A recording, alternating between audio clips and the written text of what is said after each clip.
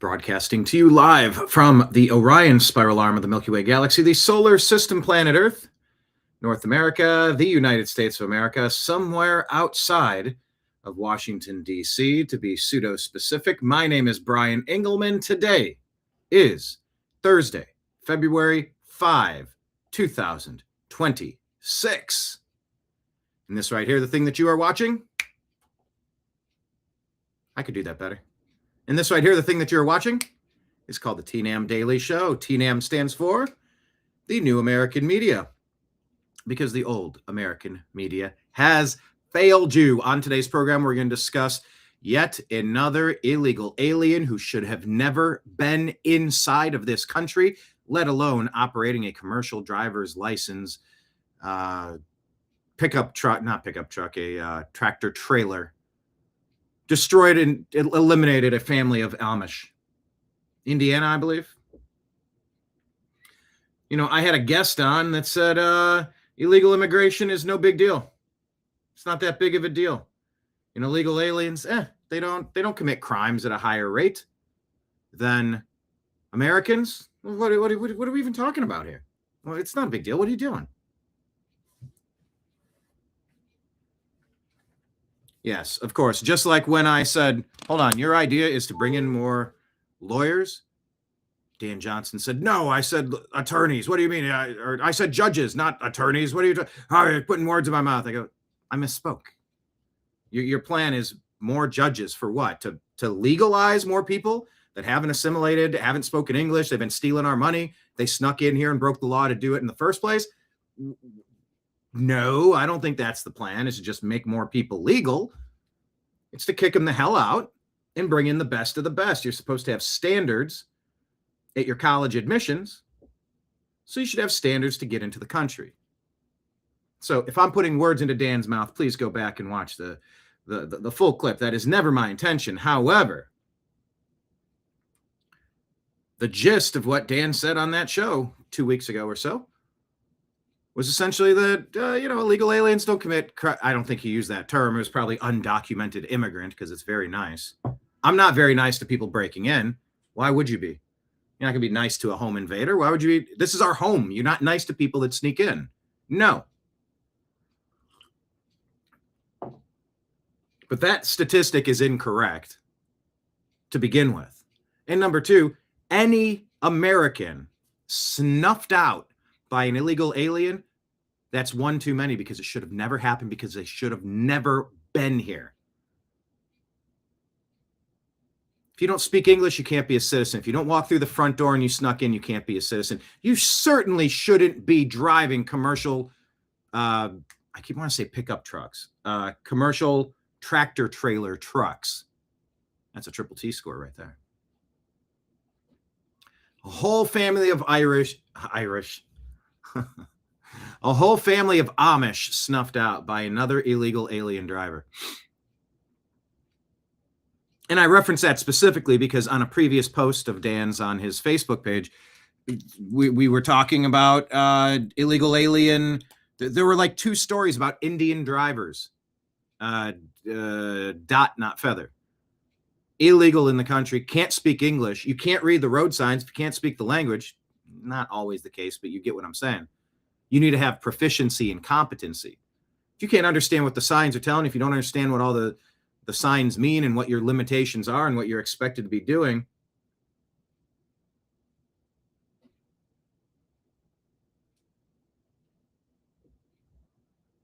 then that's not good.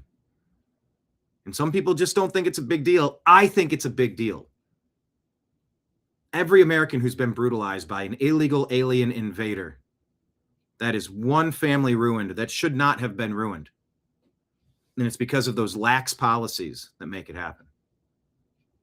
So we're going to discuss that atrocious story. Should have never happened. Hey, did you see the anti-ICE activist who described roadblocks and traffic checkpoints that they set up in Minneapolis? She said, we are literally creating a place that we know who's coming and going in and out of our neighborhoods. In the running for dumbest human of the year. Yes, it's an angry white liberal female. Shocking. Oh, I don't know about you and the TNAM Daily Show. You guys, the New American Media, you're just so anti this, anti that, I don't know. You're not a fan of Islam. You're not a fan of blacks. You're not a fan of Latinos. You're not a fan of brown and black, brown colored people, or whatever they want to say. Everything but. We don't get a lot of that. We get a little bit of that. But my message to anyone that would give me some of that claptrap is, I think the main demographic ruining America is the angry white lunatic female, angry white leftist female. That is the demographic that has the most unhinged,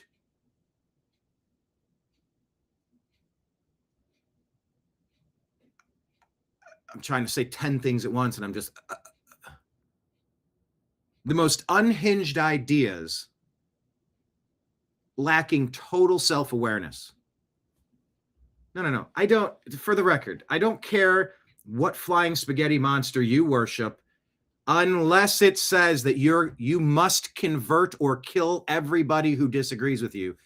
No, that's a non-starter. I'm not playing pretend on that. That's not a religion, that's a cult, and that's an act of war. I have no differentiation. I feel like I'm making up another word here. It makes no difference to me what genitals you have, what skin color you have, where you came from. I don't care.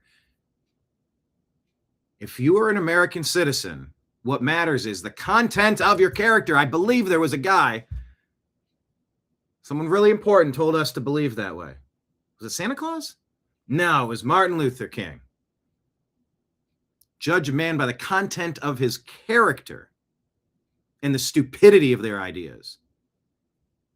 Not on what they're packing in their boxer briefs. Not what shade of Crayola crayon would most closely match. I'm not white. There's no such thing as white. There's a couple albinos out there. This is white. I am not. I'm tired of being called white. I'm tired of being called goyim. I'm tired of being called all sorts of things. Nazi, fascist, racist, Islamophobic, homophobic, transphobic. No. I'm just a dude. And my skin is more, would you say this is peach? I haven't tanned in a while because it's the first week of February. I am craving some sun, though. Anybody else really needing to get a little bit of that vitamin D? Get out in the sun. By the way, hit like, hit subscribe, hit the thumbs up button, everybody. I know sometimes even regulars might forget to smash the thumbs up. Please do that.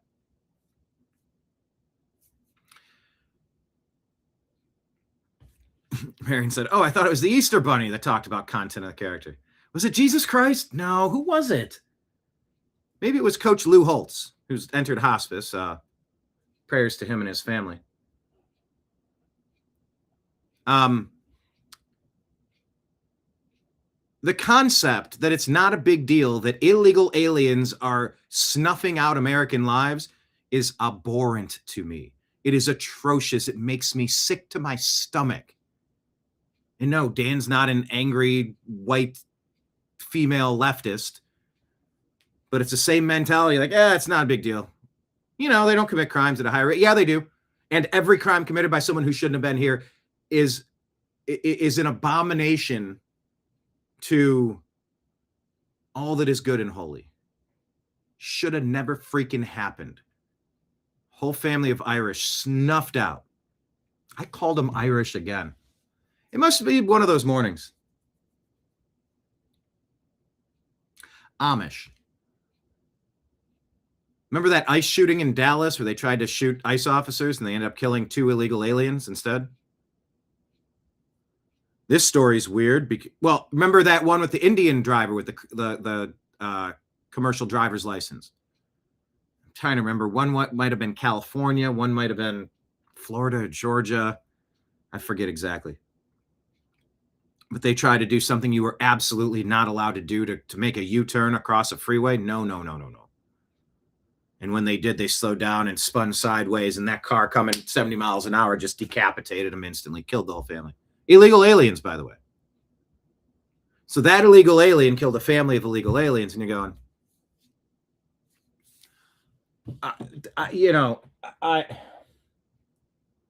Scott Adams would often talk about the simulation winking at us. Not like, haha, look at that, just more like, you get that this is all meant to be ironic, don't you? This is a training simulation. This is,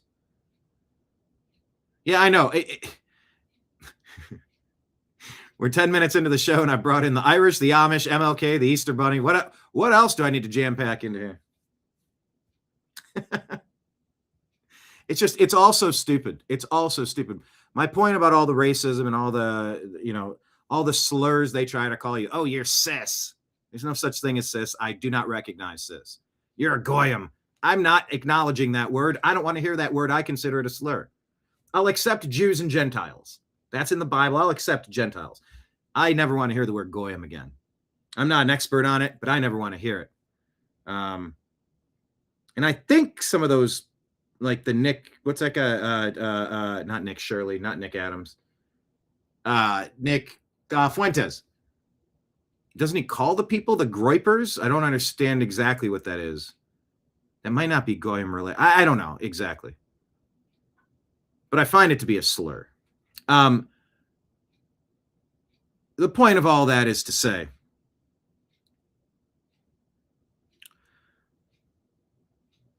my biggest complaint is mainly with angry white female liberals. So like, you can't, how dare you? You're constantly berating white people.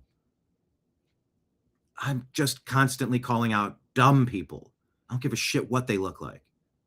And that's the mentality we all need to have. We need to kind of put some people in their place. We need to speak up a little bit. We've been really bludgeoned, beaten down, silenced. And it's time that we change that around.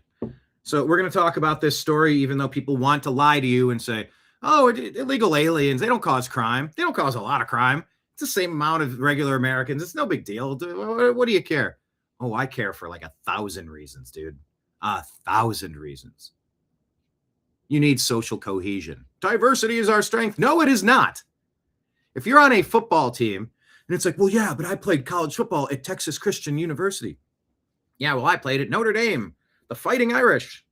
Yeah, well, I played at the Miami Redhawks. Are they still the Redhawks?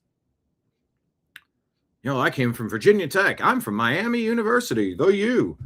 I'm from OHIO State University. And my offensive coordinator had a whole different playbook. Diversity is our strength. I know you drafted me to be here in the NFL, but I speak a different language. I read a different playbook growing up. I want to kill the infidels that don't believe in my flying spaghetti monster god. You don't get to kill people you disagree with. Yeah, but diversity is our strength, right? No, it is not. You need to have a basic set of operating protocols. You either accept or do not accept. You either assimilate or you get the fuck out. And that has nothing to do with what you look like. It has to do with the content of your character. If you're drafted from the college football ranks into the NFL, diversity is our strength. Well, at USC, at the University of Southern California, we ran the run and gun offense. Well, we did the pistol offense down at Utah. Doesn't matter. You're on a team now called the United States. We have one playbook for everybody on the team. I don't give a shit where you came from. If you're cool, you get to stay. If you're an asshole, get the fuck out. That has nothing to do with genitals, religion, color, family lineage. Doesn't matter. Assimilation. And we have not been requiring immigrants to assimilate, illegal aliens to assimilate. Learn the language, stay off of welfare, contribute, don't steal from our welfare. Stay out of trouble. So you come in here and by the way, if you're known troublemaker or a kid abuser, get the fork out. You're not allowed in here. I do not want to roll my dice with somebody that's a monster. Goodbye. You do not pass the basic litmus test. If you have a cistern full of water and there's a dead crow, a crow flies in, can't fly out, or it goes in there to have a sip of water and dies, whatever the case. And you're trying to pour some water out into a bucket to take for your family to drink. You know, the number one thing you're going to do before you get started is you're going to fish out the dead crow and chuck it into the fence line for something to go pick at it. You filter out the poison. And then, of course, since there was something in there, you go, well, I got to boil this. Then you boil it. You turn up the heat and you say, can you learn English? Can you read it? Can you write it? Can you learn the Bill of Rights? And tell us with believability, you believe in modern rights. If you want to come here and force women to wear burlap sacks in 137-degree heat in the desert, you're not welcome here. That's not something we do here. We respect humans here. Yeah, well, you don't respect our illegal alien. I mean, undocumented migrants. Man, I got a ton of open concept. I have a ton of open room in my heart for people that want to come up here and work. And there needs to be a robust program if we, in fact, cannot find real American workers. You don't subsidize their housing. You don't subsidize their food. You don't subsidize their health care and then pay them slave wages in peanuts. You don't pay them slave wage peanuts because they can get by. They're actually doing better.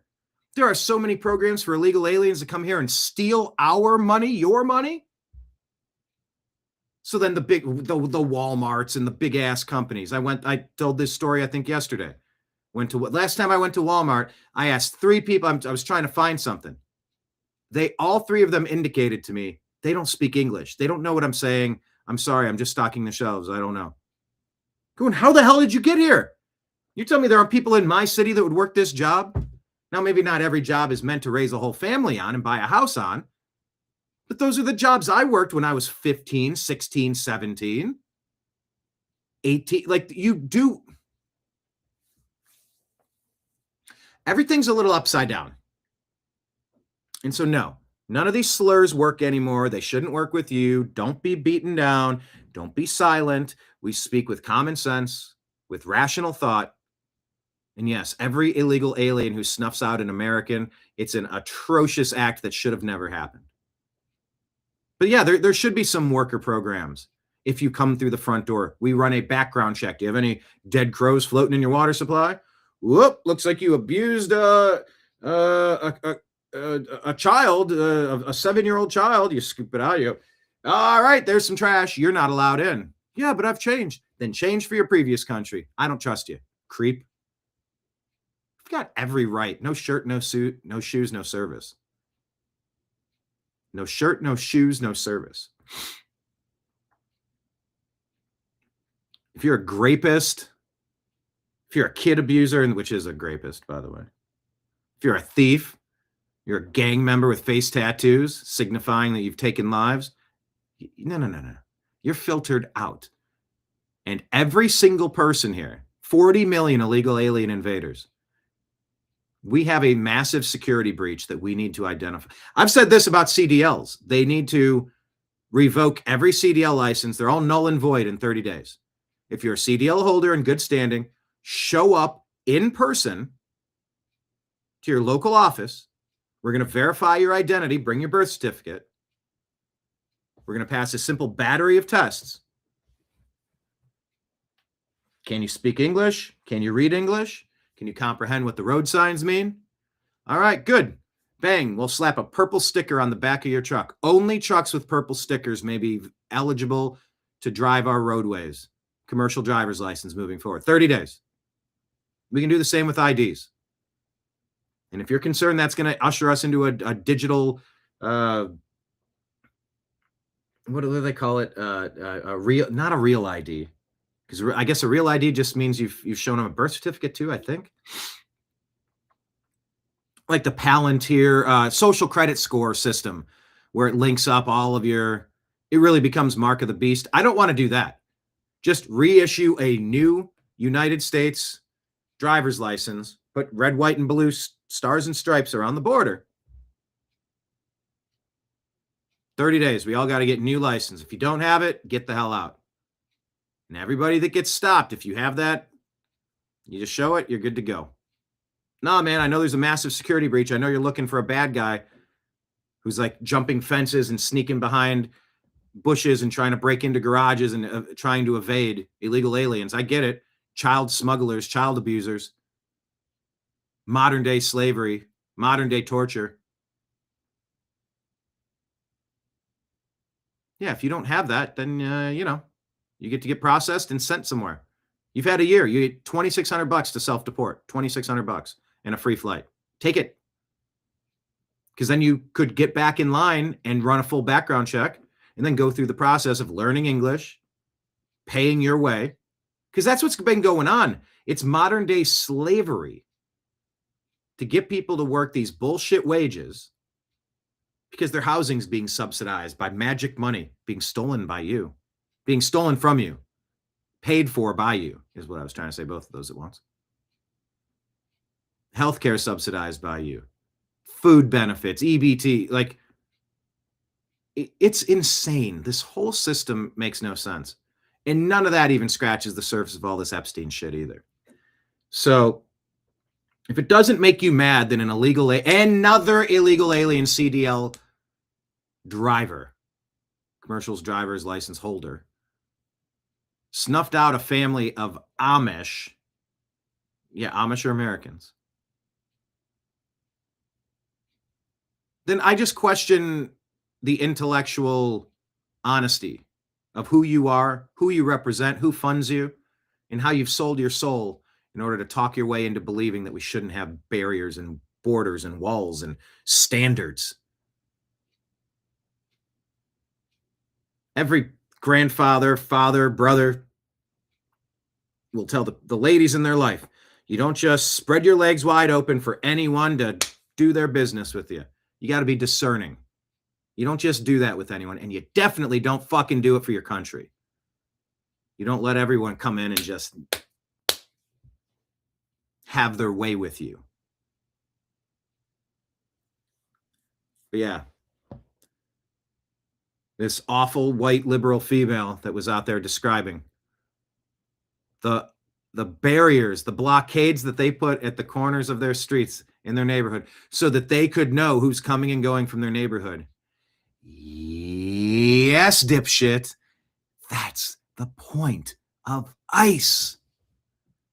Billie Eilish. Nobody's illegal on stolen land. Can I repeat that perfectly? You said it and I regurgitated it. Nobody's illegal on foreign land. Stolen land is what I meant. Stolen land can't make it illegal.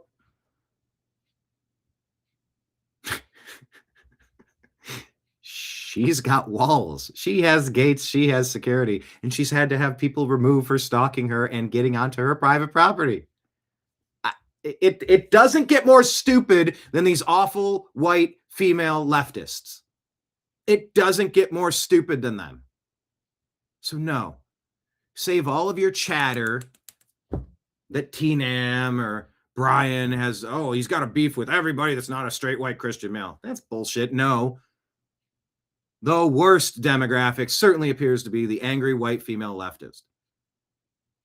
And I'm white. Mitch Hedberg has a joke. I'm not white, I'm off-white. We're a new race, and we will prevail. I think he was talking about his teeth.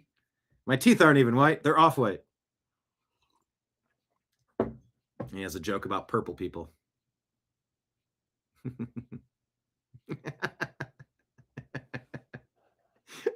911, what's your emergency? Brian has left Earth. Look, I am blowing my top a little bit because I'm so sick of the stupidity. I don't know how we can fix this. I don't know if we can. I don't know how people get so fucking brainwashed with the dumbest ideas possible where Billie Eilish will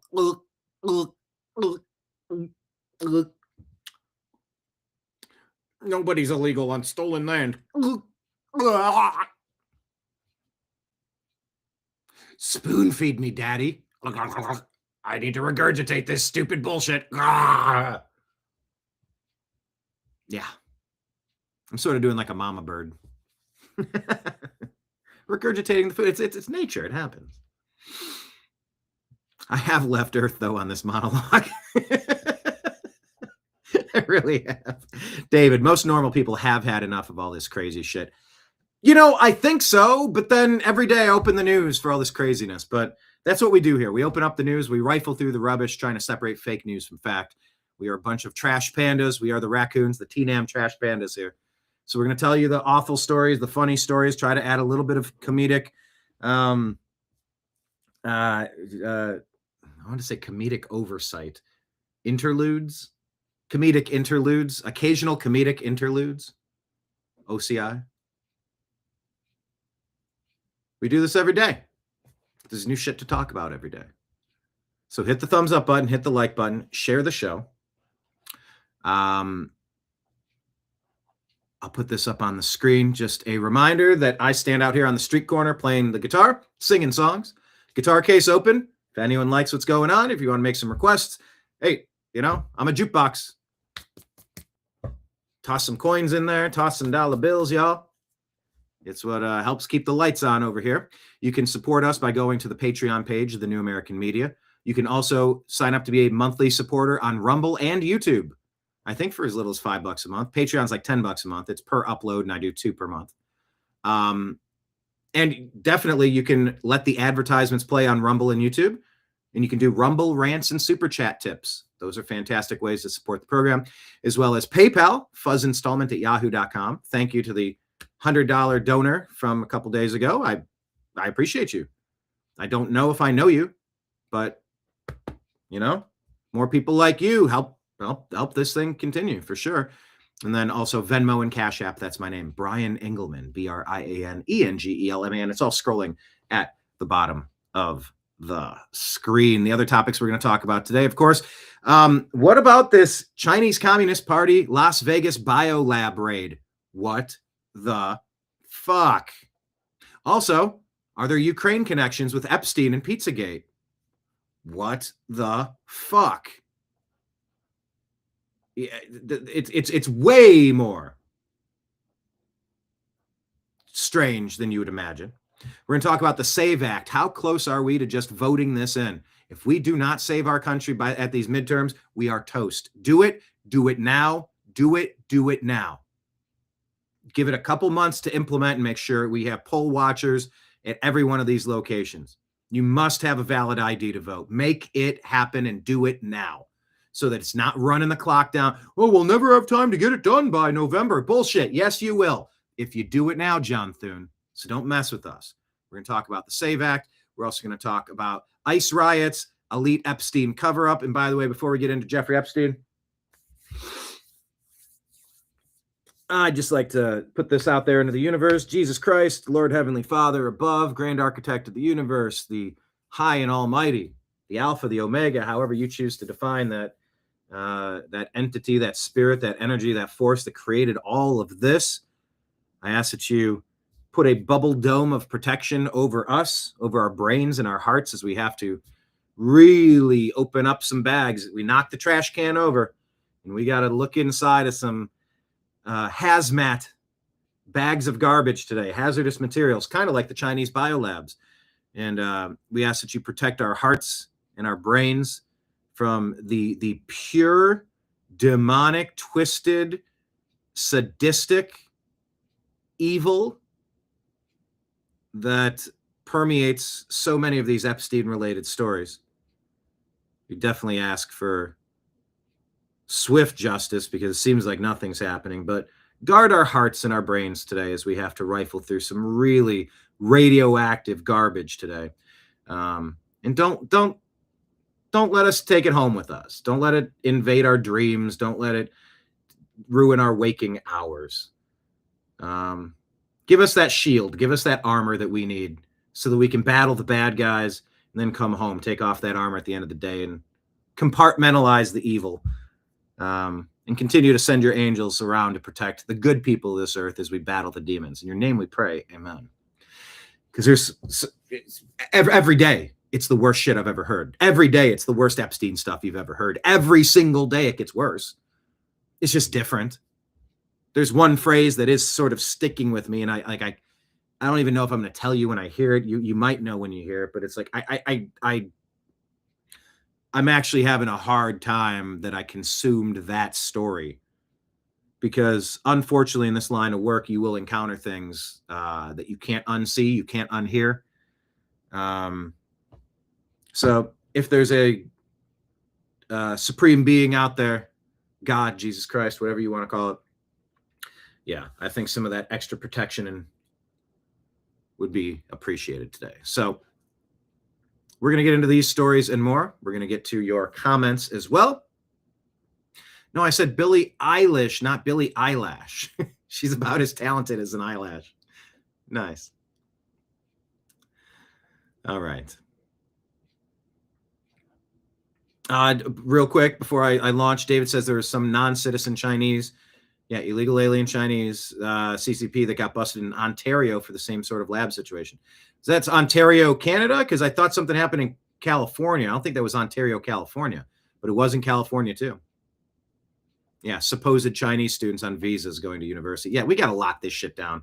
It happened in University of Michigan as well.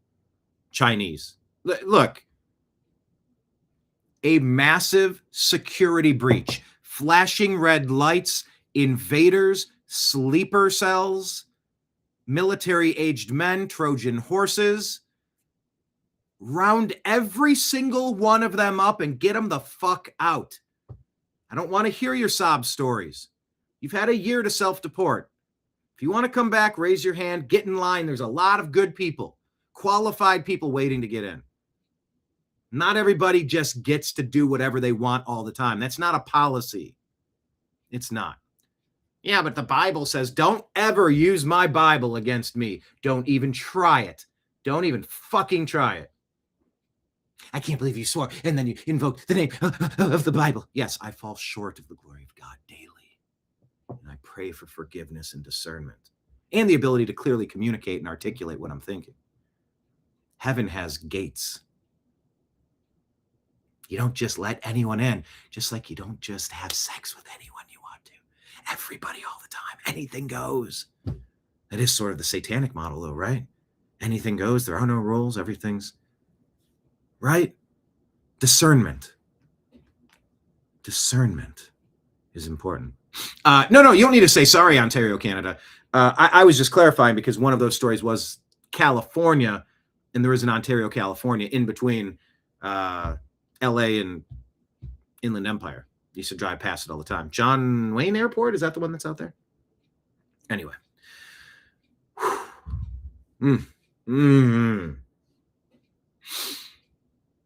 Let's do the simultaneous sip in honor of Mr. Scott Adams. Basically because Marion said she needed to get her beverage. She forgot. She got to get a cup of coffee or tea for a simultaneous sip. I wasn't going to do it today, but let's do it. I missed the Scott Adams show. God, it was such a good show. It would prepare me for so many of the stories we're about to get in. I do what I can. I miss you, Scott. Hope you're having a good time up there. A late life conversion to Christ. A late in life conversion to Christianity. Hope to see you up there. All right, let's grab your beverage. If you'd like to participate in the simultaneous sip in honor of Scott Adams, all you need is a cup or mug or glass, a tankard, chalice or stein, a canteen, jug or flask, a vessel of any kind. Fill it with your favorite liquid. I like coffee. And join me now for the unparalleled pleasure, the dopamine hit of the day. It's called the simultaneous sip, and it happens now. Go. The TNAM Daily Show starts now.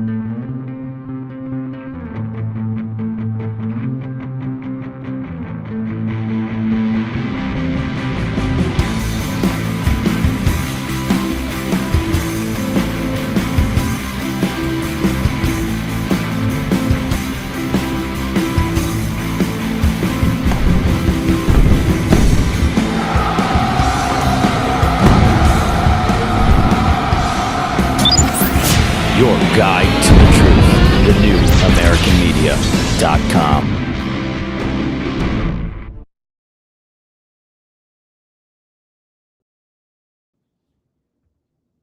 All right, everybody. No, Kenneth, you are not sipping on gin and juice. You're a midnight toker. You play your music in the sun. You're a picker. You're not a ginner.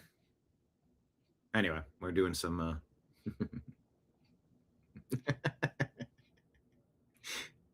All right. By the way, let's take a vote. Let's take a vote.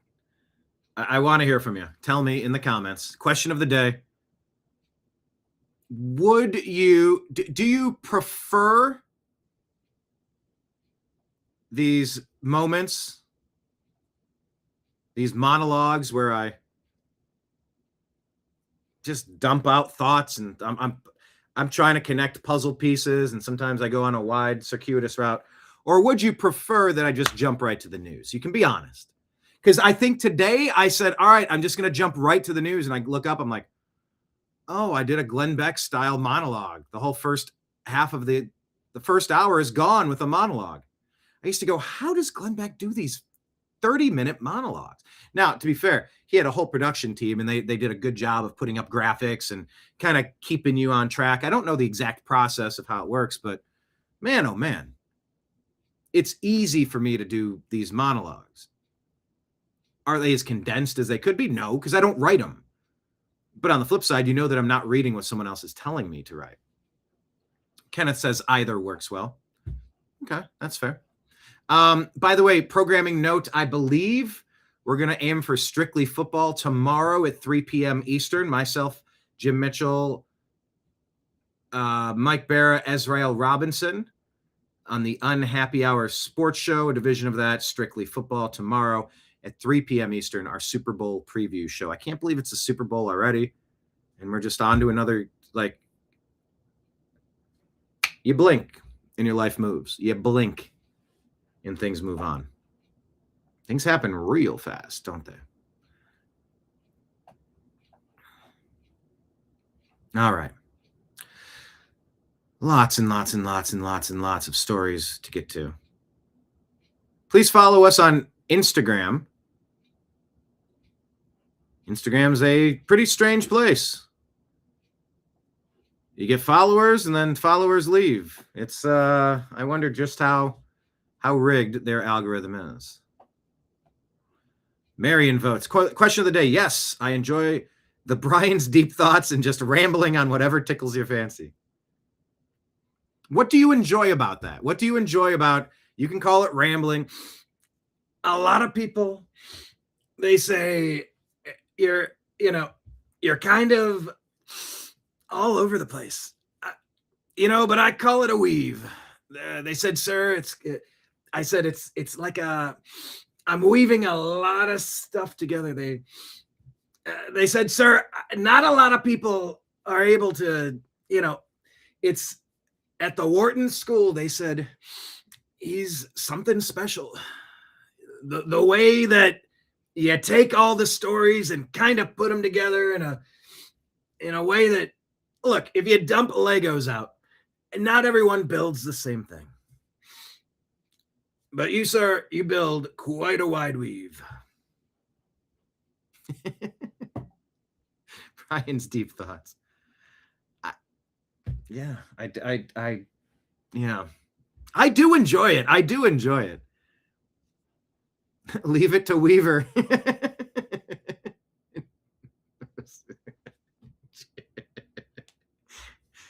Was it Mathis? What were the Jerry? What was the guy's name that played Leave It to Beaver?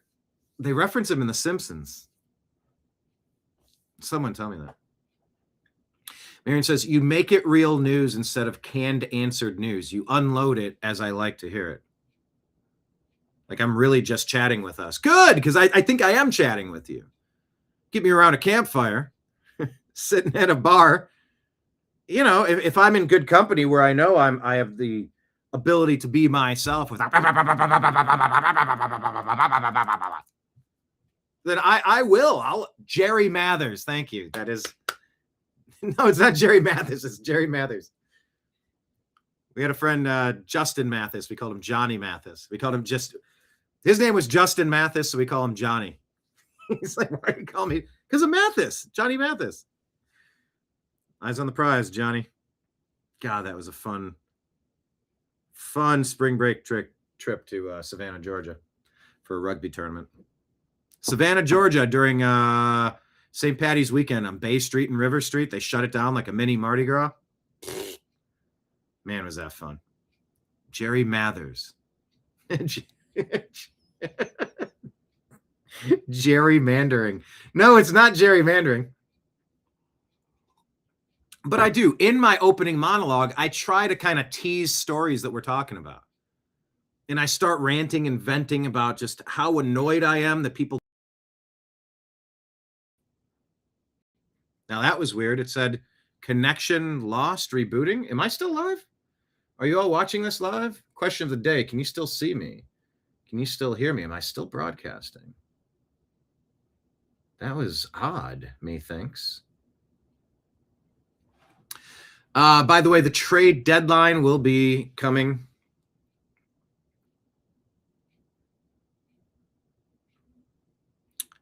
3 p.m. They're saying that the Bucks are going to keep Giannis Antetokounmpo through the deadline. That's unfortunate. I thought we would get him on the Cavaliers, but we'll stay tuned. Yeah, but I try to make it real news, and it's not canned. I'm dumping it out on the table. That's for sure. So I did space out for a moment. Okay, black helicopters flying above. Yeah. Kenneth, what's your problem with the black copters, huh? Don't you know it's Black History Month? Black Helicopter History Month, bro. Yeah, but it's only the shortest month. We can't even get that right. Okay.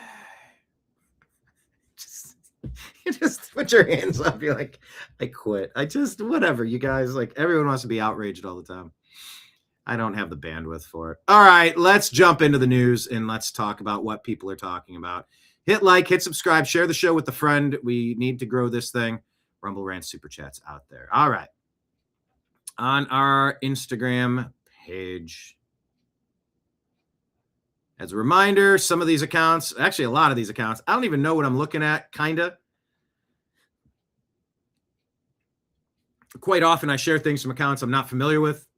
If something strikes my fancy, it's an interesting concept. Doesn't mean as I scroll through these, if there's weird stuff in there that I agree with everything. I don't feel the need to tell you that necessarily, but I will.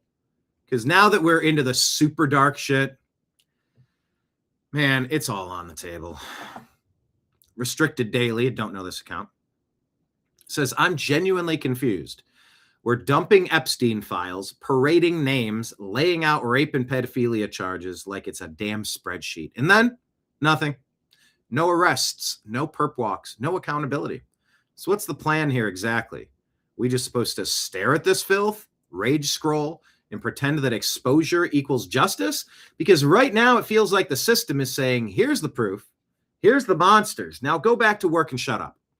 If this isn't followed by real consequences, then all this truth isn't a reckoning. It's just another sick reminder that there are two sets of rules, and the worst people somehow never play by either.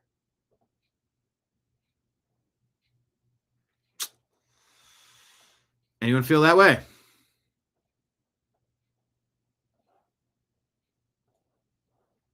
Yeah, I sort of feel that way. This right here, this is Mr. John McAfee, very gracious with his time.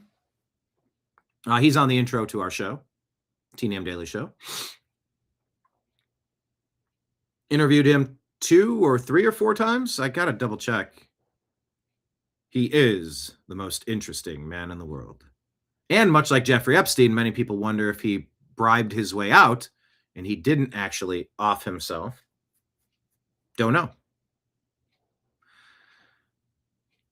Mindset of the Aware, not familiar with this account, says he warned us all the time prior to his death, or his death. John McAfee told the world, well, let's just take a listen. Some few of you may be living an existence of dissatisfaction. There's too much music in here. Damn it.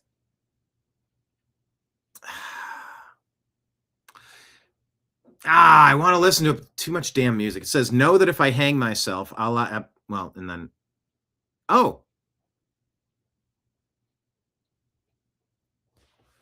He says, know that if I hang myself, a la Epstein, it will be no fault of mine. One of John McAfee's last messages before he was found dead. Maybe even a sense of emptiness. Too much music. Fuck. I'm going to put it in the comments. Please re-upload this interview segment. Actually, please re-upload this video without music so that we can play it on our YouTube without being censored for copyright claims. Doggone it. I just want to hear what he has to say. A sense of longing, a yearning that doesn't seem to be filled. Longing and yearning that doesn't seem to be killed. He's talking too slow. I can't do it. Damn it. I want to hear what he has to say. But they typed it out for you. I am just I'm run afoul of the music industry. Here's Ben Swan. Ben, is your music too loud today? It was perfectly tuned last time we played a Ben Swan clip. It was there. It was like 3%. That one was like 60%. It was way too loud. They guaranteed it would survive. There's music here. It's about 40%. See, I wasn't censored the way that I was because my reporting was false. Why was Ben Swan censored about Pizzagate? I was censored because it was dangerous. Oh, it was very dangerous.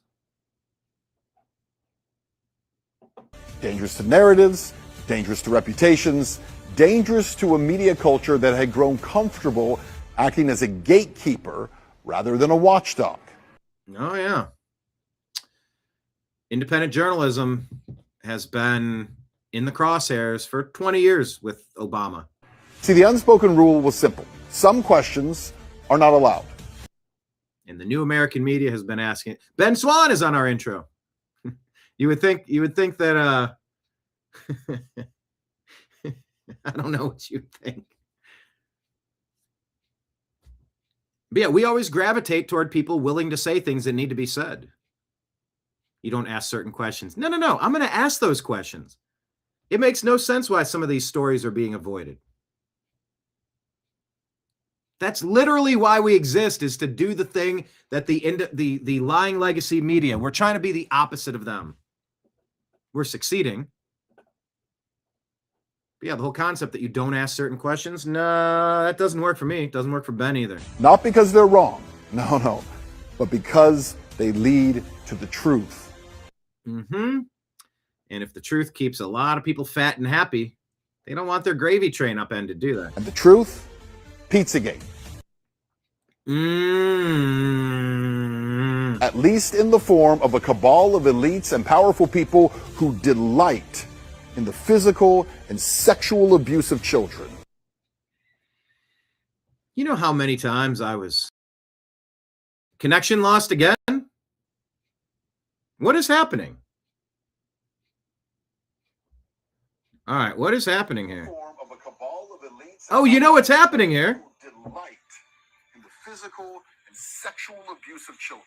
Oh, do you get what's happening here? You know how many times I was... Connection lost again? What is happening? I know what's happening. All right, what is happening here? I know exactly what's happening. Oh, you know what's happening here? This would happen oftentimes when I would have John B. Wells on the program. And we would cover stories you're not allowed to talk about. Cover the subjects you're not supposed to talk about. They fuck with you. That asshole that'll jump into our comments section. I've had to ban him a couple times. You know, he used to be a friend and then totally flipped. Or maybe it was never a friend to begin with. Maybe it's a psyop. Who the hell knows?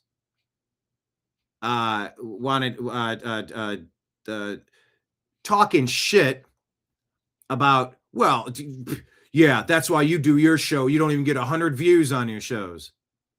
Trying to minimize the impact that we're having, trying to delegitimize the importance of what we're doing at the New American Media. Fuck you, buddy. And no, you're not my buddy. You're a fucking asshole.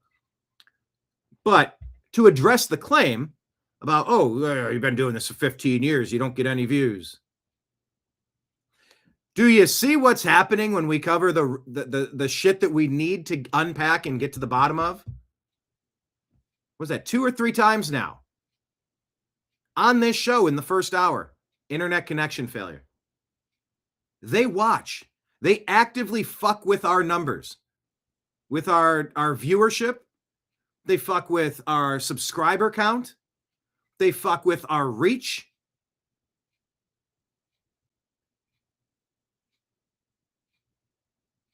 Oh, you're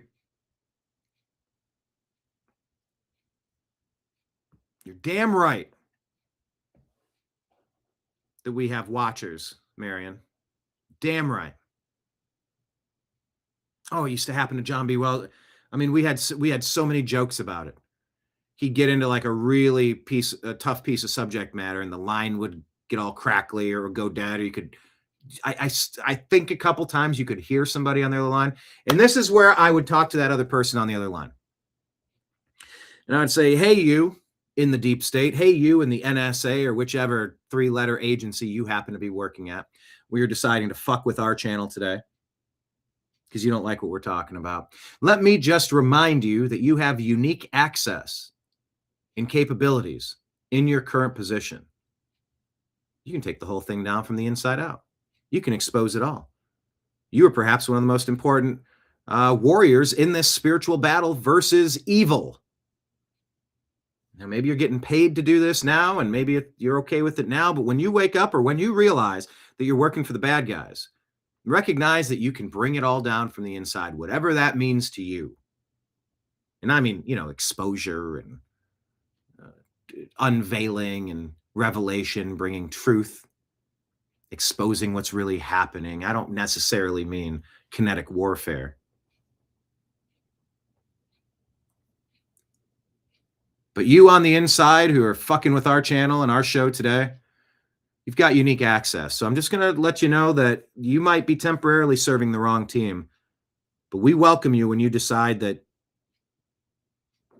you're crushing checks from the wrong people, and your eternal soul is going to be more valuable than a few dollars on this planetary realm. So when you get the chance, do the right thing and take down the demons instead of fucking with me.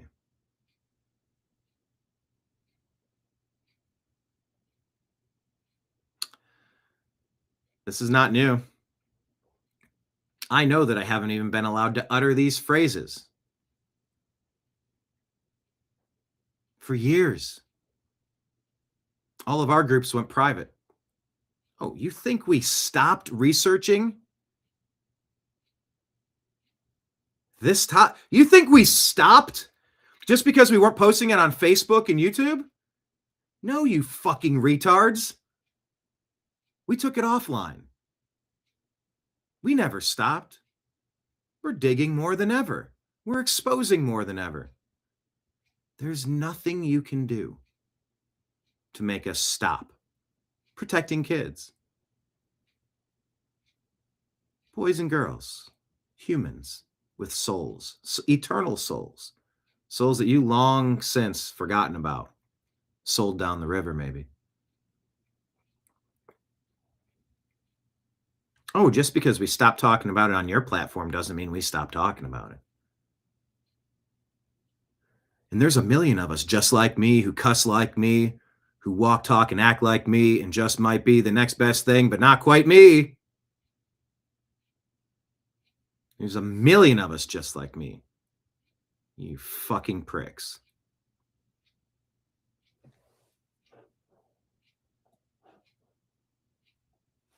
There were times I've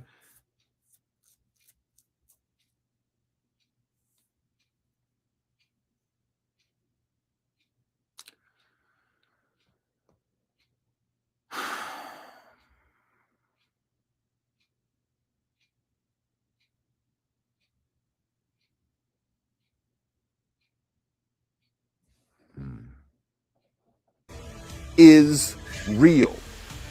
Remember how we started. Epstein is Pizzagate. And so why does Trump keep trying to move off of it? It's really pissing me off.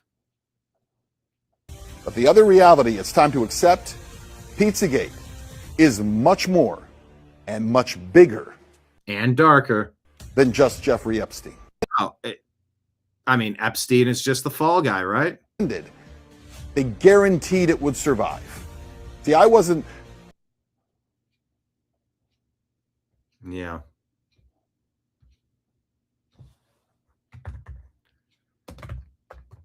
Let's see. Let me tag Ben.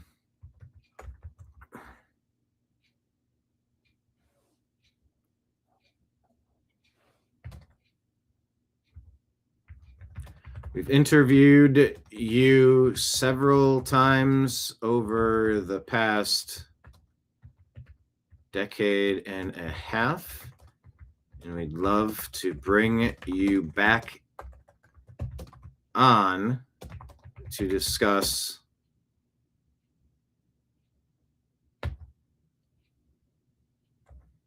how we've been vindicated on this topic and much more. Please shoot us a DM if you can join an episode of the Agree to Disagree show. Thanks, and keep up the great work. I wonder if I can copy that. Where did that comment even go? I don't see it. It just disappeared. Like it never posted. It should be the top one. Oh, everything weird is happening.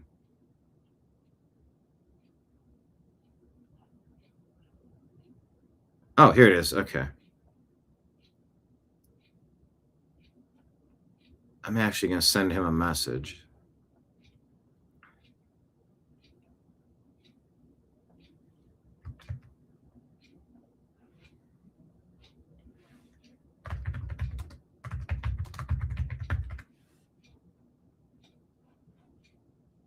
Ended.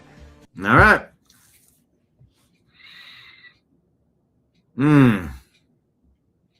You know, when we get our paid trolls, pinkies up to the trolls.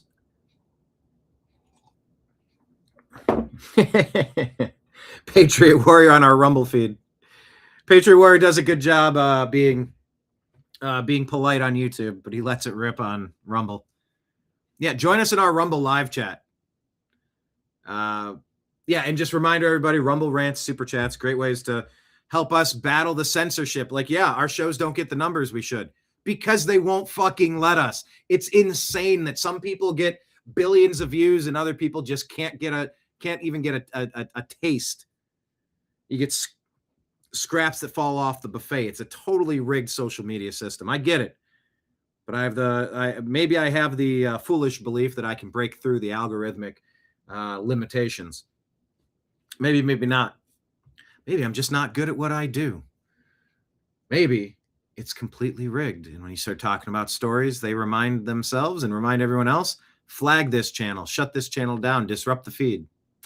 Or maybe it's just the internet provider.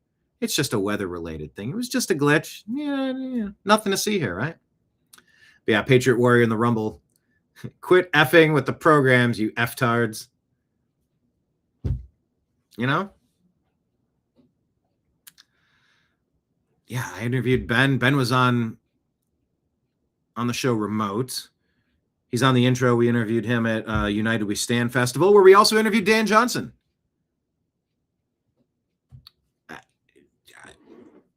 Yep. Yeah. Good God. Anyway, let's check in with Speaker John Thune. Wait, is it? It's not Speaker. What do we call him? Leader. Should non-citizens be voting in American elections? The answer. Should non-citizens be voting in American elections? Did we lose a war? Why are we even having such a stupid conversation? The answer is no. And if you're pushing for it, how about bring you up on treason charges because you're trying to steal the country? It's obvious. The answer is no. And the Democrats have taken a hard position that it's okay. Now, the law already prevents that, but if that's true, then why wouldn't we want to put into law something that would require when you go to vote that you prove you are a United States citizen? And that's all the SAVE Act does. And so, you know, they can cry and lament this actually being voted on, but I'd be hard-pressed to have to defend a position that doesn't believe that you have to be an American citizen to vote in an American election. I'll finish off with the words of Speaker Mike Johnson defending the SAVE Act. This is from yesterday, Leader Thune. Listen. The SAVE Act just simply says you have to have verification of citizenship to register to vote. That's about a 90-10 issue. Who are the 10? On many of the polls in this country. And we're going to enhance it by what the president calls the Save America Act. And so it would be proof of citizenship to register to vote and voter ID, which is also about an 80 or 90% issue on the polling nationwide. Nothing going on Capitol Hill these days. Leader Thune, I'll give you a final thought on all of it. Well, I honestly, you know, this right now, their political base is demanding they fight with anything that President Trump wants. It is Trump derangement syndrome. It is on steroids around here these days, and even logical, commonsensical things like ensuring that if you're going to vote in an American election, you ought to be an American citizen. They're going to just instinctively oppose. So that's what we're up against, but we're going to do our best in spite of that to make sure that our government is funded and that we're putting policies in place that keep the American people safer and more prosperous. To be clear, Leader, it does sound like you're saying that what you're describing as Trump derangement syndrome is at the highest you've seen it. So my last question to you is just, do you truly believe that the party, Democrats, would stand for a complete shutdown of DHS? That is, should non-citizens be voting in? We got to make this happen. No more messing around. You know why? Here's Real America's Voice reporting this. I don't know if this is true or not, but they are reporting this is Cleta Mitchell, the senior legal fellow at the Conservative Partnership Institute, talking about 25,535 more ballots than voters in Georgia, and that election fraud is being uncovered. Post-election, there were 148,319 absentee ballots in Fulton County counted, included in the totals for Georgia. But only 125,784 voters were recorded as having cast an absentee ballot. That is a difference of 25,535 more ballots than voters who are recorded as having registered for and cast an absentee ballot in Fulton County. So that's 25,535 more ballots than voters. And the margin between President Trump and Joe Biden was 11,779. Now, these absentee ballots that came in, there were over 133,000 ballot images deleted. Only 16,000 of the 148,000 absentee ballots, only 16,000 have the actual ballot images that were retained as required by law. And people have looked at those ballot images and they see anomalies, markings, changed timestamps. They believe that those were deliberately deleted. Now, that's just in the absentee ballots. We get into the tabulators, where the tabulator tapes, that every tabulator has a tape. It is supposed to have a memory card that is put into the tabulator at the beginning. They're supposed to print out a poll tape that says 0. There are no ballots on this machine at the start of the election. And then there's a memory card that's supposed to be put in. There's a seal that is put on. And that is not supposed to be taken off until the polls close from advance voting prior to Election Day, the Friday before Election Day. But what we see in Fulton County, and there's also supposed to be a closing tape. So there's supposed to be every tabulator, a tape. It's like none of the official procedures were followed in almost any of these fraud states that they called swing states. that has the opening at 0, and at the closing, it's supposed to say how many ballots were tabulated by that particular machine. It is supposed to have the serial number of the machine that actually tabulated the ballots. What did they do in Fulton County? There are only 9 tabulators that have opening tapes. There are zero poll tapes that have both the opening tape and the 0 count, the official record of how many ballots were tabulated, and the serial number. There are 0 of the 148 tabulators in Fulton County in 2020. There are 0. This is post-election. There were 148,319 absentee ballots in Fulton County counted, included in the totals for Georgia. But only 125,784 voters were recorded as having cast an absentee ballot.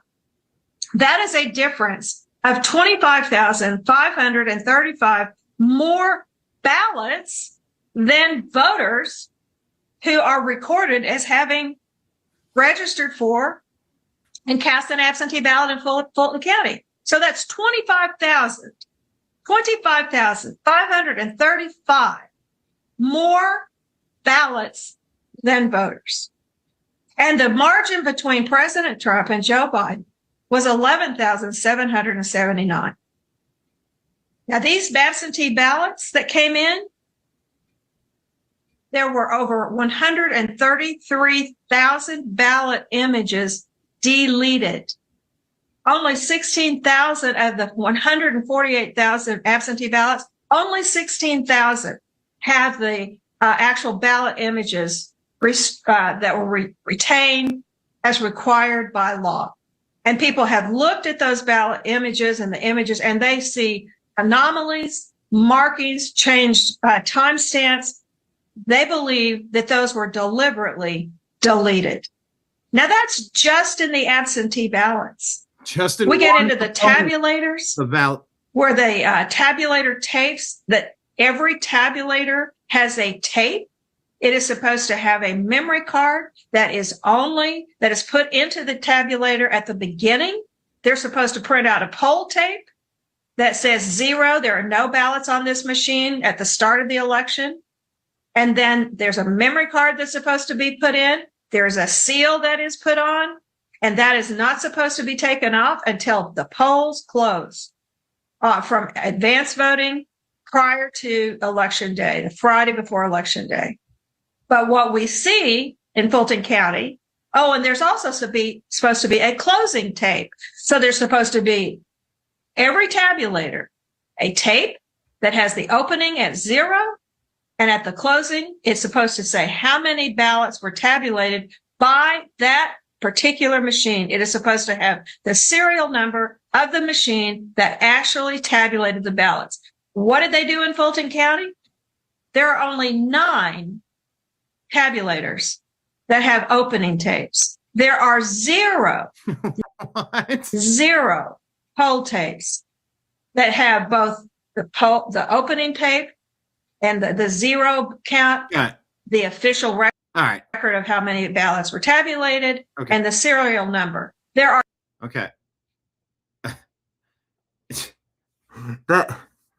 the point we were making in 2020 is that they have so screwed up intentionally, and by screwed up, intentionally rigged the outcome.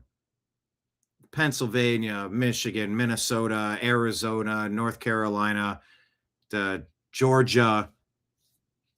I think I'm getting those states right.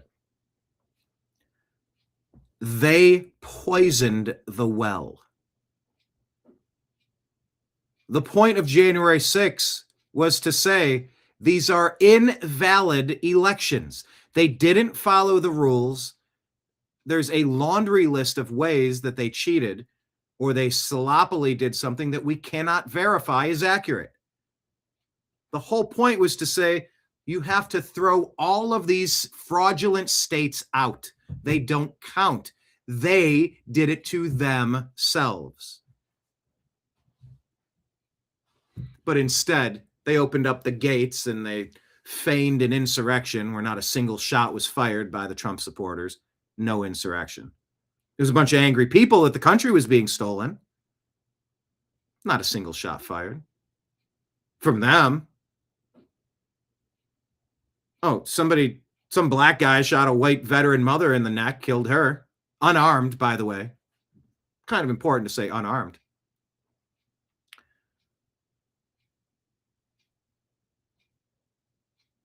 Those fraud states should have been required to have a 1-day revote. 1 day.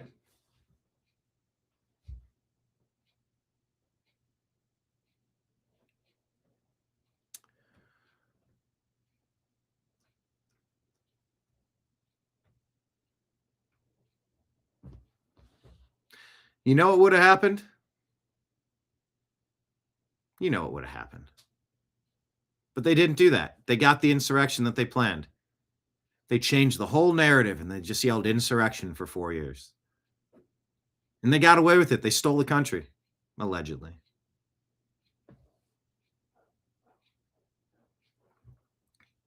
Yeah, the SAVE Act. Democrats would refer to it as the Slave Act. Exactly. There is no universe where what they're discussing in Georgia, if this stuff is accurate, none of these are valid. There's no way you count this. And what happens if you take all those electoral votes away? Does that mean that nobody wins and then it goes to the House of Representatives, and then in which case Trump would have been selected? Or you have a revote with these 6 or 7 fraud states, then you get a real vote and then Trump wins? They couldn't have that. It is so infuriating that it's taken this. It just seems like the bad guys get away with everything, doesn't it? It just makes you want to put your hands up. Speaking of which, if you want countervailing views on anything regarding COVID or vaccines or the election of 2020, go to cisa.gov/rumor control, cisa.gov/rumor control, as well as cdc.gov and who.int. Go get your countervailing views.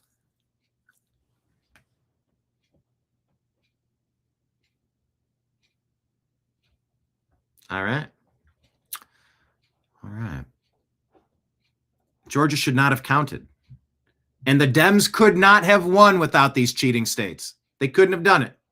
Are 0 of the 148 tabulators in Fulton County in 2020. There are 0. This post-election. Insane. We said we're so tired of talking. When will the thousands of traitors be indicted and rounded up already? David Icke says, the most ridiculous thing I've heard about Epstein is that he ran the world's biggest pedophile ring. Not even close.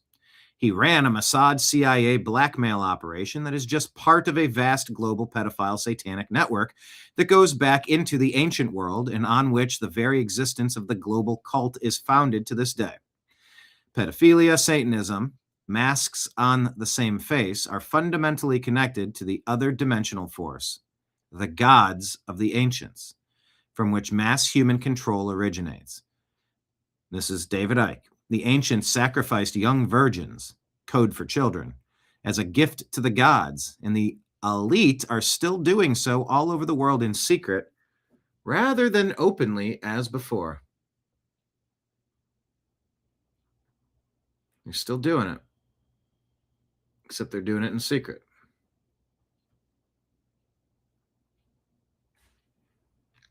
Why? What is this gift?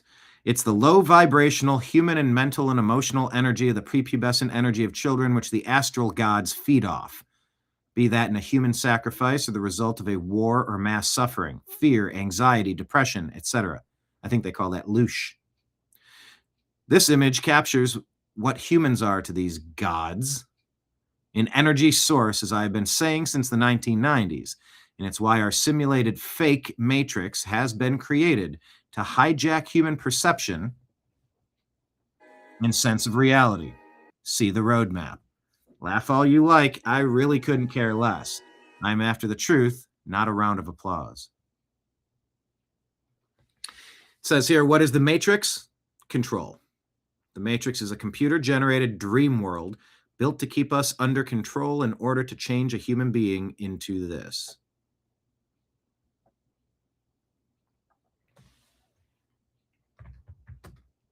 The revelation is finally happening.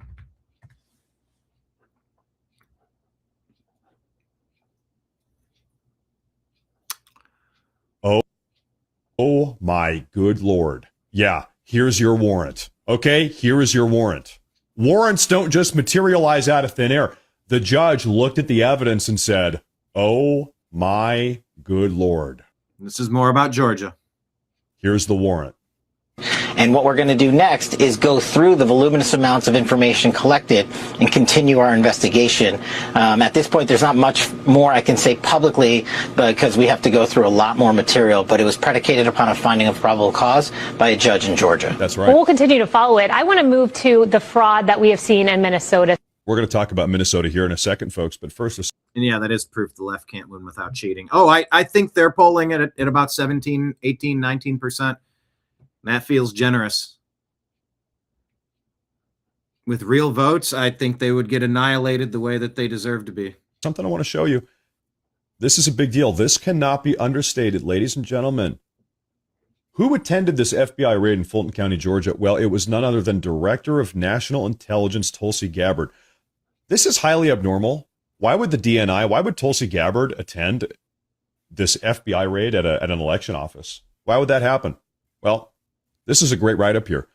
You just know she deliberately, Tulsi Gabbard, let photographers see her there. It's not an accident that photographers got a look at Tulsi Gabbard and snatched a couple photos. Tulsi Gabbard wanted the photographers to know, because the press, the media is over there. You know she's posing in front of the ballot boxes that are right behind her. What's that in the background? Bunch of ballot boxes that then subsequently got loaded into the truck, the FBI truck, and taken away. Tulsi Gabbard wants certain people out there to know that she now has the crude physical evidence in her possession. Tulsi Gabbard almost staged a little bit of a photo op. She wanted to be seen there. And so I ask you all a question. Why would the Director of National Intelligence be at this office? Well, listen, the reason why is if there was a national security threat. The only reason the DNI would be there at this raid, the FBI can handle it. Oh, yeah, this constitutes a national security threat. Stealing the country? Yeah, it's kind of a big one. He's there because there was a national security threat involved in this raid in this office. Well, what would constitute a national security threat here? Foreign election interference. That's what, foreign election interference.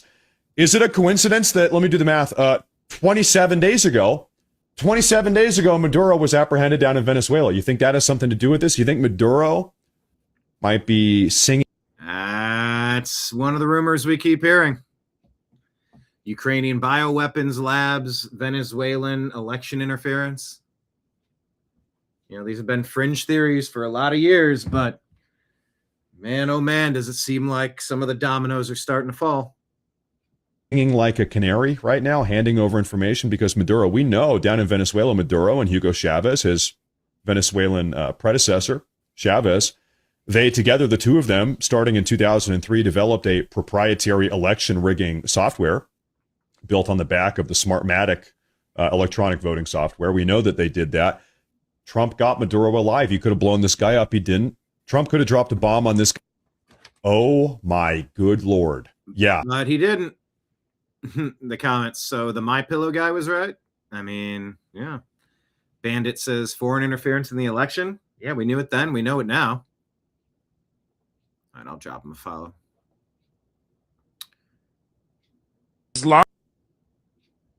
Pastor Cedra Andrew shared on the Officer Tatum, talking about what's going on all over this planet. And about, once again, the most persecuted people on earth. No, it's not what your angry white liberal female is going to try to yell at you about, that who the bad guys are. Now let's take a listen to who the most persecuted people on earth are. Islam has been the deadliest ideology to Christianity for He says Islam has been the deadliest to Christianity. the last 1400 years.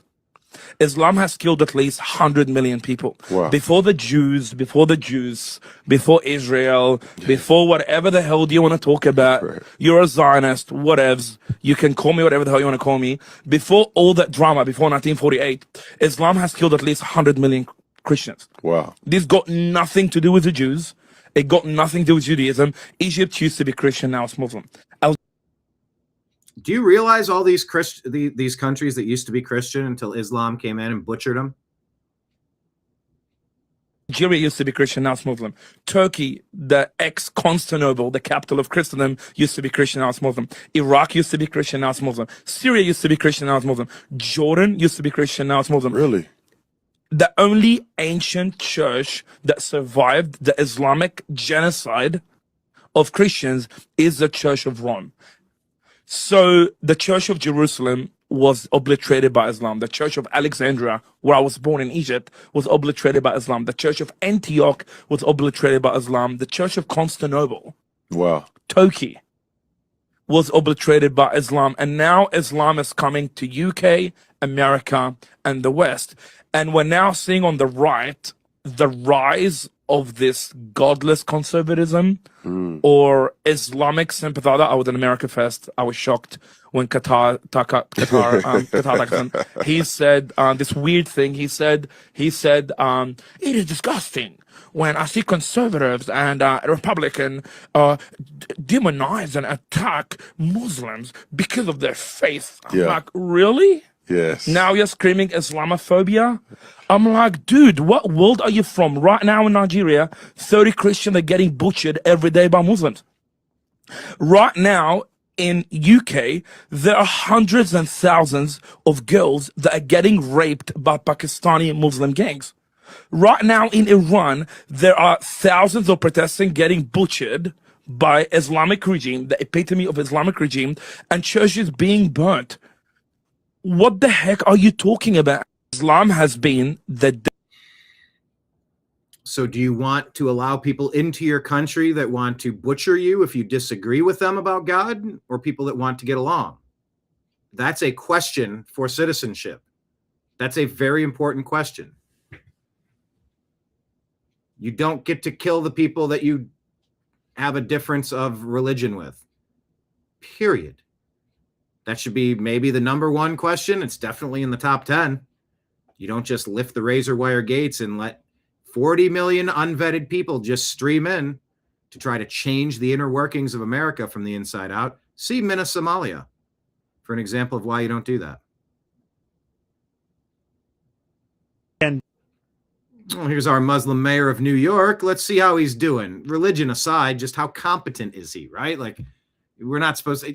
Come on, we're not supposed to really care too much about religion. We just want to see content of your character.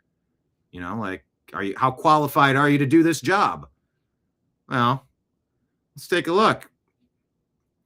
Zoran Mamdani, New York City mayor, says he met with the knife-wielding suspect who was shot by police, which is a total slap in the face to the brave NYPD. Did you see this? as you said, I spoke with the Chakraborty family and I visited Chavez in the hospital.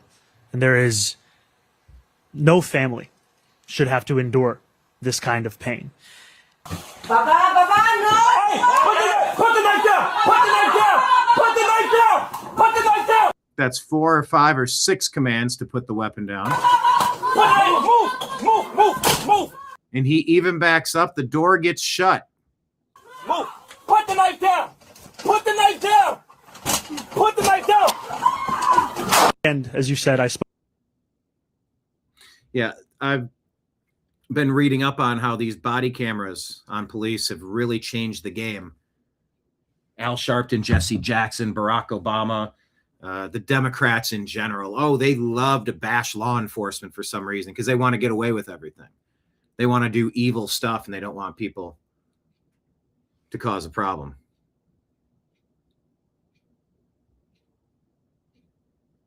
But yeah, the body camera has boomeranged on the bad guys. It's a very good idea that cops have. Actually, I'll put that. Body cameras.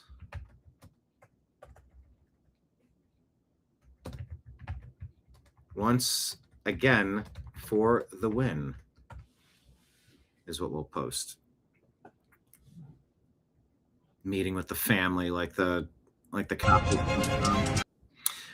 This Athena says the Epstein files exposed rape, murder, satanic sacrifice. Hey, but at the Grammys, celebrities somehow decided ICE was the biggest crisis we're talking about. Imagine that. Have you seen this guy? Mariano Barbacid? I am Mariano Barbacid, and as you may have seen in all the news, my team and I have achieved the complete and lasting regression of experimental pancreatic cancers. But this is not our goal. Our ultimate goal is to be able to cure pancreatic cancer in patients, and the sooner, the better. That's why I need your help. Together with the CRIS Foundation Against Cancer, we are raising funds to be able to reach the doors of clinical trials as soon as possible. So if you're interested, check that out. Yeah, I've had to say goodbye to somebody, Tony, may he rest in peace, from my Dynasty Fantasy Football League. And there's a musician friend whose 20-year-long band member is dying from a very fast-moving pancreatic situation as well. So, man, if they could stop that, I'd be very appreciative of that. So take a look at this guy. The guy with the, just type in on Google, birthmark, pancreatic cancer, consider making a donation. Don't know how valid any of this stuff is, but, man, wouldn't it be great? Please donate and help us change the history of pancreatic cancer. I am Mariano. What's this? The citizens of the New World taking out the Epstein list.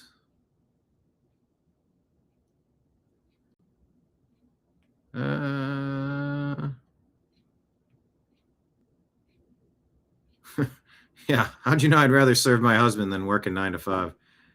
What have they done to us, whoever they are? What have they done to us? One man used to be able to go out and work a regular job and come home, have a wife and several children, a car, a house, a picket fence.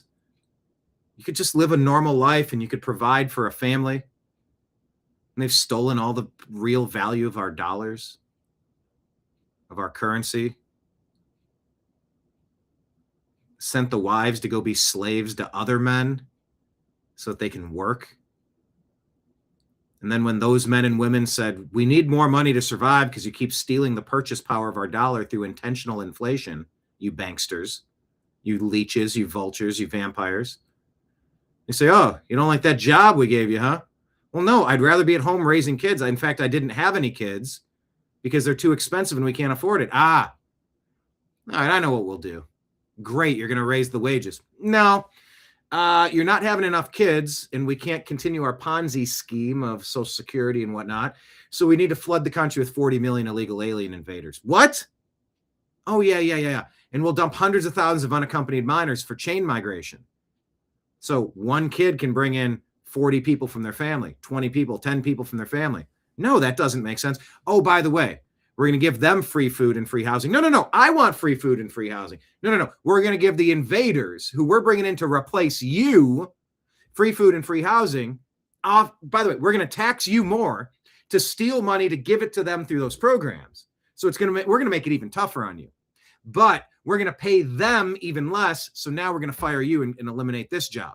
No more Americans in this job, just illegal alien slave labor. Has happened.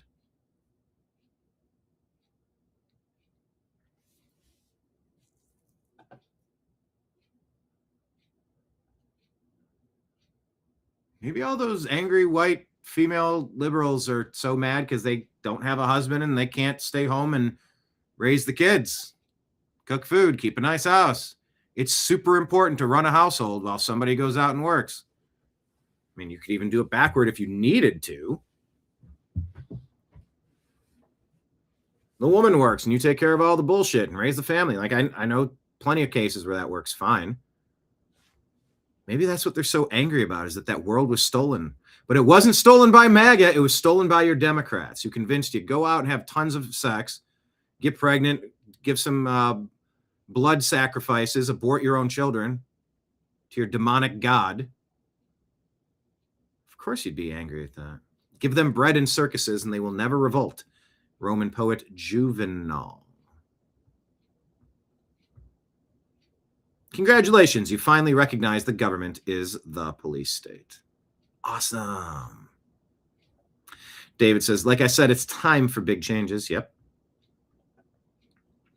When asked if that guy with the birthmark could cure cancer, he said, yes, I can, sir. Yeah, Marion, that is crazy that they're trying to give sympathy to the perpetrator of that attack. I mean, you couldn't be much more clear on that body camera who's at fault there. All right, this stupid Billie Eilish thing about stolen land. This thing has blown up in Billie Eilish's face like a porch pirate glitter bomb. Because here's what the Tongva tribe... Like a porch pirate glitter bomb. That's a good analogy. I like that. That's really well written. Who originally had the land had to say about it. We appreciate the opportunity to provide clarity regarding the recent comments made by Billie Eilish. As the first people of the greater Los Angeles basin, we do understand that her home is situated in our ancestral land. Eilish has not contacted our tribe directly regarding her property. We do value the insistence when public figures provide visibility to the true history of this country. We haven't heard yet from Billie Eilish whether she's going to give back the land and the mansion. What do you think? You know, the only course that I ever got 100% of year after year in high school was history. It just came naturally to me. So I have a lot of background in issues like this. And a lot of people don't realize in North America, in Canada, and the United States, First Nations, indigenous people hold a golden passport. They travel as if the 49th parallel didn't exist, and for them it doesn't. It was their land originally, and many states and provinces have given them rights, particularly in Western states in the U.S., water rights, for example, water rights in Canada. And these have been put into constitutions in Canada, state and federal laws in the U.S., and they hold a lot of gravitas. They matter. And so I feel sorry for celebrities that wander into this kind of thing without doing at least the basic AI search. Bad idea. Yeah, she got torched, but, you know, do your homework first. She earned it. But when it comes to the indigenous First Nations, we could learn a lot about how they conduct themselves. I've always thought North America, for certain citizens, should be granted the same rights in terms of people that could become ubiquitous, like the European Union, and an economic union between Canada and the United States. So there's a kernel of an idea there sparked by this massive narrative that occurred just at a flippant statement at the Grammys. But I'm very optimistic that from this something good will happen. I'm not sure what happens to her. I say this to, you know, entertainers. Half the people in politics that you piss off won't buy your music anymore. And I mean, it's exactly. You know, don't be stupid about it, but hey, they don't listen. So at any rate, I mean, they don't listen clearly, because Ricky Gervais warned about this 6 years ago at the 2020 Golden Globes when he said, if you do win an award tonight, don't use it as a platform to make a political speech. You're in no position to lecture the public about anything. You know nothing about the real world. Most of you spent less time in school than Greta Thunberg. And he posted this on X after the Grammys. They're still not listening. He's got about 30 seconds left. I mean, should they finally pay attention to Gervais and just shut up and sing? Well, I know her agents are going out of their minds. I mean, it's the but I feel like some of their agents are promoting them, pushing them to do this stupid stuff. first lesson 101 for celebrity. As you rise up, whether you're a film star, music star, or whatever, shut your mouth and just entertain. This thing has blown up in Billie Eilish's face like a porch pirate glitter bomb. Because here's what the blown up in their face like a porch pirate glitter bomb. Blown up in her face like a porch pirate glitter bomb. That's some great writing right there. Give some kudos. That's a good line. All right, Gateway Pundit, who we interviewed, Jim Hoft, at the Republican convention in Milwaukee. Check out that video. Billionaire Reid Hoffman, according to Gateway Pundit, who bankrolled the E. Jean Carroll lawsuit against Trump. Guess what? He's featured extensively in the new Epstein files, visiting Zorro Ranch and Pedophile Island. The skiff says, okay, come to the island in the ranch. Let's play, said Epstein to Reid Hoffman. No wonder Reid Hoffman was scared to death for the Epstein files to come out and funding lawsuits against President Trump. On top of all that, he has connections to the CCP's president of China, Xi Jinping. Don't be surprised if Hoffman has ties to the riots and the protests happening all over against Trump as well. Stay tuned. All right, what's this? Matt Walsh, Deplorable Gentile, says, hey, Matt Walsh, blink twice if you need help. And a picture of Ben Shapiro. War between the Jews and the non-Jews. Jews presently winning. This is Matt Walsh reading some of those Epstein emails that we talked about yesterday briefly. Now, by itself, you might think, well, that's some odd one-off humor. But actually, there was nothing one-off about it. Throughout this latest document dump, it becomes abundantly clear that Epstein harbored a deep disdain for Christians to a pathological degree. And many of his powerful associates shared that disdain, and some of his Christian associates went along with it. That's not a conspiracy theory or anti-Semitism or Nazism or anything like that. It's just true. So it's what's in the documents. Can things just be true without being anti-Semitic? Yes, they can. And trying to shut us up by constantly saying this is anti-Semitic, that's anti-Semitic. You can't say that. That's anti-Semitic. Posting that without context is anti-Semitic. No, it's not. Grow some thick skin. You know how many times we're bashed on a daily basis, we being white, straight white Christians? Oh, I got decades of experience, pals. Decades of experience. Grow some thick skin. If it's not true, then it doesn't matter because it's not true. But if it is true, it's just true. That's not good or bad. Something true is just true. Right? We still agree on that. Now, we can spend the next hour going through all the emails in which Epstein and his contacts openly mock and demean Christians using various slurs. He also the G word. Let's just call it the G word. So expresses an overt preference for Jewish people many times without mincing words. For logistical reasons, we'll settle for just a few examples. There are many more, but here's a 2015 email in which Epstein advises the banker Ariane de Rothschild on how to build an advisory board. And he writes, quote, no diplomats, etc., not Africans, serious people with a strong finance operations reputation, not charity, preferable some Jews. Then there's this email from somebody named Mark Fisher to Epstein in March of 2010, quote, thought about our conversation, remeditation. Actually, it's not that hard. Why? A Jewish soul has a very different structure, different ingredients, components, relates to its higher levels differently, has different higher levels, relates to itself and other people in a different manner than a non-Jewish soul. So Jewish souls have a different structure, evidently, whatever that means exactly. But here's maybe the most quotable one that maybe you've seen quoted already. It begins with Epstein writing to his assistant in August of 2010, quote, Dubin, Dershowitz, Zuckerman all said yes to September 18th, Yom Kippur. Redemption sounds like a wrestling event. I need you to oversee. And then the assistant responds, is it going to be 100% Jew night? Even Perlman on Yum Yum has some goyim.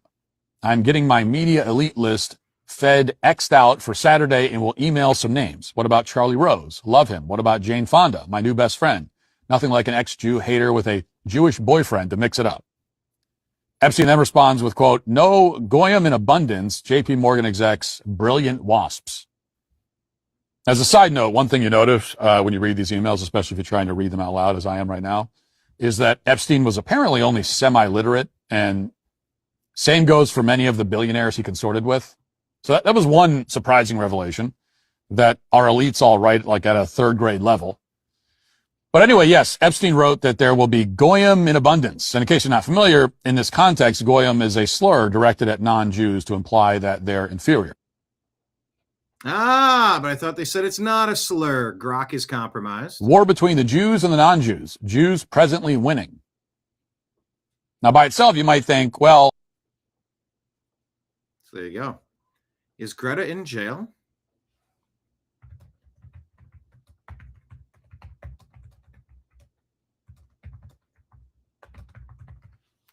Let's axe. Let's axe a question. No, she's not. Arrested, released from custody the day after or the day of. Bailed until March, pending further investigation. Recent ex-post claims she was sentenced to 18 months in an Israeli prison. But those appear to be misinformation, satire, or unverified rumors.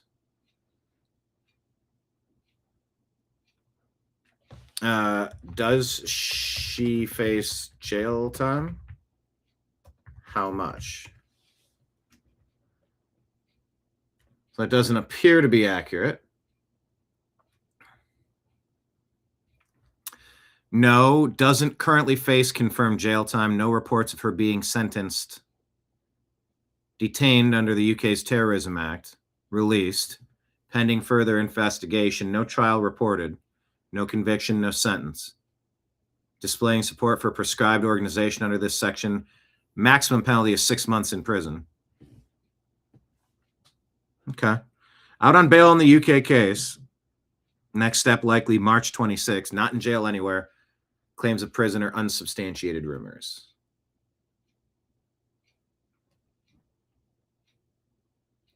Yeah, speaking of Greta. Okay. Joe Rogan talking about the Orwellian state. Should we play it? Yeah, just play it. Oh, sound. Hold on. The UK, they just set up their little 15-minute city, and they are now charging people for leaving the city. Yeah. This whole thing, this is very, very, very, very, very, very bad. You get 100 free days. They call it a free day. You get a free pass to leave the 15-minute city. And if you exceed your 100 free days, you have to pay the US dollar equivalent of $93 per day. And if you live outside of the 15-minute city and you want to travel into the 15-minute city, you get 25 free passes, free move. Oh, the government's giving you free movement capability. You get 25 free passes. And if you exceed those 25 days, it's $93 a day. And how are they tracking all this? Oh, there's not a man at the gate. They're not writing up tickets or having police officers set up. Oh no, they are monitoring you with digital AI surveillance and cameras. And then they're automatically finding you. This is why we have to be against the flock cameras in the United States. They're not just speed trap cameras. This is why we have to be against the Palantir whole of government database. This is why we have to stand up and raise awareness and bring attention to these matters instead of arguing with each other and NPCs on the internet over left versus right issues or my side, your side. They are keeping us artificially divided because they're setting up this infrastructure in the United States right now. Divide and conquer. We are in the division part of the divide and conquer agenda. Conquer is next. You think it's bad now? Wait till you have to pay $100 a day to leave your 15-minute city. Conspiracy. Right. So only rich people are going to be able to afford that. It's just like the meat thing, right? It's like, you know, the irony of, you know, Australia being a prison colony, and now you've got now it's like the homeland in the UK. But I mean, look, the Should we play it? Yeah, just play it. Oh, sound. Hold on. The UK, they just set up their little 15-minute city, and they are now charging people for leaving the city. You get 100 free days. They call it a free day. You get a free pass to leave the 15-minute city. And if you exceed your 100 free days, you have to pay the US dollar equivalent of $93 per day. Yeah, you gotta reject this stuff. They're trying to push this everywhere. There's a big difference between wanting to know who's in your country and putting you under a surveillance state like you're in a prison. There's something in between. There's a lot of bad people that need to get filtered out so that they're not lurking in the shadows of our country. At the same time, if you're in this country, you need to be able to do what you want. Leave the people alone. Leave us alone. Leave us the hell alone. That's not a request. That's a demand. But they're pushing this stuff everywhere. Ken said Greta's now known as Regreta. Nice. Billy, I wish would go away. No, Eilish, not I wish would go away. That's pretty funny. Yeah, they're trying to lock us down. I had this conversation about Nick Shirley, and I mentioned it on a previous show. I don't recall exactly when. But we said Nick Shirley came out of nowhere. But like I'm watching this other video and he had unfettered access to the CCOT, that high security detention center. And is that Bukele's? I sort of have this thing where I get Bukele. It was Bukele, where they have the CCOT, where the terrorists, where the gangbangers are being sent to the detention facility. I'm like, normal people don't get unfettered access with bodyguards to CCOT. Who is Nick Shirley? Who's funding Nick Shirley? How is he suddenly everywhere? Like I said, some channels are suppressed and it's hard to grow, almost impossible to grow the show, which is weird because it seems like it should be impossible for the show not to grow when you do more and you connect more and you build more. How is it not growing? Whereas people like Nick Shirley, all of a sudden, they're the it person. Oh, are they? Then this is totally organic, is it not? Or are they being artificially put there? You tell me. There is a theory of mine that I think sometimes the government will. Not I think sometimes. Well, she talks kind of weird. Okay, that's a theory of yours, but it's a theory of others as well. And I've said it for what is so damn special? And I don't mean about any one journalist in particular. I just mean, like, why do some people get billions of views and other people barely get any? Will find people who are excellent at what they do, and they will give them a story. Because I know a couple months before that came out, I believe Nick Shirley was at the White House for a larger journalist meeting. It was like a press conference where they were speaking on just issues that were going on. You think they sicked him on it like a bird dog? I personally do. I think that, and I could be wrong. I'm open to being wrong, but I think the way that news moves now, you see it. People respond very well to when an independent journalist is breaking a story. Like they tipped him off and gave him like, here's the scoop, go get the story. Oh, I think it's several things at once. Yeah, that's part of it. It kind of catches fire more, especially after Elon took over X. I still think that there's a lot of censorship going on. I know I experience it, but yeah, that seems to be the way that news is getting around now. So I wouldn't be surprised. Just, I wouldn't either. Censorship. How wild is it that we were talking the Ben Swan story and our feed busted twice? That's not accidental, people. There was a while, it's like you just kind of put your head up and go, well, I'm just going to sound like a crazy guy. I'm like, they're censoring me. They're censoring me. Sure, Mel Gibson and conspiracy theory. Okay. And then there's little winks like that. The simulation winks at you and you go, all right, I guess I get it. Guess it's going to be like that, huh? You're right. If you saw it the way we saw it with Nick Shirley, as opposed to, say, I don't know, Jesse Waters went out there and found it. Yes. Kind of like just another story on the news, but when a regular guy finds it. Exactly. Regular. Now, there is a theory of American citizens respond more to just other regular American citizens. It's a great point you're making. I mean, I did that with TVA when I took my iPhone out and started filming farmers on their front porch who were getting absolutely ransacked by the Tennessee Valley Authority. And that led to millions and millions of views per video that I was putting out just on X alone. And that led to beating the TVA. So it's a good point. American citizens respond. Polish government. What is this? UK Parliament claims Jeffrey Epstein could have been a Russian agent spying for Vladimir Putin. Oh my God. Think Epstein may have been spying for Vladimir Putin. Is the Prime Minister concerned that Peter Mandelson may have been leaking state secrets, not just to a paedophile American financier, but also a Russian agent? Well, Mr. Speaker, he talks of a public inquiry. Obviously, the focus now has to be on the criminal investigation which has started. As he knows, that investigation will go wherever the evidence leads it, and I've made it absolutely clear that the government will cooperate, as he would expect, with that criminal investigation wherever it goes. The Polish government think Epstein may have been spying. Joe Rogan was one All right, what is this? POTUS on Rogan. of your biggest endorsers in 2024. He said he understands the president's sort of plan to deport people here who are here illegally, but he also understands why critics compare ICE officers to the Gestapo asking people for their papers.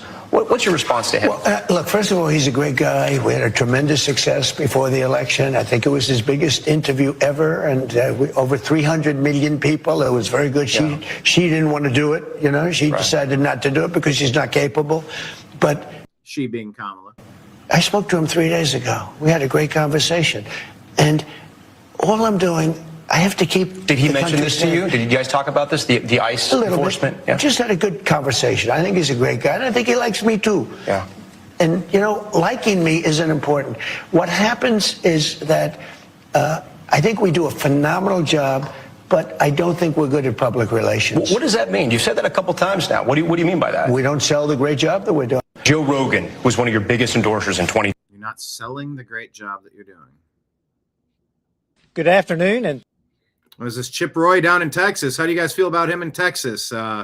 John and Marion? Thank you for being here, especially to my congressional colleagues who stand behind me, willing to confront one of the greatest threats facing our nation today. Sharia, a culture of violence and domination totally incompatible with individual freedoms, our Constitution, and our heritage. Chip Roy and I have launched the Sharia Free America Caucus because Texas is ground zero in this fight. Here's what's happening right now in the Lone Star State. There are multiple Muslim-only housing developments that already exist or are in the planning stages, including the Meadows, Epic City, right there in my district. It's currently under investigation by the state of Texas. An Islamic imam in Dallas called the police on a fellow Muslim for simply talking to a Christian pastor. An imam in the Houston area was filmed threatening to occupy stores that sold goods that are incompatible with... Good afternoon, and thank you for being here. Incompatible with Sharia. Come on, Instagram. Just connect these stories. Don't make me click this. It's so... Sharia. Just yesterday, at a taxpayer-funded high school in my district, an Islamic group set up a booth during the school day to pass out Qurans. Unauthorized. They did that. These examples multiply daily. The spread has gotten so serious that on March the 3rd, a proposition to ban Sharia will appear on the Texas primary ballot. And I encourage all Texans to go to and vote for that proposition. Because as Texas goes, so goes the nation. And as the nation goes, so goes the world. Sharia. Just yesterday. All right. What is this? Marty Irby saying regarding 5G's effects on human health, a story to pay attention to. EU-funded researchers are investigating what everyday exposure to radio frequency electromagnetic fields from 5G actually looks like. The towers are multiplying. The antennas are multiplying across Europe. Faster downloads, better connectivity. I don't know. A lot of people concerned about 5G for sure. Let's keep it moving. Can the Prime Minister tell us? So this is after UK Prime Minister Keir Starmer acknowledged that security vetting informed him of Peter Mandelson's ongoing ties to Jeffrey Epstein. Nevertheless, he still appointed Mandelson as an ambassador, and there are now major calls for his resignation in the UK. Did the official security vetting he received mention Mandelson's ongoing relationship with the paedophile Jeffrey Epstein? So clear. Prime Minister. Yes, it did. If that was really the case, then he wouldn't mind if the ISC had a look. And let's be clear, he says the cabinet secretary makes it non-political, but that doesn't make it independent. What we want is an independent look. The ISC is independent. The cabinet secretary works for him. We know that there works for him. We know that there will be a cover-up because this... He leans all the way forward. They did it in slow mo. This implicates the Prime Minister and his Chief of Staff, Morgan McSweeney, a protege of Peter Mandelson. The Prime Minister chose to inject Mandelson's poison into the heart of his government. Can I reassure the House, Mr. Speaker? Let me reassure the House. The process for deciding what falls into those categories will not be a political process. It will be led by the Cabinet Secretary, supported by government. Can the Prime Minister... We'll see. I'm no Keir Starmer fan for sure. What are you saying about F. Chump Soy? Soy boy F. Chip Roy is Chump Soy. Marion says he's done some good things, but also pissed me off on others. A quitter, in my humble opinion. Chips O'Roy. Dip him in milk. Like Leon calls him a traitor and a rhino, only making the news and rounds for the midterms. He talks tough, but he's a Trump backstabber. And no, we were talking about 5G, not double D. But thanks for playing, Kenneth. By the way, that's a good segue to remind you that our show tomorrow, Strictly Football, will be on, I believe, at 3 o'clock. Stay tuned for final updates. But I think tomorrow, 3 p.m. Eastern, Strictly Football Super Bowl preview episode. If all goes well, and it will go well. This is pretty funny. I just woke up and read all the internet. Really good stuff. Everyone's doing great. I feel hopeful about things.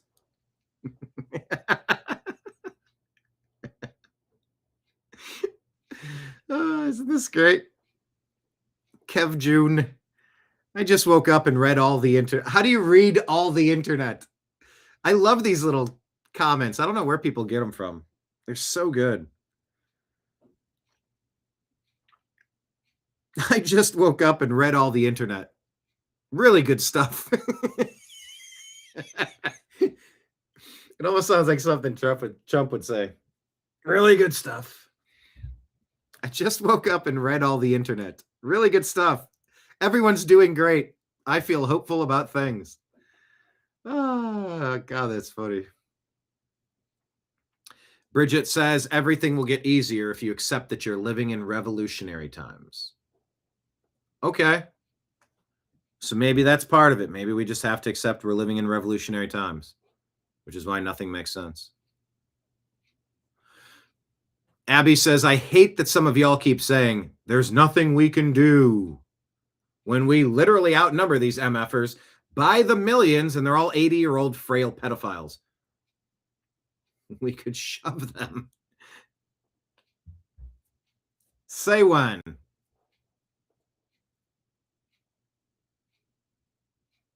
What a great movie. What a great scene from 300. This is America. Ka-chow. Barbarism critic says every effing one of these documents is like from redacted to Jeffrey Epstein vacation.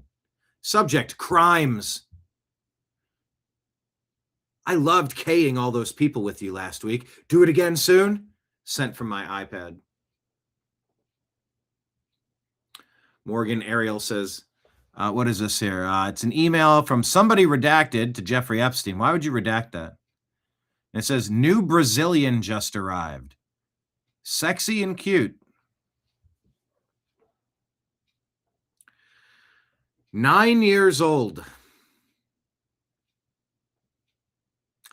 Morgan says, I'm ready for God to burn this earth down to the ground.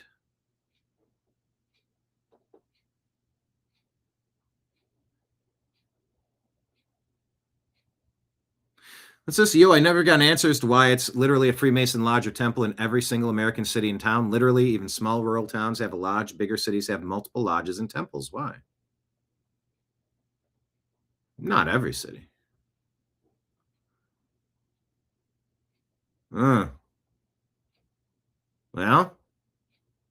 do you think the people that were saved from the Nazis are running our countries like gangsters with blackmail rings? Permabola thinks so. BX says tax season is hitting way different this year. Like, yeah, let me just give 22% of my salary to the Moloch worshiping pedo cabal with no benefit to myself. This is fine.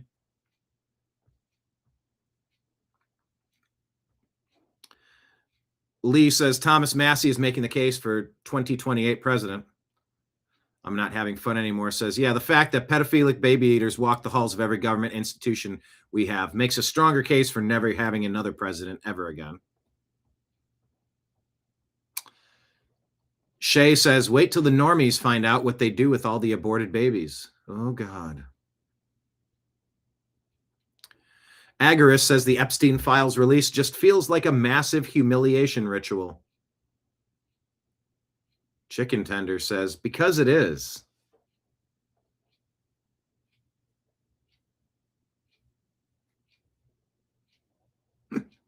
Now, that's mean. Megan McCain says, is every conspiracy theory real?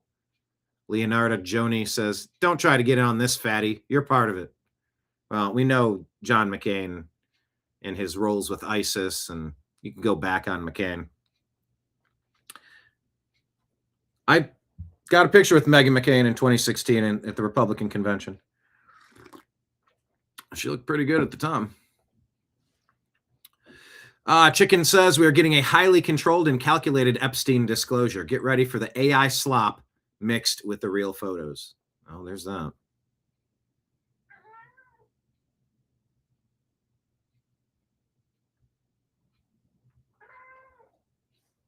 Yes, Nimbus, what? Great. Not Kenny Rogers says, before calling it a night, come on. We're ready. Before calling it a night, I just wanted to quickly remind everyone that John Legend's wife was caught a few years back sending private messages to an underage girl urging her to commit S, and now she's featured as a judge on the Netflix remake of Star Search? What? I don't know if I remember that one.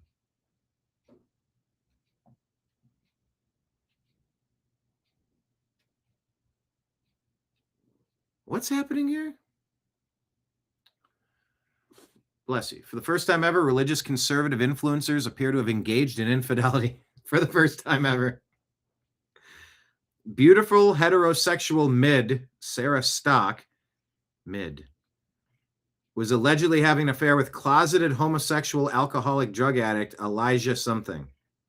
Shocking, earth-shattering news. Is that what this story's about? I've been hearing about this Sarah Stock, but I guess that's Elijah Schaefer, right?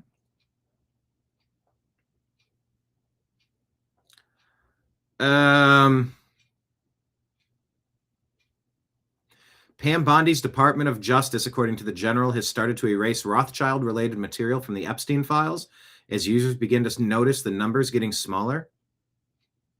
I'm not having fun anymore. I don't believe it. That is shocking and devastating. I don't want to spoil it for you. What was that? Being awakened for years and nobody listens, but now they want to know what's going to happen next? I don't want to spoil it for you. All right, that was a great meme dump saying, I just woke up and read all the internet. Really good stuff. Everyone's doing great. I feel hopeful about things. That's like my favorite post of the day. Oh, boy. I think it goes. It's Jim Caviezel. He thinks it goes all the way. The man who played Jesus Christ in The Passion of the Christ is here. Who's he talking to? Sean Ryan. It's all the way to Planned Parenthood. By their making the adrenochrome, it's suggested to me that this is probably why this... Too much music. I can't unmute it. Yeah. Suggested why the world cabal is involved in all this stuff. It has a lot to do with blood.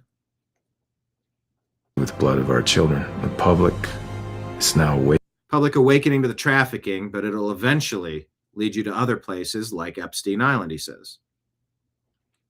It's listed in the NIH adrenochrome. That's when the whole thing went off with me and Tim Ballard, when he started talking to me about all that. The worst time in the history of all humanity right now we're living in. It sort of feels that way. We know too much and nothing's being done about it. When you read Moses, they cade the babies. During the time of Jesus and Herod, they k'd the babies. They tried to annihilate him. It's the same thing, same devil. He says, I would give my life to make this end.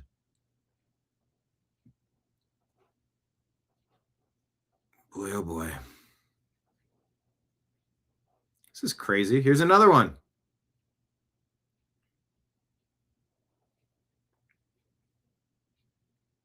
Yes, Nimbus. Nimbus is guest co-host right now. Thank you, Mr. Nimbus. Eating his fantastic lunch. Luke Radowski, who's on the intro to the show. I interviewed him at the same time we interviewed Ben Swan, by the way. We're getting closer to finding out Epstein ran bioweapons facilities in Ukraine that created COVID. Oh my gosh.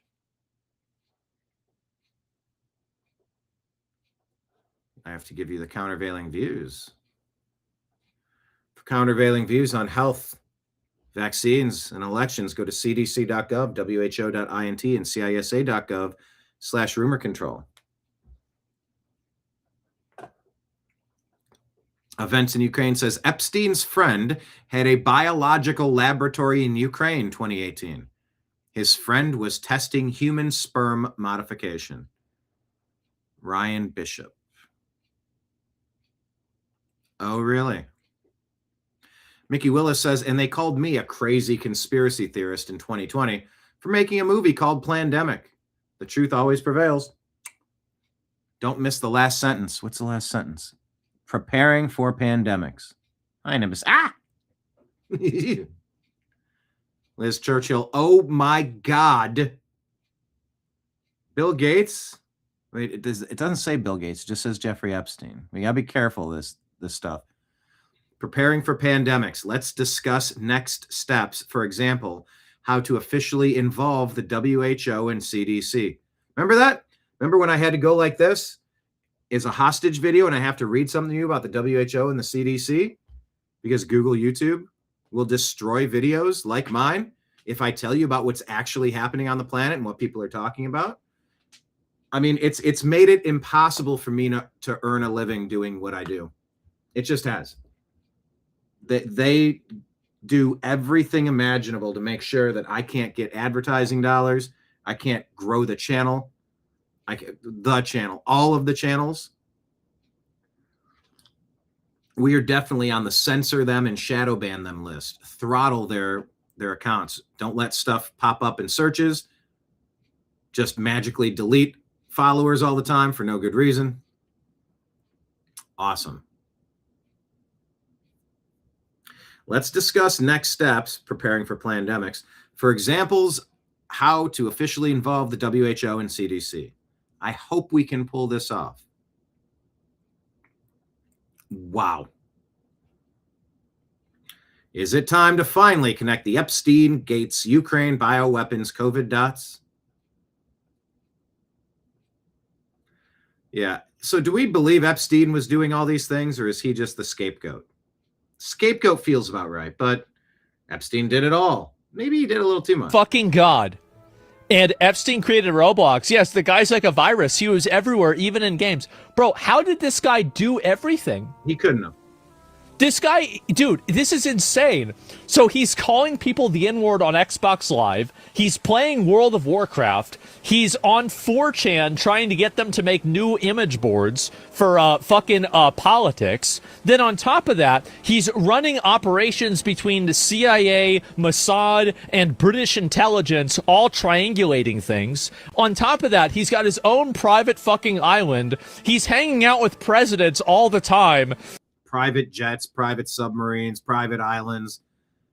Dude, come on. He's like boys with Bill Clinton. He's like, he's arguing with Bill Gates in emails. Dude. What the fuck? Crazy motion. Has there been anybody in the entire history of humankind? Yeah, more prolific than this. Who's had more motion than Jeffrey Epstein? My fucking God. And Epstein created Roblox. Yes, the guy's like... Gets weirder by the day. Hi Rez, the rapper, says the Grammys 4 years ago, everyone was screaming BLM. The next year, Ukraine pins. Last year, Palestine flags. This year, abolish ICE. New year, new programming. Hollywood celebrities should not be taken seriously.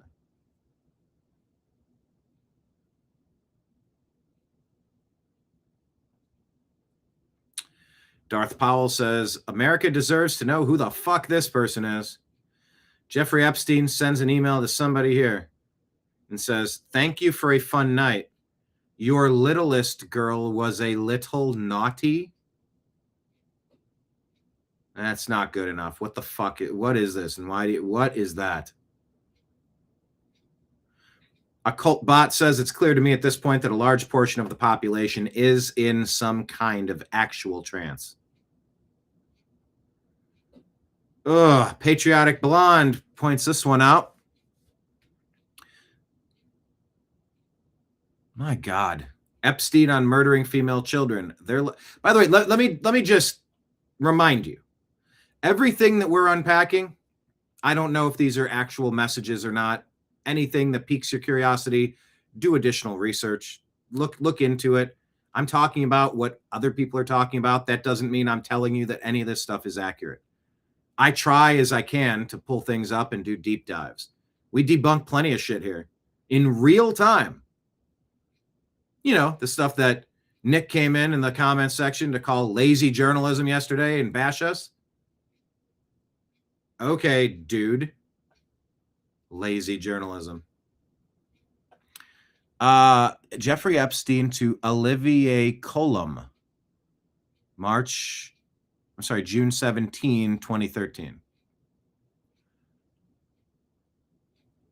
On ending female children. Quote, they're like shrimp. You throw away the head and keep the body.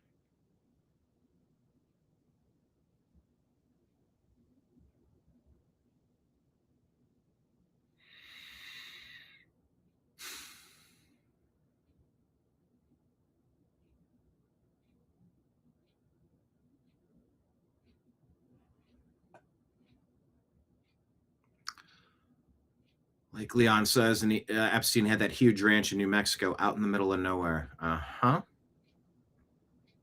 David says that would mean he was working with everyone. It's unreal. Joseph Mustick. I don't know if this is is this an actual picture from the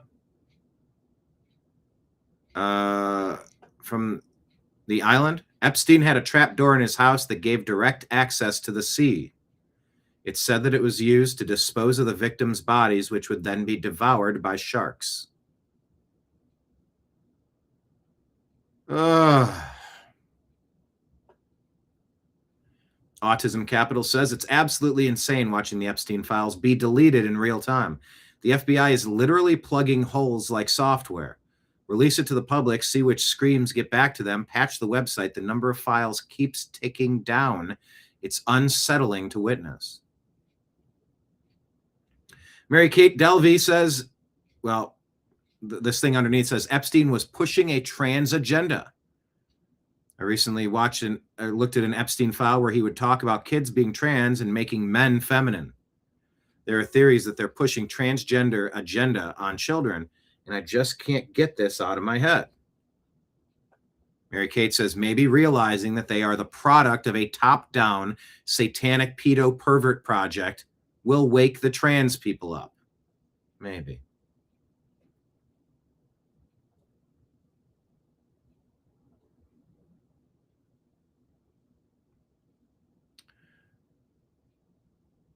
Chat, are we cooked in the midterms? Bobby says, people are like, we got to win the midterms, LOL. My brother in Christ, they covered up the Epstein files. We pay 60% of our income in taxes. The fraud is 5,000 times bigger than child care centers in Minnesota, and your tax dollars just bought 25 fighter jets for another country. Ugh.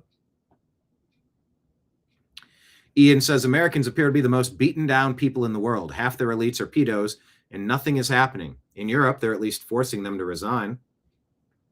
In the U.S., crickets. They're run by pedos and they're doing nothing.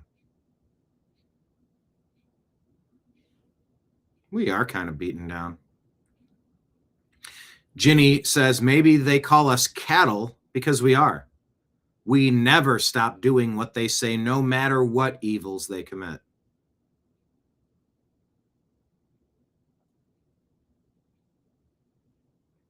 DJ Lippy says, if only there were some signs that Hollywood was run by a cabal of child-sacrificing Satanists. Oh. Yeah, there are signs. Berto says, when population declines, property becomes cheap, and average people need to be paid more money for the same work. It's like an order built in by God to create the conditions for another baby boom. Instead, we get a bunch of Africans. No, it's also people from all places of Earth. Central America, Middle East, Ukraine, Palestine, everywhere. Also Africa. Robert says, Americans, your dollar is about to be near worthless. When this happens, do not turn on each other. Turn on the elites who caused this devaluation. The upcoming depression is not a reason for civil war, but for revolution. I don't know if this is true. Are 75% of England's mayors Muslim? Could that possibly be true? Are 75% of England's mayors Muslim?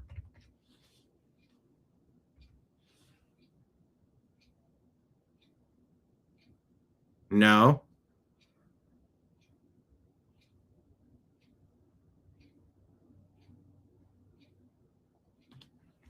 What percent of England mayors are Muslim?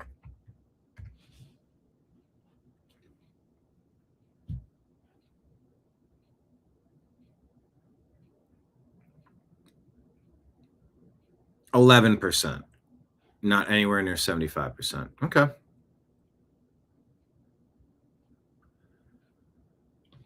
What's this here? I believe dating apps are the primary culprit behind why young men and young women seem to be so jaded about each other today. It's almost like they're destined to make men resentful of the easy attention women get and make women frustrated that there are so few good quality men.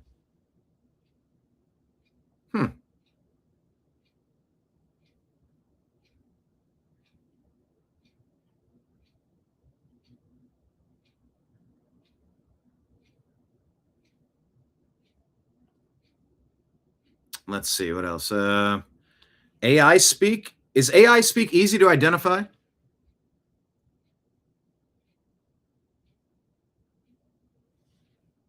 I don't know.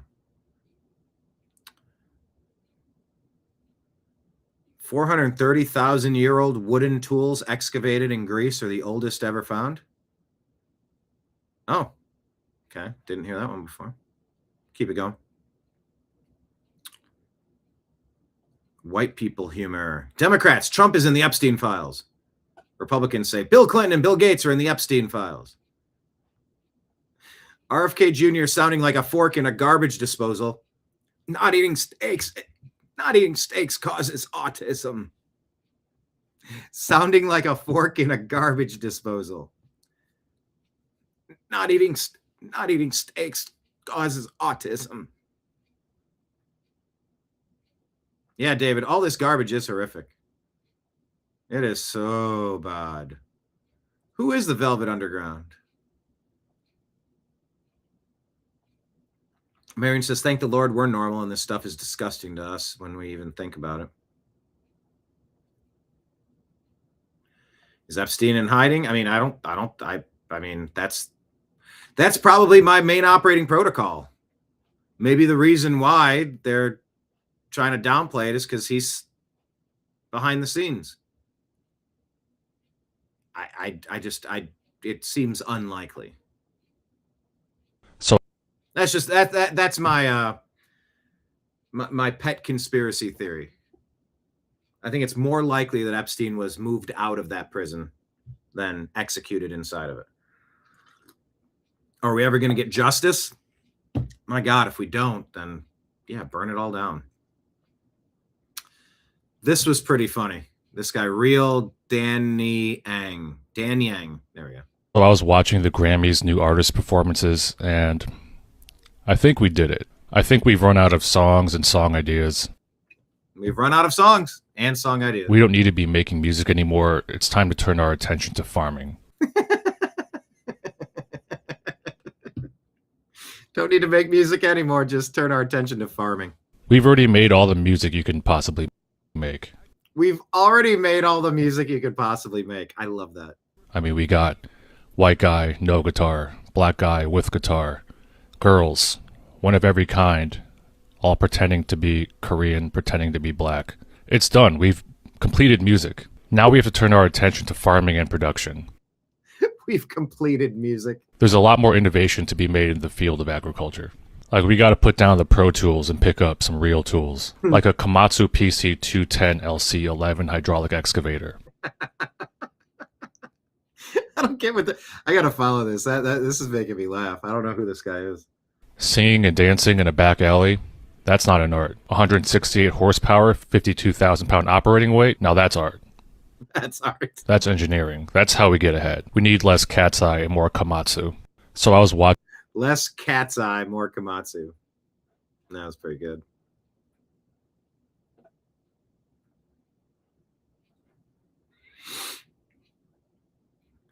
What is this?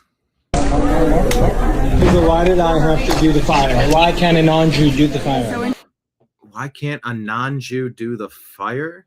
You've heard about some of this stuff, right? Jewish law, someone who isn't Jewish is able to make food for you. The Jew has to do the cooking process, which is basically turning the flame on. If the Jew doesn't turn the flame on, you actually can't eat the food. The reason this law was made was because to prevent intermarriage, right? People cook and dine together and cook for each other. There's a certain closeness. So all they do is push this interracial marriage, this melting pot nonsense, but they won't even eat at the same table with you. So yeah, there's a lot of criticism that a lot of what is being pushed, I don't know what you call it, Jewish oligarchs, Jewish industrial complex, Jewish leaders, Jewish heads of companies, that they push constantly all sorts of what am I trying, homogenous, what am I trying to say? Well, just let him say it. I don't know. Like I don't even generally touch the Jew topics because it's very toxic with all these Goyim references in the Epstein files and Mossad. Like, man, if we're talking about babies and the most horrific shit ever, it's time to just listen to what everybody's griping about, and see what it means. Won't even let you make their food because they don't want any type of familiar connection with you. You're a dog, you're a cattle, you're a goyim. The way they view it is, the world is a Christian world and they fucking hate it. They want the New World Order, the juice box world order. They want to paint it in their image and they want us out of the fucking way. They walk by a church, they walk by a priest, a pastor, they spit on the fucking floor to show how much they just disrespect everything about us. This fucking gimmick of us being cousins or brothers or happy and singing and color, it's nonsense. They fucking hate you and they hate me. I don't know. Is that a little harsh about cooking? Do you wish to file a complaint? Do you wish to complain about that? I don't know. But yeah, just that it's constantly pushed that everywhere needs to be multicultural, but they need to be completely the same. And you wonder, why is that? I don't know. Cybix says they think they're outsmarting God. I don't know. Hello, fellow Goyim, says the painter. Gia says they want our money and our energy. Godby says revolution coming. All right, well, it's such a toxic topic. Here it is, 2009, model from Mexico fled from one of Epstein's party. Was it Epstein's parties? I don't know that it was. I don't think that's accurate. Let me just double check. I don't think that's proven, but this was her rant.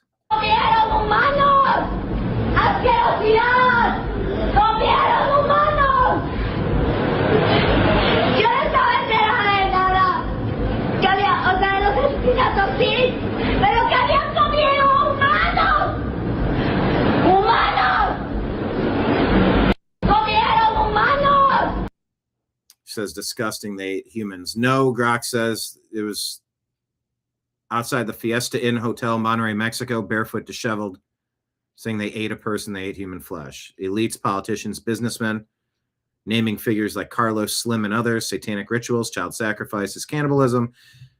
What she described as an exclusive or elite private event party she had attended, possibly tied to modeling or high society circles, sometimes linked to elite model management and conspiracy narratives. And she disappeared. They silenced her.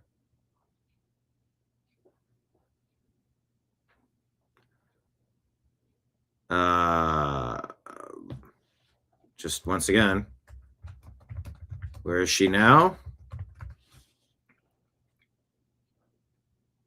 The answer, no one knows. Oh, someone knows.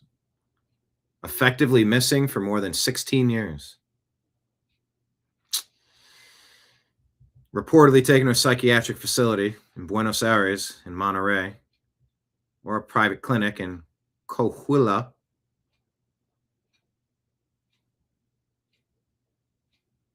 No verified updates. How do you just disappear a person? All speculation. Unknown. Huh. That was her. Yeah. Hey, remember this part of the movie in The Patriot? Reverend? The man of the church takes up his rifle, and the parishioner goes, I'm sorry, Reverend? This in reference to the Epstein new Brazilian just arrived, sexy and cute, 9 years old. Thank you for a fun night. Your littlest girl was a little naughty. This is the scene of The Patriot. Pastor takes up his arms, and they go, Reverend? And he turns to the flock and says, The shepherd must tend his flock. And at a shepherd must tend his flock. times, fight off the wolves.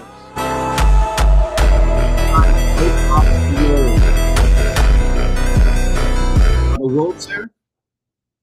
A shepherd must tend his flock and fight off the wolves.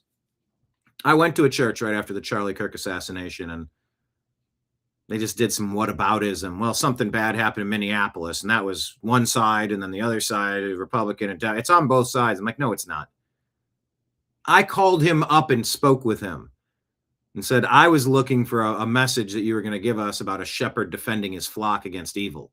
And you gave me some limp-wristed, wet noodle whataboutism. No thanks. Yeah, how do you disappear someone? Ask the Sharks.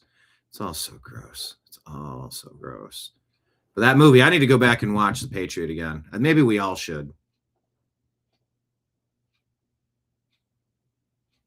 Is this the same report? Oh, no, here's a different Ben Swan report. Well, Jeffrey Epstein is Pizzagate. I told you that earlier this week. But how crazy is this?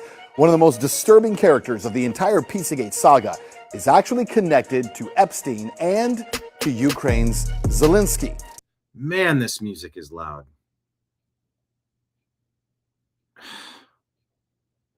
I'll explain that totally bizarre connection. All right, I'll read it. Zelensky appears to be connected to Epstein and to the trafficking of girls and children in Ukraine, but it was the upheaval in Ukraine that Epstein claimed in his emails would create many opportunities. Opportunities. So the question, were those opportunities to traffic women and children out of Ukraine after you kill all the men?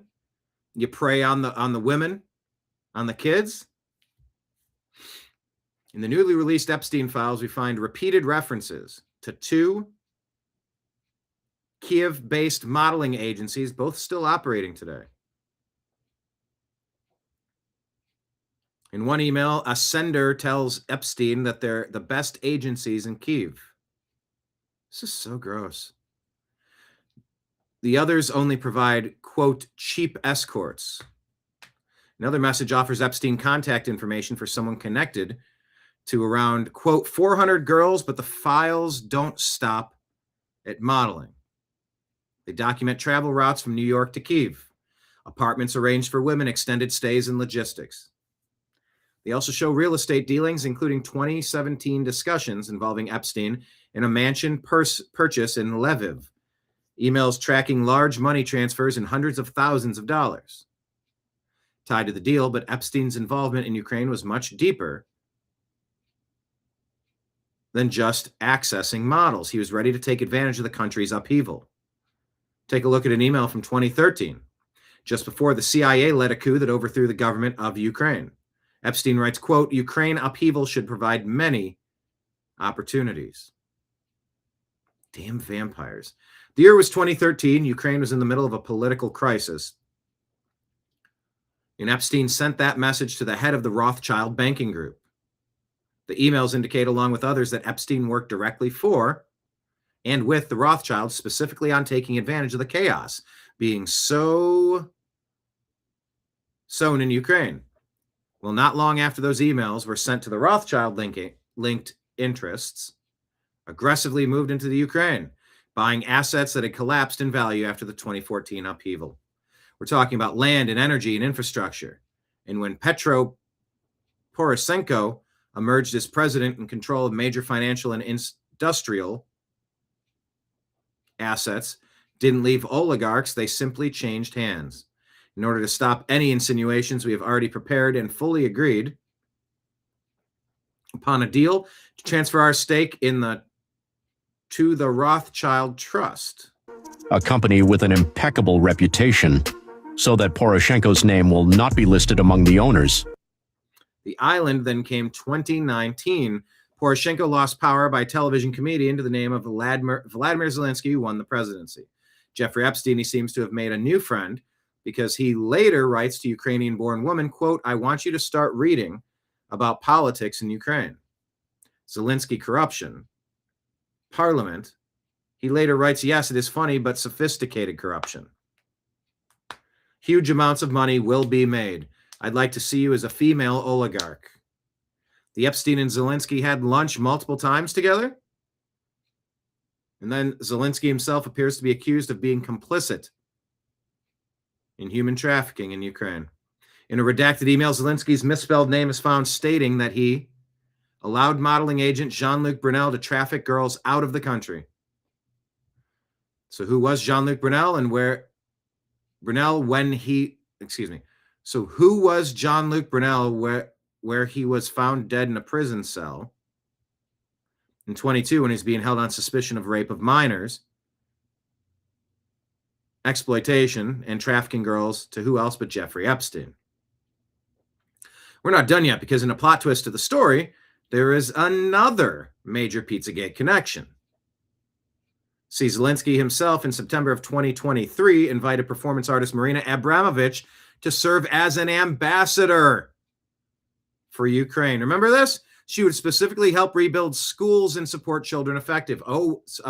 We can help to rebuild schools and support children affected by the war. Who's Maria Abramovich? Oh, a Satanist spirit cooker. Marina Abramovich is not even Ukrainian. She's Serbian. Also a central character in the original Pizzagate story. See, throughout the Podesta Pizzagate emails, Abramovich names... She is a bizarre performance artist who performs something called spirit cooking, which is a ritualistic use of blood and semen.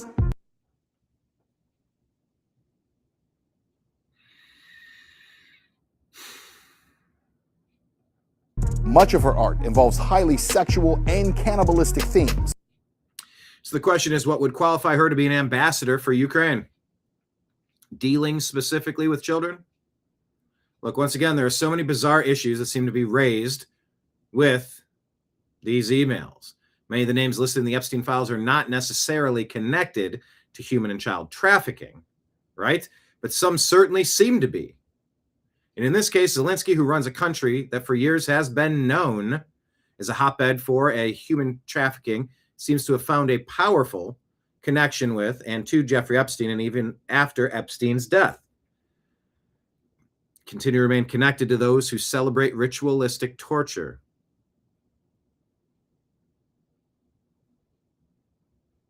Damn.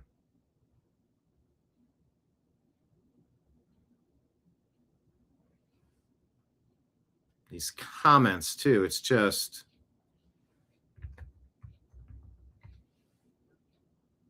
Ugh.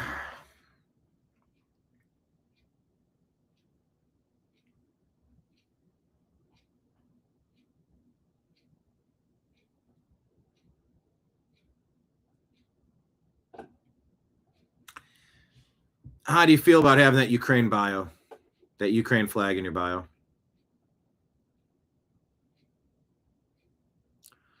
Real America's Voice, Stinchfield tonight. Fulton County is ground zero for election fraud. Will we determine that 2020 was stolen? Will we? Clear. We can argue all we want about immigration reform. We can argue about taxes. We can argue about how you cure inflation. We can argue about foreign policy, but I'll make this argument. None of it, and I mean none of it, matters if we don't have secure, safe, fair elections. You get the wrong people in office. If elections are stolen, nothing else matters. We know this because the election of 2020 was most certainly stolen. We've got to worry about Republicans as well as Democrats working to steal elections from free and constitutionally validated voters and candidates. And you don't have to look further than Georgia, where rhino Republicans helped Democrats steal the election from President Trump. This all has to do now with the push for the SAVE Act. That would be voter ID and prove you're an American citizen. But I can point to Georgia now with some blockbuster news coming out. After President Trump was charged, there was grand jury testimony in Georgia related to the Trump case, the criminal case there. The senator at the time was Senator David Perdue. His testimony now has been released, and it's unbelievable to read. This is part of Senator David Perdue's testimony recounting a conversation with the Georgia Bureau of Investigation's chief.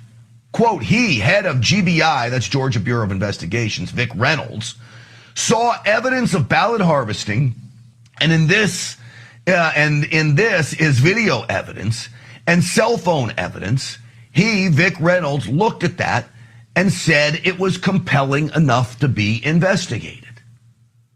But yet we know, folks, that no investigation ever took place into what sure looked like fraud that we witnessed with our own eyes, things that looked so shady, feeding ballots through.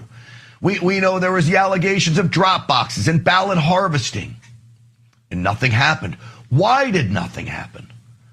Well, David Perdue continued his testimony there, and it reads like this. This, according to Perdue, Reynolds, the head of Georgia Bureau of Investigations, told him, quote, I am a team player. If the governor doesn't want to investigate, we are not going to investigate. If the governor doesn't want to investigate, we are not going to investigate, Vic Reynolds said. How weird. To David Perdue. I believe David Perdue at all this. Remember, he was the senator at the time. He lost to John Ossoff by about 90,000 votes. He's got skin in the game in all of this. And now, mind you, not long after this, Vic Reynolds was apparently, according to reporting, appointed to a cushy judgeship position in Cobb County by none other than Governor Kemp, who, according to this testimony, shut down the investigations in Georgia. Kemp, Raffensperger, that whole Georgia mess. God, for 5 years we've been screaming to get to the bottom of this. That's a Republican working against President Trump at the time. I had my issues with Governor Kemp. I still do, and I certainly have my issues with Brad Raffensperger, the Secretary of State who's now running for governor. We'll get into him. As for that evidence that Perdue and Vic Reynolds allegedly had seen, apparently that came from True the Vote, where they had 279 cell phone records that came into 100 feet of a drop box on multiple occasions. Over and over again, these cell phones were being seen within 100 feet of drop boxes. It was compelling evidence that needed to be investigated. That never happened. Now, Perdue, in his grand jury testimony, also said the two whistleblowers came forward with bank statements that could be proved to show that this ballot harvesting scheme was going on and people were being paid for it. And these whistleblowers said they had the bank statements to prove it. And what happened? Republicans shut it down. Governor Kemp and Brad Raffensperger. I want to make something very clear. We can argue all we want about immigration reform. I think that reset, right? We can argue about taxes. I think that reset there. Man, am I looking forward to Georgia being determined. This is funny. Tyler Fisher, I think, made this. I should probably save this for last. This is a palate cleanser. This one's good. I'll save this for last. Remind me to come back to this. All right. Give a Democrat a fish and he'll eat for a day.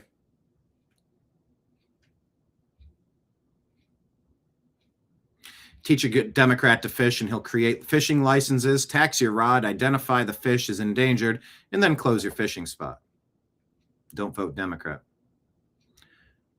All right, Josh Hall. Why is it? Talking about that whole Epstein thing about pushing transgender confusion to mutilate and ruin healthy, sane children.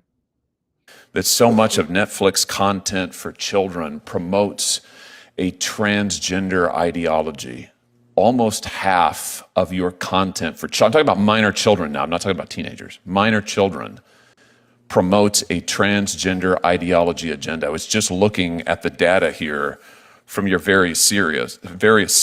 And what concerns me is just 2 days ago, a jury in New York awarded a former transitioner $2 million because she said that her psychologists and others pressured her into, they pushed on her an ideology that proved to be extremely detrimental. I'm sure you know that in the UK, the National Health Service in the UK has said that they're not going to perform transgender surgeries or any longer so-called gender-affirming care for minors, including in counseling, because it is so incredibly detrimental. Oh, it's incredibly detrimental. Lake Leon, just comments on some of those last stories. I feel less hungry. I know. Marion, so much disgusting. I know. You know, it's bad when even Marion goes, geez, I'm ready for sports talk. I know. I say that being a Cleveland sports fan is so rough. I look forward to the politics so I can get a break from my terrible sports. But yeah, the politics is so bad. I need a break with my sports. That's usually the correct way to say it, but I just flip it because Cleveland sports is so disappointing in general. I know. I didn't ask for the news cycle I've been given today, but we're just trying to figure out what people are talking about. I feel ready for sports based on that. Yeah, and an emergency broadcast system reveal, that would be great. 10,000 arrests at once, call it a day. Yeah, but asking Netflix, why are you pushing this trans stuff? Is it because of Barry Hussein and Mushel? Is it? Seems like all that trans stuff really got big with Obama. Now Obama's tied in, scrambled eggs, all wrapped up with Netflix, isn't it? Our own HHS has come forward with similar findings this past year, yet if you turn on Netflix, you'll find that an enormous amount, and I say this as a parent with 3 young children, an enormous amount of your children's programming has this ideology and agenda in it. Is this an advocacy position for Netflix? Is this an ideological commitment you have? I mean, why is this? Senator Ali, Netflix has no political agenda of any kind. I would tell you that. Well, then why is your children's program so full of this highly sexualized, highly controversial agenda? I don't understand it. It seems strange to me. Respectfully, sir, it's because it's inaccurate. We have millions of hours of children's programming. I can't. And as far as like that particular point being inaccurate, don't pigeonhole yourself with very specific numbers, and then they can argue the data set. Just in general, it's a large amount at least. Saying it's not there. You don't have trans. You don't feature trans characters, trans storylines, trans themes. It's not in your programming. I'm saying we feature a wide variety of stories and programs to meet a wide variety of people's tastes. Why is almost half of it? Why does almost half of your children's program feature this highly controversial, highly sexualized material? That just seems strange to me. It can't possibly be a reflection of the population. Senator Hawley, I don't have any idea where that number would come from or what that would be. I don't believe that's been your personal experience, but I can't speak to that. But what do you mean you don't think it's been my personal experience? You don't think that I monitor what my children watch on your... Here's what I tell you what my personal experience is since you bring it up. My personal experience is that my 3 children, I can't let them watch anything they want on Netflix. I can't let them watch anything on Netflix unless I preview it, because I don't have confidence in what's on your platform. I don't know what they're going to encounter. Why is it that so much of Netflix... So do you have Netflix? Have you gotten rid of Netflix? Most. Is it worth keeping? Should we all leave it? Granny Bibbins. People don't want to hear this, but I'm going to say it anyway. If borders don't matter, neither does who stole the land. You got to pick one. You can't have both, huh? People don't want to hear this, but I'm going to say it anyway. If borders don't matter, neither does who stole the land. You got to pick one. Yeah, you got to pick one. I like that. Monthly fentanyl deaths under Biden versus Trump. Not sure if these are accurate, but it's from Truth Politica. I think they put out accurate info a lot of the time. But yeah, roughly 4,000 when Biden becomes resident. And it shoots up to 50% more, 6,000, more than 6,000. And now it's dropped to under that point, to 2,700. Still too many. But it's amazing what actually happens when you shut the border, isn't it?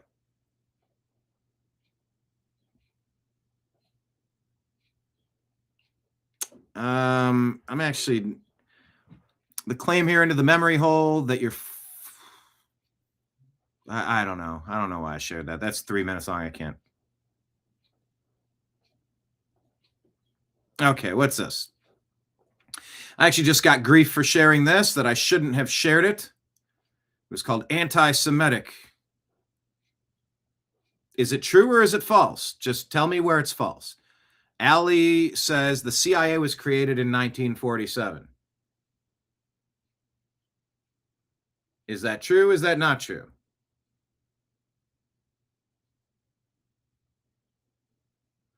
Israel was founded in 1948. I think these things are true.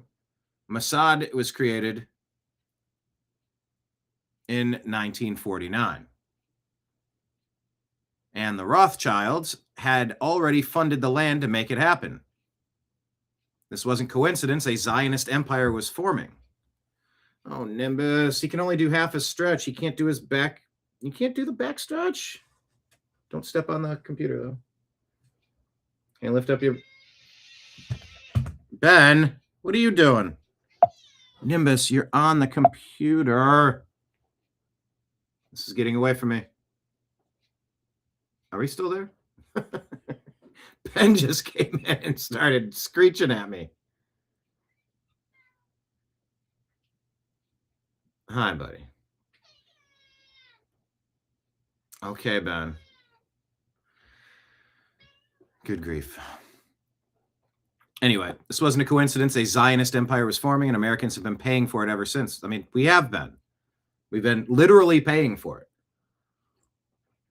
Zionist, I push back on people, and I did with Blake a long time. He'd always say Zionist, Zionist, Zionist. I'm like, why does that sound like you're using the N-word? Why does it sound like you're calling me or a C word or pick your inflammatory, insulting word? Zionist just means someone who wants to have a state of Israel. And then the opposition to that is from the river to the sea to annihilate it. I don't know if I would have created it in 1947. I wasn't there, but it's here now. Does it need to be destroyed from the river to the sea? Because that sounds like the same genocide that Palestinians are whining about. Oh my gosh, we picked a war with our neighbors, Israel, and we butchered 1,200 of them. I can't believe they're fighting back somehow. It's like Homer Simpson with the bees. They're defending themselves somehow. Yeah. But then, of course, the answer to that is, no, Palestine didn't kill those 1,200. The Jews killed the 1,200. Got it. Thanks, Obama. Obama's behind everything. The Jews are responsible for everything. We've had a lot of pointed conversations. But somebody who's a big fan of TNAM sent me a message and said, why would you even post this without context? It's anti-Semitic. I go, what's anti-Semitic about that? Is this all true? Americans have paid trillions of dollars. The CIA 47, Israel 48, Mossad 49. Rothschilds funded the land to make it happen. Is there anything false there? Now, I didn't read all of these. These are the claims. Rothschilds didn't just support Israel. They bought stolen Palestinian land in the 1800s. Stolen. Stop. Rothschild is not just the father of Israel. He's the father of most wars. AIPAC took over Congress. I mean, isn't that true? I mean, you can say you like Israel. You can say you dislike Israel, but you can't really deny that. Oh, come on. You can't really deny. Come on. Okay. Okay. I knew that wasn't going to go well. Be good. Be nice. All right. All right. Do you hear Ben? I don't know what he's yelling about.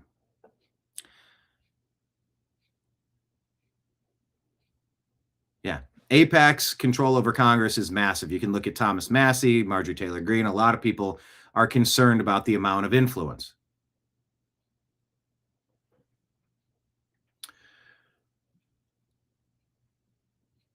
What's this?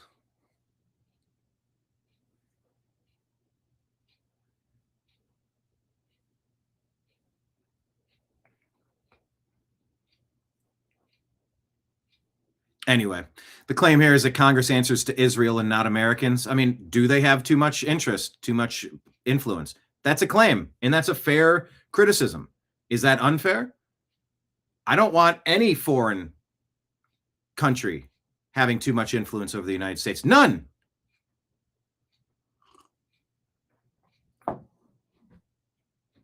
None at all.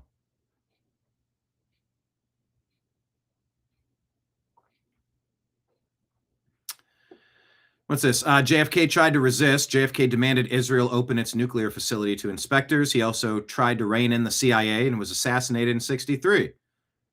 LBJ was a successor and gave Israel everything it wanted. Is that a coincidence? CIA and Mossad become the Shadow Ops Alliance. CIA and Mossad trained together, operated together, and covered for each other. Coups in Iran, false flags, assassination, surveillance, media psyops.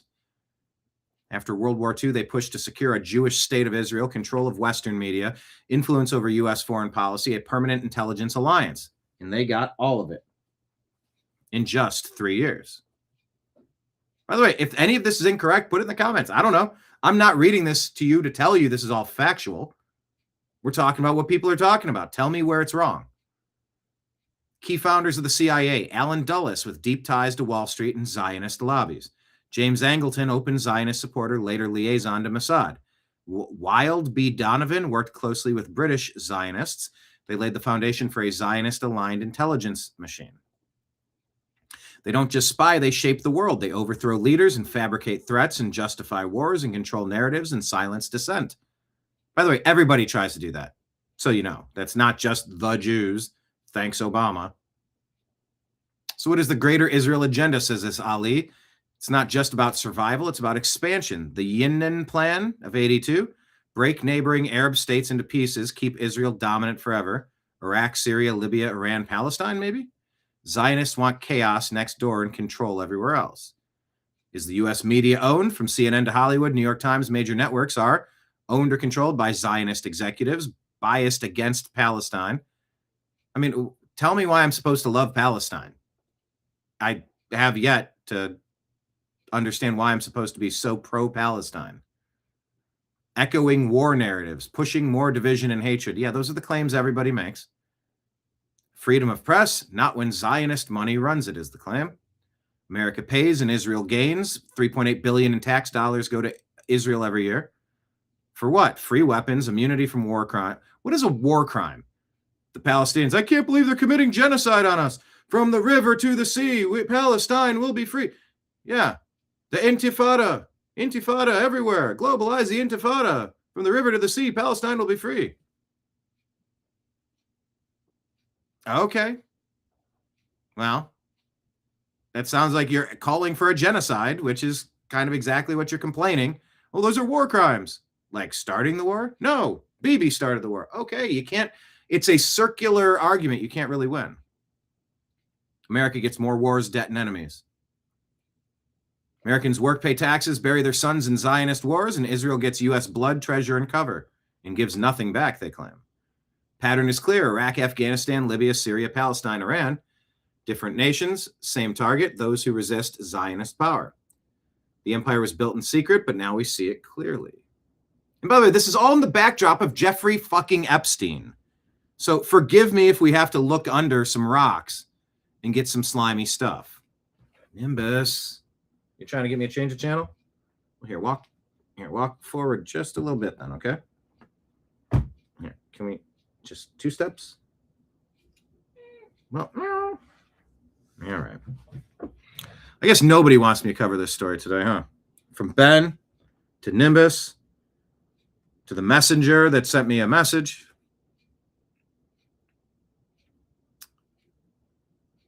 Anyway. Is there any of that you take issue with? Please type it in the comments.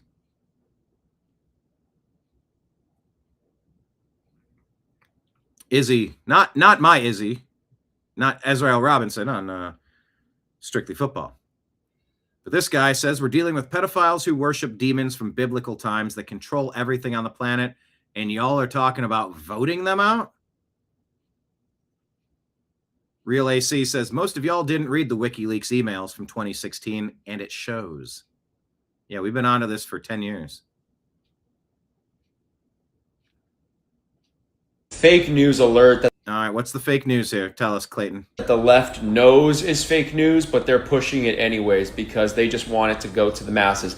This tweet here, which appears to show President Trump with Jeffrey Epstein in a room full of children, has over 3.7 million views at the time that I'm taking this screenshot. It is probably going to be well into the 5, 6, 7 million views just on this tweet. There are a lot of other left-wing accounts sharing it. But as you know, if you have been around politics for any amount of time, you probably guessed the picture is 100% fake. Yes, Snopes posted this whole analysis here. You can go check it on their website. They published it yesterday and determined that the picture is, of course, AI generated. And by the way, Snopes is no friend to President Trump whatsoever. It took them 7 years to properly report on Trump's comments during the press conference about Charlottesville. So I do my best to give you sources that are not necessarily right-leaning or right-wing. And I want to close by talking about a tweet that I posted on my story a few months ago. And he starts off with a little bit of hyperbole, but I want you to avoid that and just really think about the main point he's trying to say. C3 on Twitter said,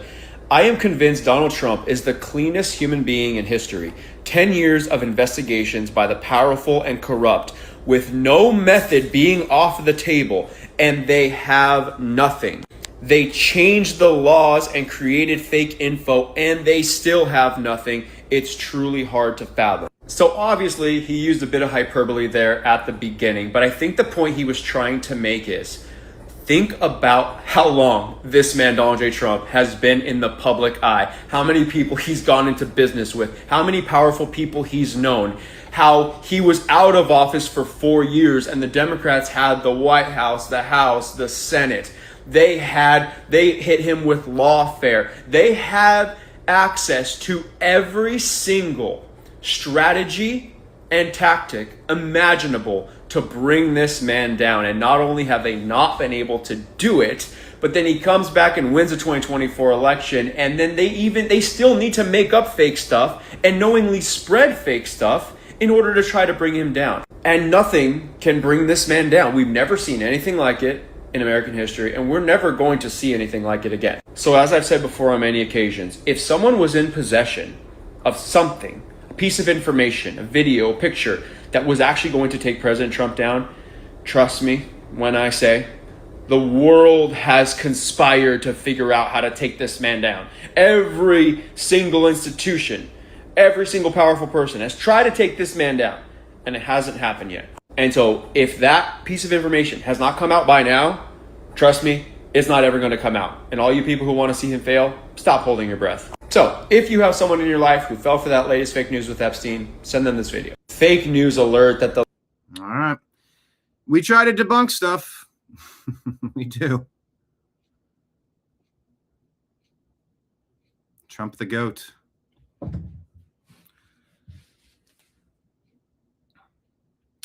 Tim Pool says,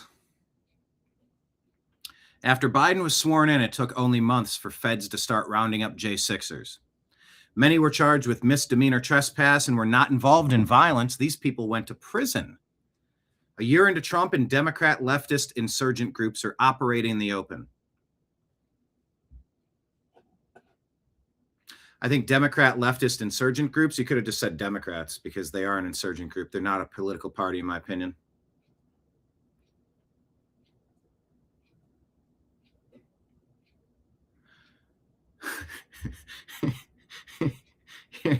Here's a very interesting Alex Jones clip.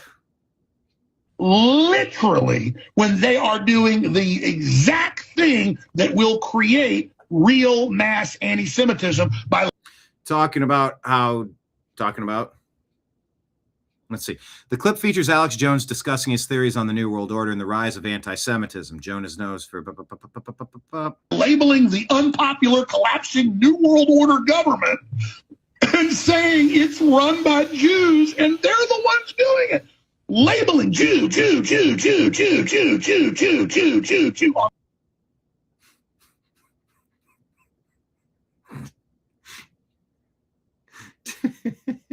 I don't think I've ever seen this clip, but I feel like I've said almost the same thing when I get into these rants. It's the thanks Obama. Everything's Obama's fault. Thanks, Obama. I tried to pick up Ben when he was asking for attention, and then Nimbus smacked him in the head, and then Ben jumped off with his claws, and it dug into my leg. And I said, ow, thanks, Obama. Because everything's Obama's fault. Everything's the Jews' fault. Got it.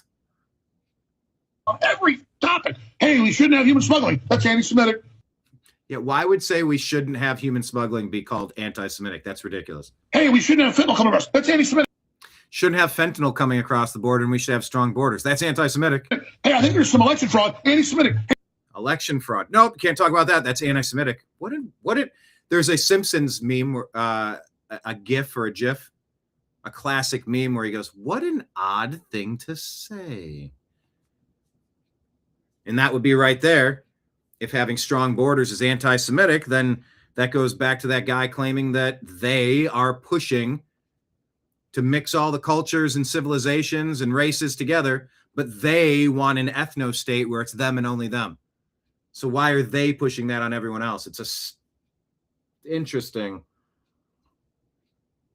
if not concerning critique. Hey, I'm against this war. Anti-Semitic. You're against a war. That's anti-Semitic.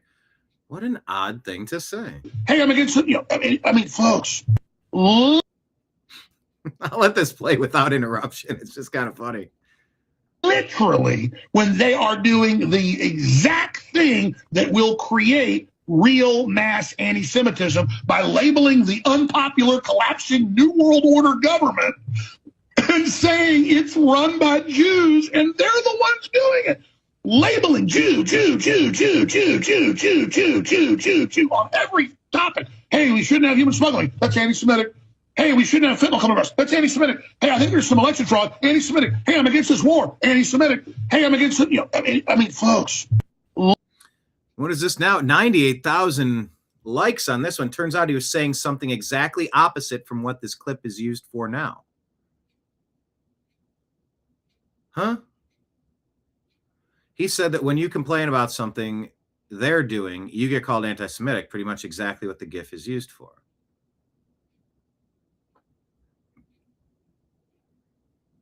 Anyway, I don't know. Another reason to Google your doctors and your nurses. If you ever have to go to a hospital, pray that you don't have to. And yeah, what does this someone say? Engaged political official. If I see any nurse or doctor with anything rainbow, I ask for another nurse or doctor, period. It's almost the most clear identifier that there can be a radical leftist. It's, and there she has, and it says, "Hey, ICE. F you," and then spraying stuff, and F you too. What are the lyrics of this song? I gotta.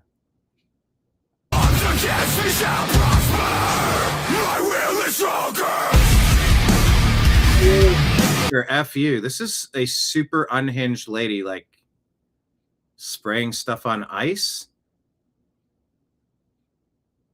And they're saying, "Mass General, is this your nurse?" Let's see if this lady gets fired. A nurse peddling Starbucks coffee instead. Wow, another mother says, I'm starting to see why medical malpractice is one of the top killers in America. Jeez. Yeah, can we mandate psych evaluations as part of the hiring process for people in these fields? And we said, what? The entire medical and education systems need an enema immediately. Liz Crokin put this out and says, Jeffrey Epstein seemed concerned about Julian Assange.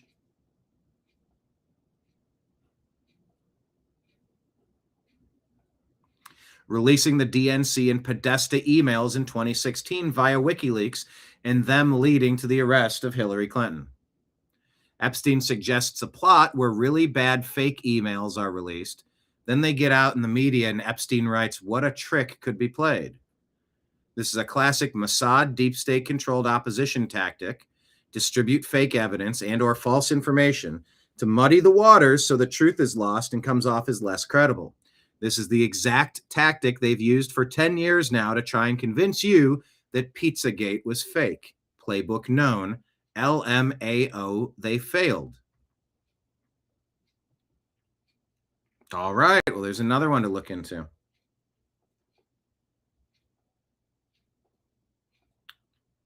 Taya says this about, what was this video?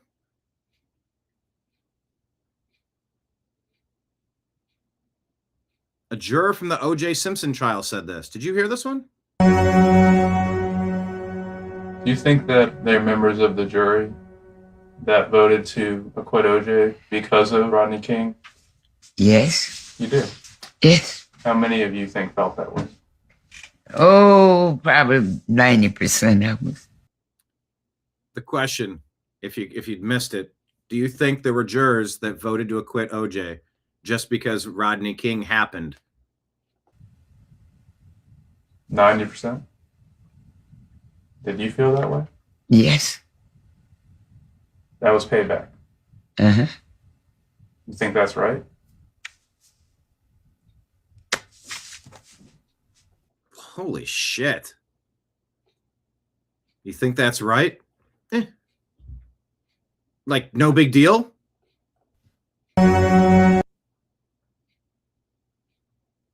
My God.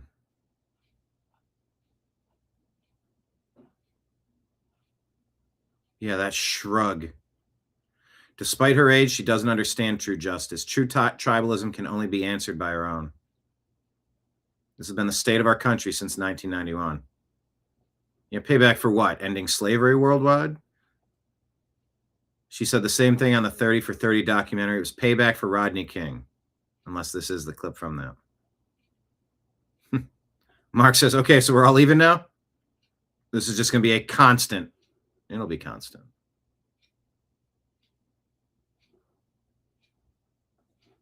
Man, Yeah, that was 1996. Here's a good one. Stephen Hawking never returning to remove his name from the Epstein files is proof that trying to... And let me read this again. I butchered this. Sphinx says, Stephen Hawking never returning to remove his name from the Epstein files is proof that time travel does not exist in this universe. Rand Comedy says, Woody Allen is in the Epstein files, but I refuse to believe he's the type of guy that would cheat on his daughter. God.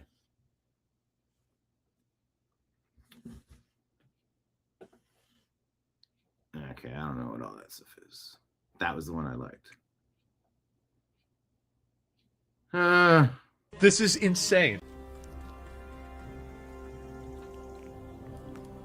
This is this is a lot, guys. This is a lot. I did a podcast about the origins of Pizzagate conspiracy theory. During the episode, we mentioned art and other visual materials relevant to the story, which I will present here for reference. Warning, extremely disturbing.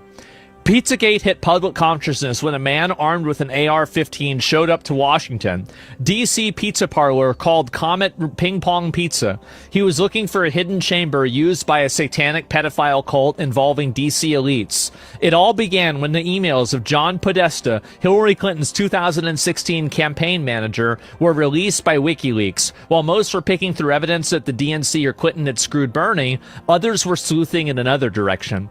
I only want to add visual aids for the podcast here, so I won't go into all the details. Bottom line, people found what they thought were coded messages referring to pedophilia. That in hand, that they were looking for confirmation in the archive. Among the emails was an invitation of John Podesta and his brother, Tony, to the performance by Marina Abramovic. Everyone was excited about her upcoming art installation called Spirit Cooking. Here's the lovely lady. Spirit Cooking is a black magic ritual-themed dinner party installation, I guess. The guests eat off of mock corpses. They drink libations they're supposed to pretend are blood, breast milk, and semen. The walls are scrawled with messages written in pig's blood. With a sharp knife, cut deeply into the middle finger of your left hand, eat the pain. Fresh morning urine sprinkle over nightmare dreams.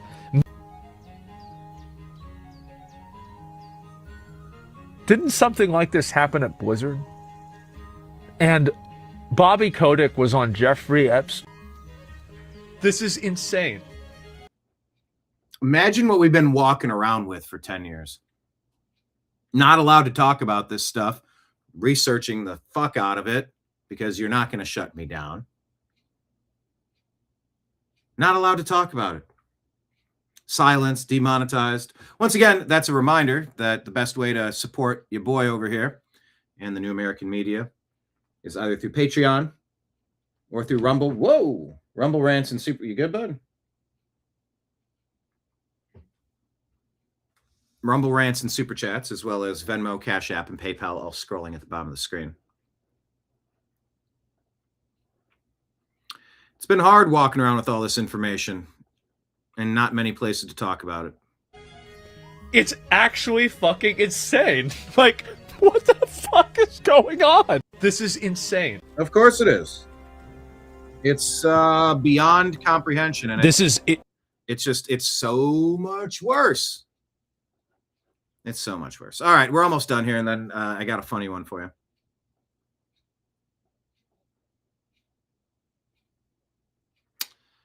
Chase here says, peace doesn't come to men who refuse to wage war against what's destroying them. Peace doesn't come to men who refuse to wage war against what's destroying them.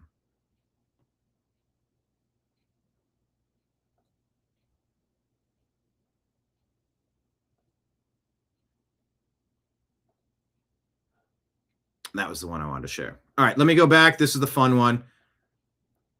I'm not going to end on it, but I'm going to bounce over to Twitter after this one. I guess Tyler Fisher got a hold of some AI. I think he created this. Check it out. It's called the Constitution. Oh, the Good morning. The president is proud to announce that loser lightweight Don Lemon has been captured from his Hamptons compound. Don Lemon, that loser. Suspect is black, retarded, and gay. At 7:01 a.m., we extracted him with precision.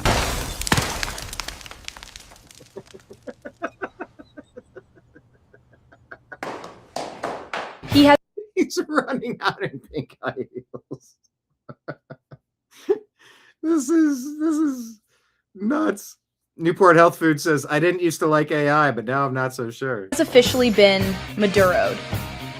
Don Lemon has been officially Maduro'd. Thanks to everyone who helped us catch this anti-white church hater. Time's Anti-white church hater. up, Lemon Boy. We've extra. Time's up, Lemon Boy. I mean, that looks very realistic, does it not? This AI is getting... If it's not there, it is close to there. Extradited him to New York City, where he awaits justice. Tom Homan marching him in. Once again, fuck around. Oh, there you go. Luigi and Maduro and Diddy all waiting for their new roommate. Their new mate. Don Lemon. Around and find out. Step around and find out.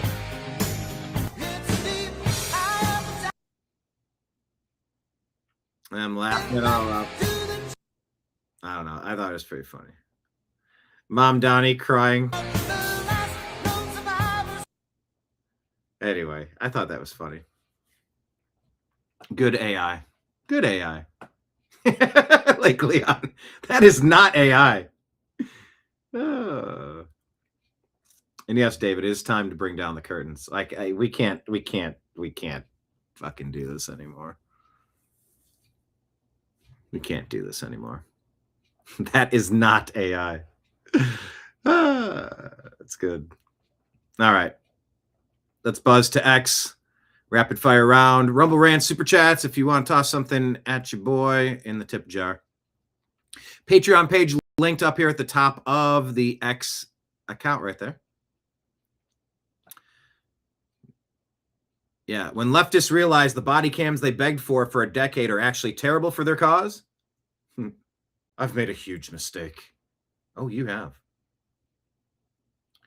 Daniel Horowitz says, another illegal alien kills 4 Americans in Indiana every damn time. When will we finally pull the plug on illegal employment? That's the linchpin to all of this, and both parties know it. Angela Ganote says the driver of the semi-truck that police say killed the 4 Amish men in Jay County has been taken into custody. I talked to one of the officers who said Beck Zahan Bishenkiv is being held on an ICE detainer. The driver of the van, Donald Stipp, has undergone surgery. His family shared this fund with me to help his family. He was hired to take the Amish work crew to their job and back. Okay, so let's talk about that. The Amish say you can't use electricity, but they can hire someone to drive you. Remember that video we played a minute ago that the Jewish person can't let, what was that? That they have to light the flame because you can't cook for them. Then there's also that stuff on the Sabbath and keeping it holy. You're not supposed to work, not even turning on lights. That's work. And you're like, what are we even talking about? But you can pay people to do the work for you, but you can't do it. And it's like, what are we even doing? What is this? Pick a shell. Whoop, nothing there. Whoop, nothing there. Ah. So the Amish are paying someone to drive them because they aren't allowed to drive? I don't know. I don't know entirely, but it's interesting. Henry and Menno Eicher, Paul Eicher, and Simon Girard all passed away. 50, 25, 19, and 23.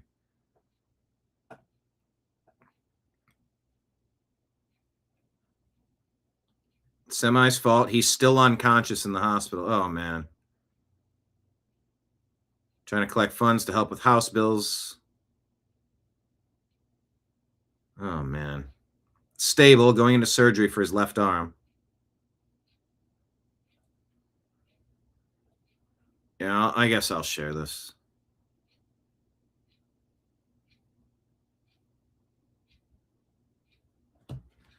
We'll say, The driver of the vehicle hit by the illegal alien that killed all 4 Amish passengers has a GoFundMe.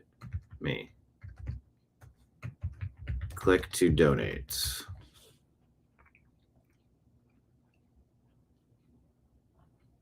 Okay, we shared it. I hope it's accurate. This guy. Angela continues. It's what we know. Tuesday, 4 p.m. Semi-driver Bekzahan Bayish Kikikiv heading east didn't stop for another slowed semi-tractor. Swerved into the westbound lane and crashed head-on into the van. Personally, one of the worst crashes he's ever seen. Just awful. Prayers to all of them. And there are hundreds just like that driver. It's insane. Fix this now. All right, how do I get out of this loop? There we go. Phil Labonte says the federal government needs to go after the people that give illegal aliens jobs and the people that rent apartments to them. Yes. Emerald Robinson says a criminal referral for Adam Schiff was sent to the Department of Justice by FHFA Chief Bill Pulte, but then was quashed by District Attorney General Todd Blanche per DOJ sources. That seems weird. Catalina Lauf talking about election. Republicans and Democrats are overwhelmingly united on voter ID legislation. Republicans and Democrats from all walks of life. So if we're united on it, why is Congress divided on it? Yeah. If we voted Congress in, they're voted in based on us and the will of the people. Could it be because the Democrats in office wouldn't be there if it weren't for people who didn't have IDs to vote? The liberal media and everybody's saying, oh, you know, Republicans and Democrats, Americans are so divided. No, we're not. No. We're not divided at all. We want you to pass voter ID legislation. Republicans and Democrats are Yeah, we're very united on this. There's a Jonathan Turley writes,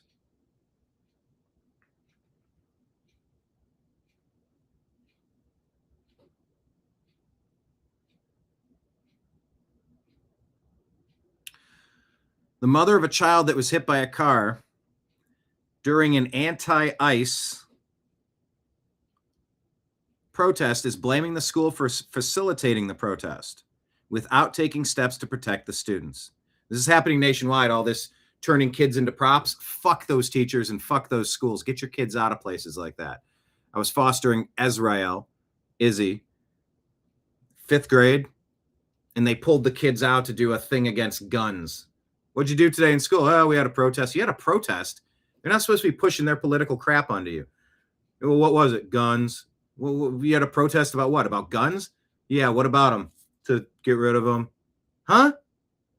Yeah, guns, gun violence, stop guns. Izzy, you have a Second Amendment right to carry a gun. Don't ever let someone tell you you're not supposed to have a gun. You're not supposed to use it unless it's self-defense. They are brainwashing these kids, and you got to be involved with what your kids are going through at school. You got to talk to them. It's happening all over the place. 0 Hour 1 here says, so apparently in Fulton County, they engaged in a conspiracy to commit voter fraud on a huge level. Word has it many people are about to get cuffed in Georgia. Oh, for the love of God, bring the indictments already. I cannot, I feel like a mental patient inside of an insane asylum with 0 indictments on these big ticket issues. Epstein, the 2020 election, COVID, go get them. How long does it fucking take? You arrested Trump 3 different times on fake shit. Can't you get people on real things? We'll see. We will see. Scott Bessent makes an announcement. Take a listen about Minnesota. Civil enforcement is auditing financial institutions that facilitated the laundering of Minnesota funds, in addition to helping support criminal and civil enforcement efforts. The IRS will also soon announce the formation of a task force. Okay. IRS massive audits of financial institutions facilitated the laundering of Minnesota funds. Read it again. Banks, MSBs. What's MSBs? MSBs, financial middlemen. Anyone who helped move dirty money is about to get torched. For once, the IRS is being deployed for Americans first, not against working families. Follow the money, audit everything, prosecute whoever broke the law. Thank you, Secretary Bessent. Florida on the verge of slamming the door on illegal immigration. Here you go, Florida. Kenneth, you'd be proud. I know you had to leave, Kenneth, but take a look. So our legislation will ban illegal aliens from benefiting from any down payment assistance programs or silent second home mortgages, whether it is done by a government agency, a quasi-government agency, or an NGO. Because some of these nonprofits will go out and they will create these programs specifically to go out and target illegal immigrants for down payment so they can purchase homes. So we believe that's important to be on the books because you never know what the future of the state of Florida is going to look like. I'd rather have it on the books than try to pass a law later if for some reason we do not have sensible, common sense people in control of the state.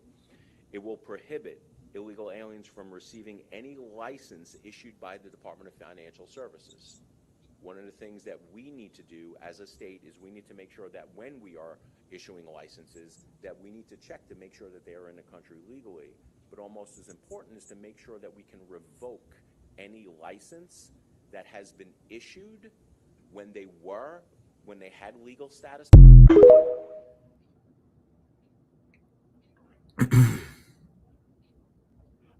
Good job, Florida. Check out this back and forth with Scott Jennings about the divide between the right and the left. They can't even agree on long-established economic principles anymore.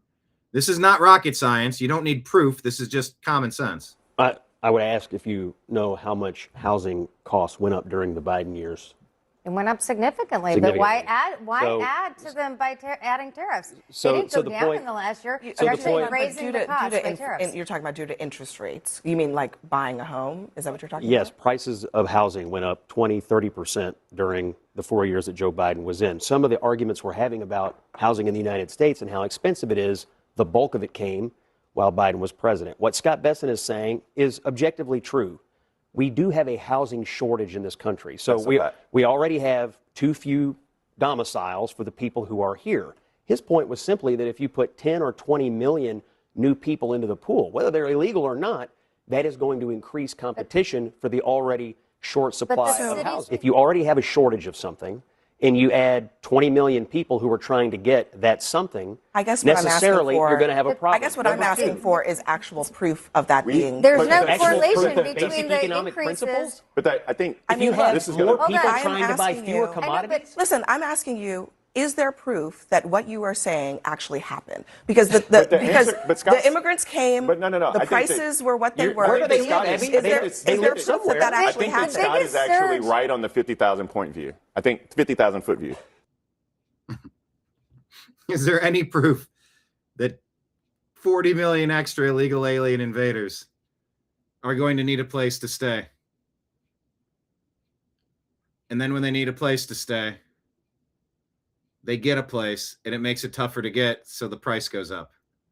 Is there any proof of that? Yeah. Throughout the history of mankind, it's fairly obvious. Thanks for playing, Abby. So goofy. Tom Homan is not happy that these professional agitators are bringing their kids into these areas they don't belong. Why don't you show the funeral of Rachel Morin? Why don't you listen to the 19 minutes of Laken Riley fighting for her life? Yeah. Not that she was, murdered, that for 19 minutes she fought for every breath, fought to survive. How terrified these young women were to be raped and murdered. How about that? How about we educate these children on President Trump making this country safe again? How about we educate the children on the last administration? 500,000 children were smuggled in this country. They lost track of 300,000 of them, and President Trump found 145,000 of them. 145,000 children that the last administration wasn't even looking for. And now it means 155 are missing and may never be found. Why don't we talk about the 250,000 Americans died from fentanyl across that open border? Why don't we talk about the record number of known suspected terrorists across that border, or the historic increase in sex trafficking in women and children? Let's talk about that. President Trump's saving lives every day. The border is the most secure we have in the history of this nation. Less women are being raped. Less people are dying making that journey, and this country's safe again. Let's tell that story. Yeah, they're not telling that story. Ugh. Shame on them. This dad's had it. Dad finds out that his son's middle school is turning him into a political prop. So my son just called and said that his school just brought him to a protest. So he's currently at a fucking protest. I'm fitting to go rage. Who the fuck said you could bring my child to a protest? Yep. Any of our kids to a protest. They see what's happening today. Bringing kids out there now. Purposely in schools. Washington State. Send this out. Washington State sending their kids to protest. I'll see you soon. Let me give you a little rundown on the way there. White Center, we call out here Rat City. If anybody from Washington State knows this Rat City is not an area you bring kids, let alone bring kids to a protest in this piece of shit city. If anybody knows White Center, you know Rat City is dangerous. Why are you bringing our kids into dangerous territory with fucking protesting going on? Anyway, I'll see you soon. See you in the next video. It looks like they made it all back to the school already before I could get here.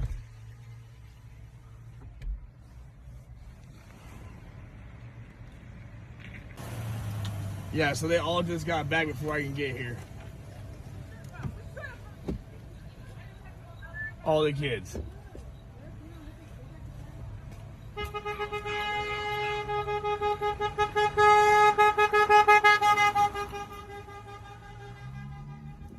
Fucking furry teachers on their bikes. Is this really what's going on? This is craziness. A furry teacher with a... This is craziness.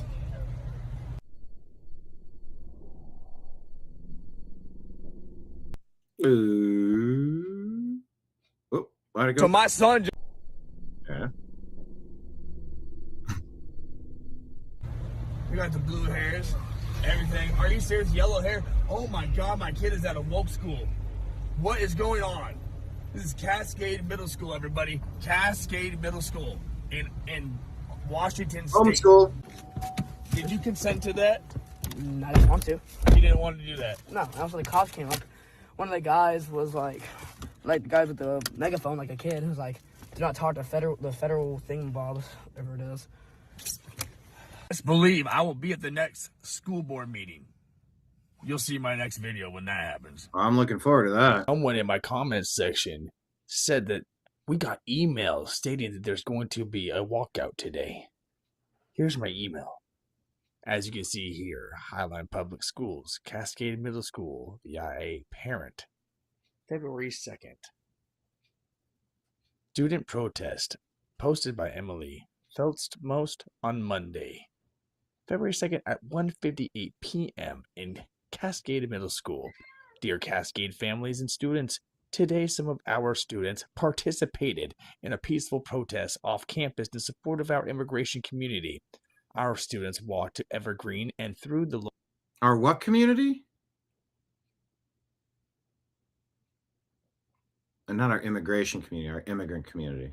No, it should be for our citizens. Local neighborhoods for about 1 hour, then peacefully returned to class as instructed to do, continue learning.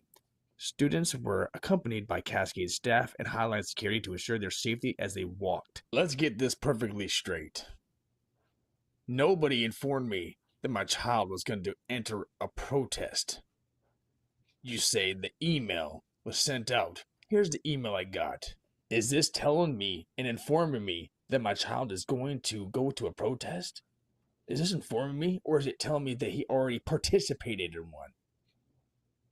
You tell me, because there are laws for exact situations like this. As hold on. I'm just trying. Someone in my school grounds, or there are laws for exact situations. I was going to read this on the side, but I'll let him read it. Situations like this, as read here, RCW 28A605010. No child may be removed from any school grounds or building thereon during school hours except by a person so authorized by a parent or legal guardian having legal custody thereof. No, I was not informed. I did not give consent. I did not fill out a permission slip for a field trip for children to go protest and put themselves in harm's way. No, that was not me. There will be a lawsuit filed. 100%. You got to be aware of what's going on with your kids, and you got to talk to everybody you know to not allow that type of crap. Here's an update on what's going on. A CCP-linked biolab in Las Vegas. What? New at 2, we're half past the hour, a possible biological lab inside a Las Vegas home, now under investigation.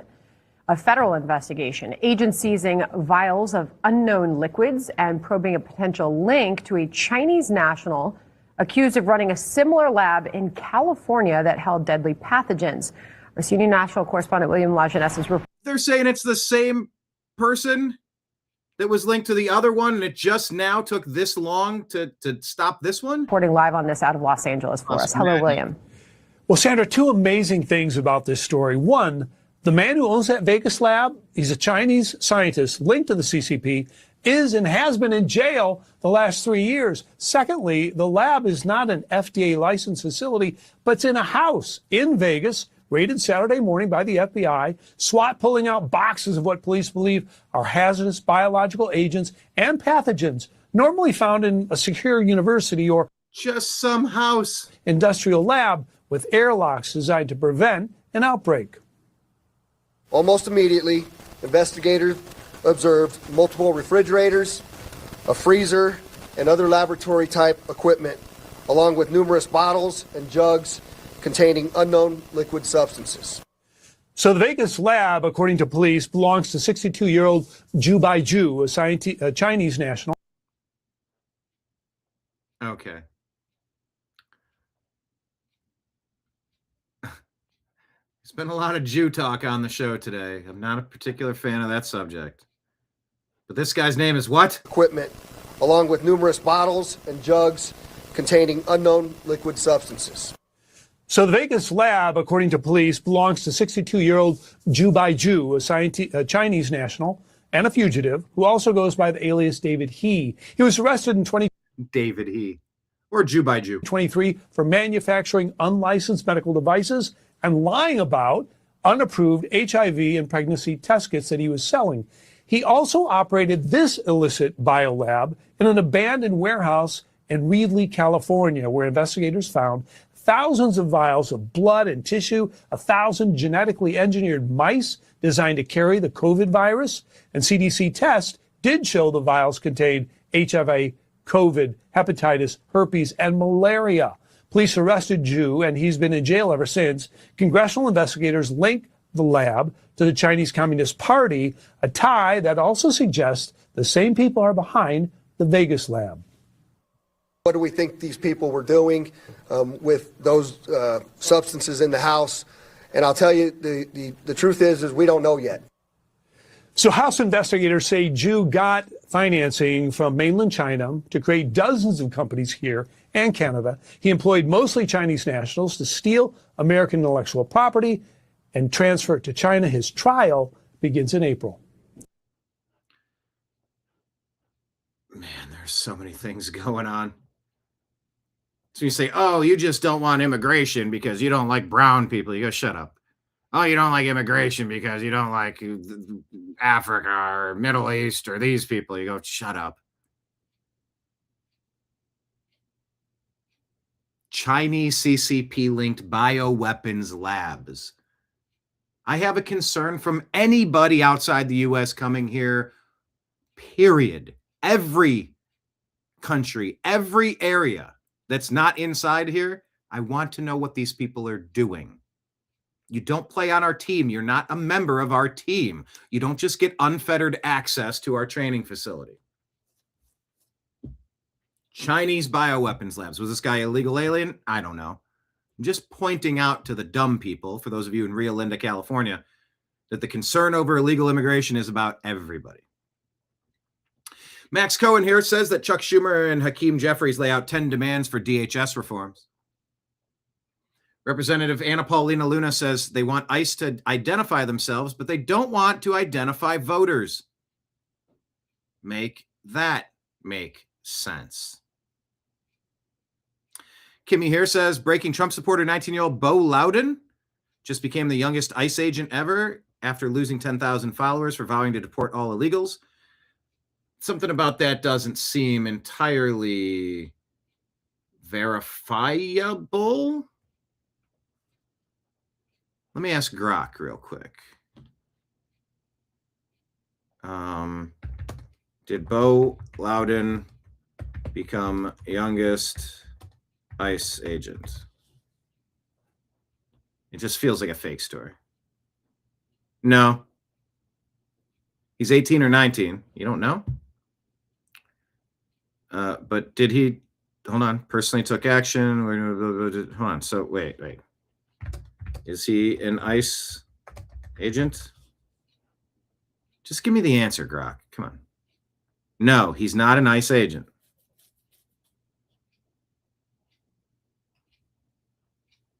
Claim credit for tipping off or working with DHS ICE to get TikTok star Kabi Lame detained for visa overstay. Okay.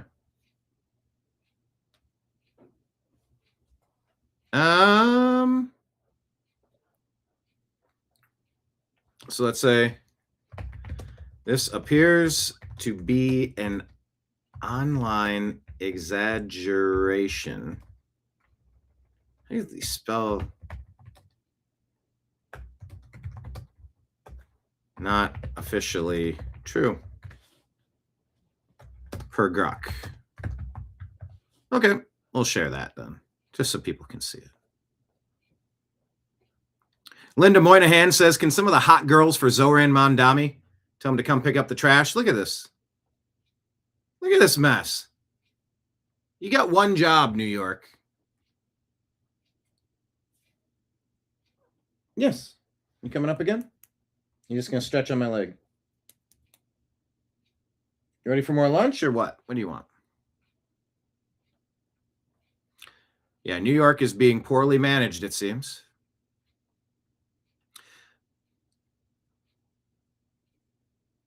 So Senator Ashley Moody says, it's time to return to tradition and force debate on the most pressing issue facing this country. Pass the Save America Act. I'm all in. Mike Lee says, my colleague, Ashley Moody, nails it with this message. Return to the Senate tradition.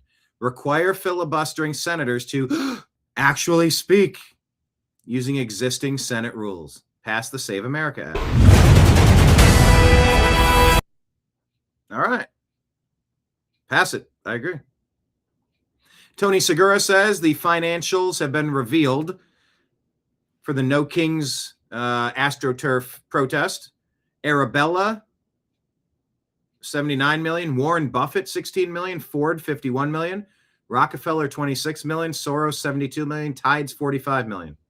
That's $294 million, allegedly. Source, Anna Paulina Luna.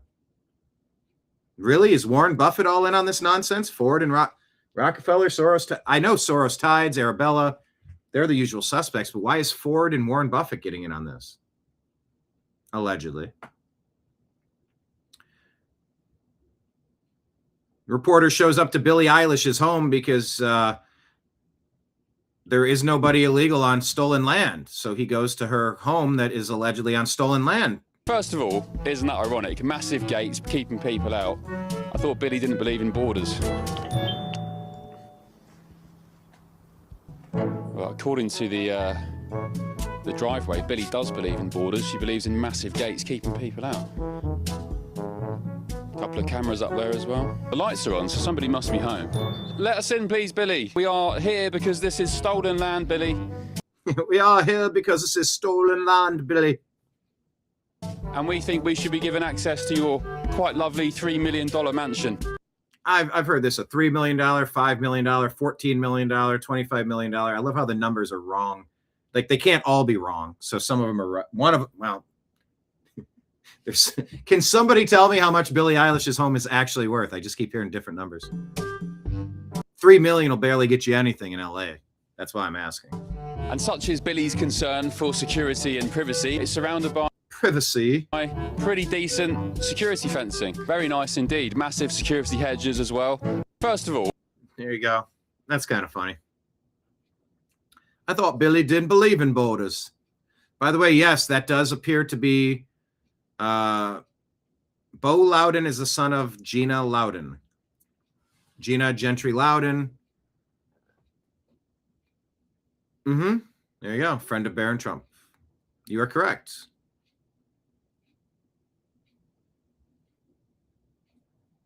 Marion.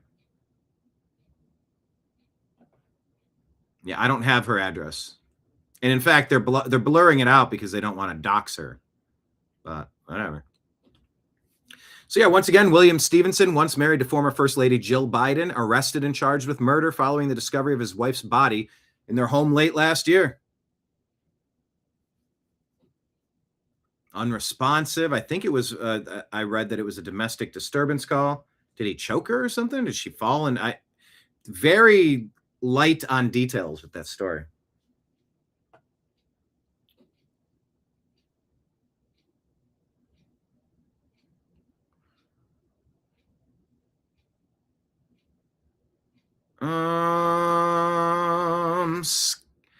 Derek Hunter says Greg Meeks is a dumb man.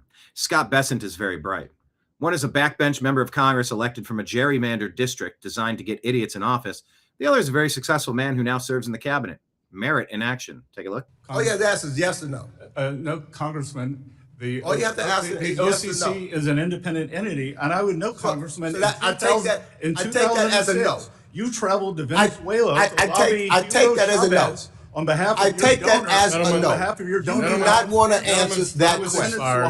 I take that as a no. For a $7 billion. I'm asking you to do your responsibility as Secretary of the Treasury. Into a Venezuelan. You do not. Mr. Meeks, will you? Time has expired. You cannot erase what you did in 2000. He's the one that went past your time, Mr. Chairman. No, he did not answer my question. And he wouldn't pass the time. He had 6 seconds left to try to answer your question, and it was a yes or no. It was a yes or no answer. I asked him, Willie, no, was that yes or no? Recognizes the gentleman. Stop covering for the president. Stop being his flunky. Gentlemen. He's talking to me. I'm responding back to him. 2006 trip to Venezuela. Stop covering for the president. Don't be a flunky. Work for the American people. Mr. Meeks, trip to Venezuela. Work for the American people. Don't be a cover-up for a mob. Maybe you're going to as see long your as friend he talks Nicholas to Maduro Is not recognized, Mr. Bessent, please. I recognize the gentleman from Texas. These hearings are just, they feel pointless sometimes, don't they? Glenn Beck says, by passing this one act, the GOP will save the Republic and rescue the GOP. If they fail, we all fail. 80% of Americans want this. You need ID for everything except voting. There's only one reason not to pass this, and we all know what it is. GOP, save the Republic, save the Republican Party from itself, and pass the SAVE Act. Everyone wants this. Take a look here. Favorite photo ID to vote. 85% of white people favor it. 82% of Latino. 76% of Black Americans favor it. So the bottom line is this. Voter ID is not controversial in this country. A photo ID to vote is not controversial in this country. It is not controversial by party, and it is not controversial by race. The vast majority of Americans agree with Nicki Minaj that, in fact, you should have a photo ID to be able to vote. So something of a non. Take a look. Yeah, make it happen.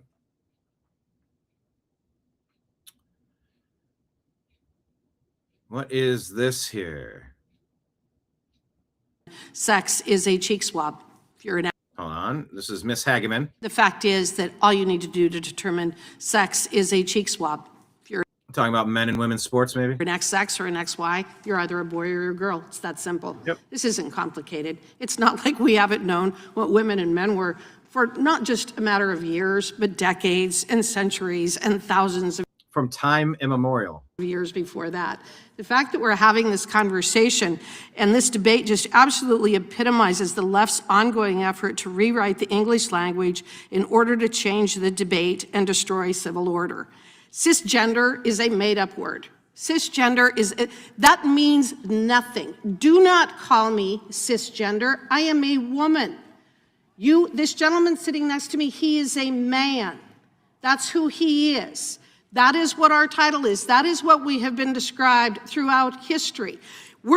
This bill does nothing to prohibit men from competing in men's sports.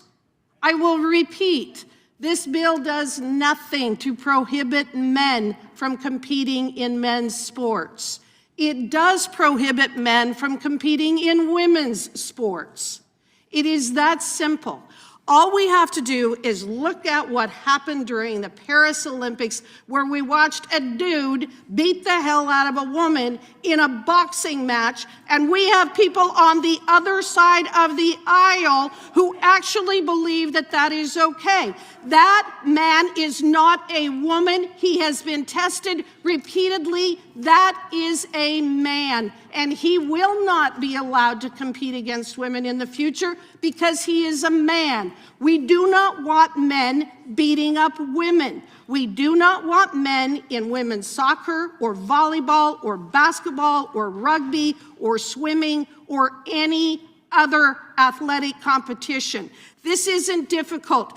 All you need to do for any kind of determination for sex is a cheek swab. The fact that you guys are talking about doing these inspections of people and the fact that the Boxing Association used to do that, that's sick.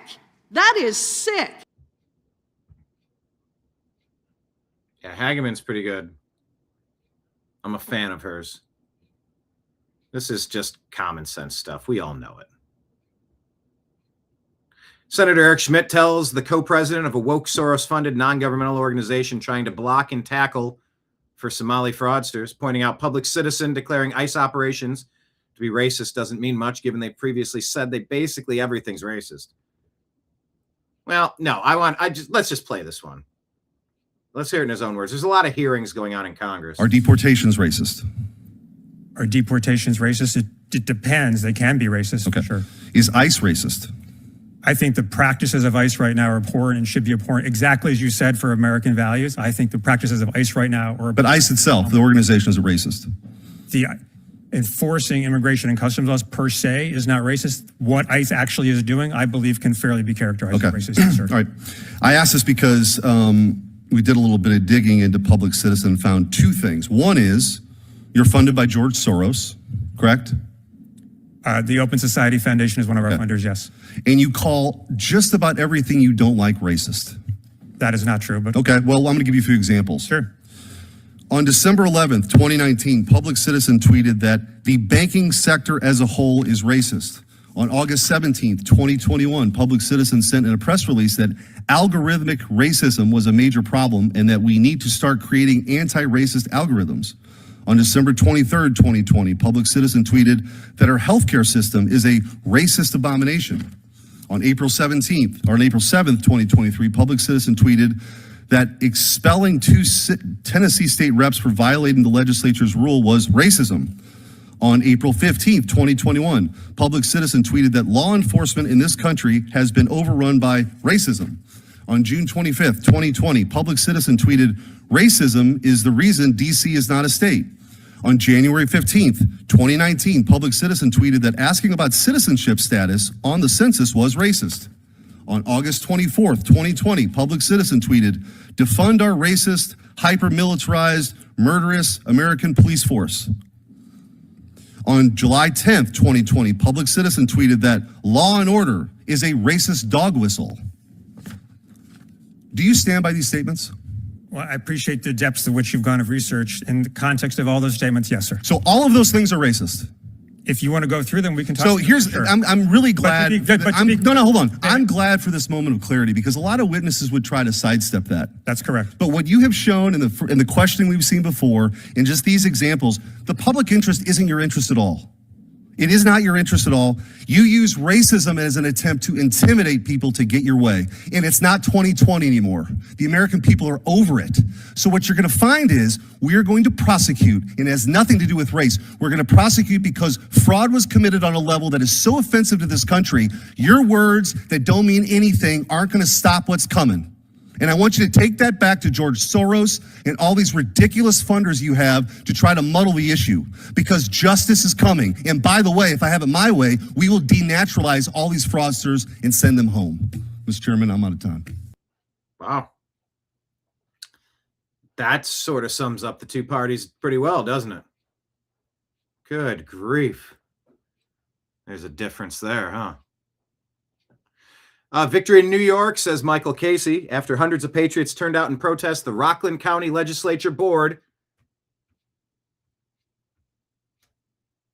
Try it again. Here we are. The Rockland County Legislature Board has pulled the sanctuary county bill. USA! USA!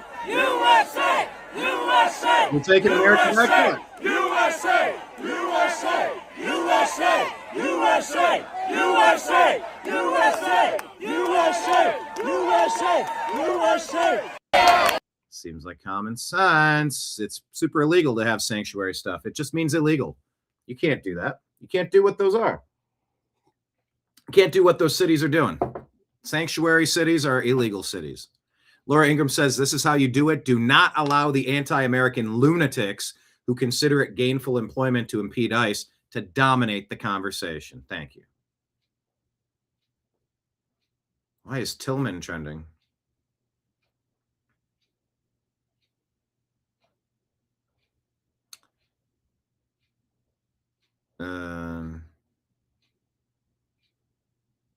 Former Chicago Bears star interception leader joined the FBI and quits the FBI over immigration raid discomfort. Okay. All right, here's Fulton County Chairman of Commissioners, Rob Pitts, talking about what happened prior to the Fulton County raid when they seized the 2020 ballots. Are we ready for this? Well, I'm told that. I mean, I received a call on Monday before last Wednesday, before the raid, that there were going to be arrests in Georgia.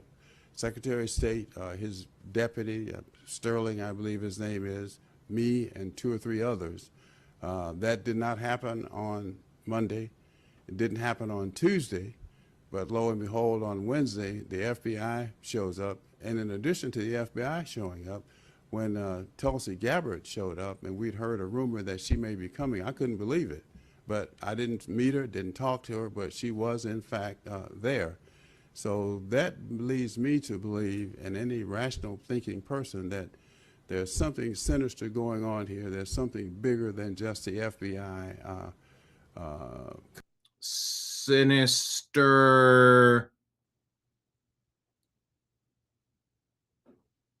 like with stealing the election or exposing the steal? Confiscating the records that they took. So that's why I say that. But nothing happened. Now, after the FBI He seems to be saying like there's something up with the administration. No. Raid on Wednesday. On Friday, I received another call. Actually, it was Monday, this Monday.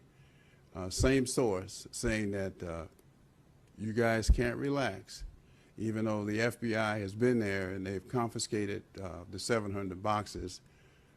Arrests are coming. So we'll have to wait and see.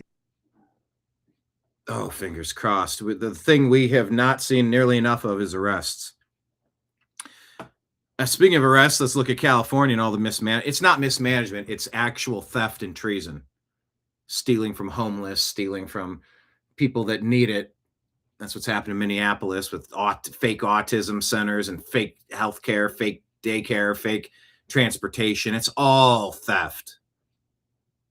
Oh, it's so bad. Well, here's the lone Republican candidate, Steve Hilton, making his case against the 6 Democrats at the Republican gubernatorial debate. You cannot allow another Democrat to run the state of California. So what sets me apart in this race is that I'm not a Democrat. And after 16 years of Democrat one-party rule that have given us the highest poverty, the highest unemployment, the highest cost of living in America, I think it's a very good thing. We don't need another Democrat. We need change. We've got the plans to make it happen. $3 gas, cut your electric bill in half, your first $100,000 tax-free, a home you can afford to buy. And that's how we make our state Cal-affordable. But the other thing that makes me different, I'm building a team. I'm building a team to get this done. For Lieutenant Governor, running with me, Gloria Romero, she was the former Democrat leader of the state Senate. Michael Gates, running with me for Attorney General to enforce the law. Herb Morgan, running with me for state controller to end the fraud in our government. That's how we make our state golden again with the golden ticket and the team I'm putting together. All right. He had me at I'm not a Democrat. Vote against Democrats everywhere, please. Not an endorsement of the Republican Party. Breaking on Fox News, a California man is facing criminal charges after allegedly demanding Bitcoin payments from the family of 84-year-old Nancy Guthrie, who disappeared Sunday in Tucson, Arizona. Derek Kalela, 42, charged with transmitting a ransom demand related to a kidnapped person and anonymous interstate communications intended to harass or threaten. Text messages have not been linked to the February 2 ransom demand. That part got a little confusing for me, but breaking. Yeah, California cannot survive with any more Democrat air quote leadership. One of the biggest reasons why I left. President Trump made some remarks at the 74th National Prayer Breakfast today. In 1776, history changed forever when our founders proclaimed the immortal truths that echoed around the All right, hold on. I'll rewind it. Marion says, we're going to lower your prices. Boo! I know. It's just so stupid. And Lake Leon points out the story before that with the Georgia election fraud. In other words, lawyer up, buddy. Yeah, that's exactly how you should read that. All right, here's Trump at the 74th National Prayer Breakfast. In 1776, history changed forever when our founders proclaimed the immortal truths that echoed around the world and down all the way through time. They declared that all of us are made free and equal by the hand of our Creator. A lot of presidents refuse to say that. They refuse to say that. Some refuse. Some major politicians refuse to say the word God. They don't want to say it. I say it. That we are endowed with our sacred rights to life, liberty, and not by government, but by God Almighty Himself.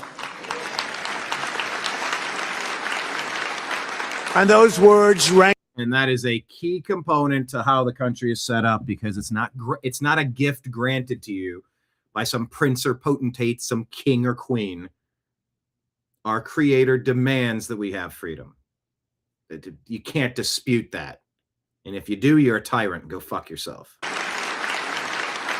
And those words rang out from Philadelphia and launched a revolution, not just in America, but in the hearts of all humanity. Very crucial. We know the difference. This is the image here. Ugh. Tony Kinnett says, all of this Amish crash, all of this so Democrats can get their cheap slave labor and middle-aged liberal women can feel virtuous. Man. I probably don't want to see any more pictures of this.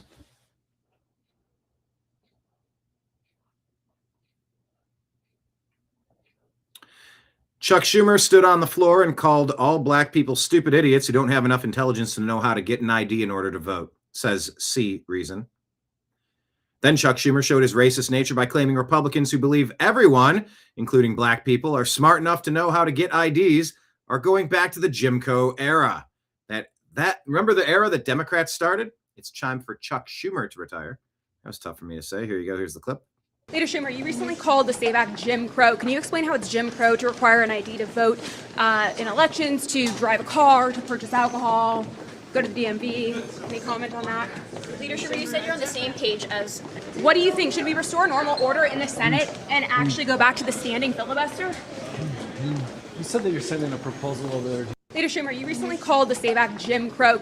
Jim Crow to show an ID. Screw these Democrats.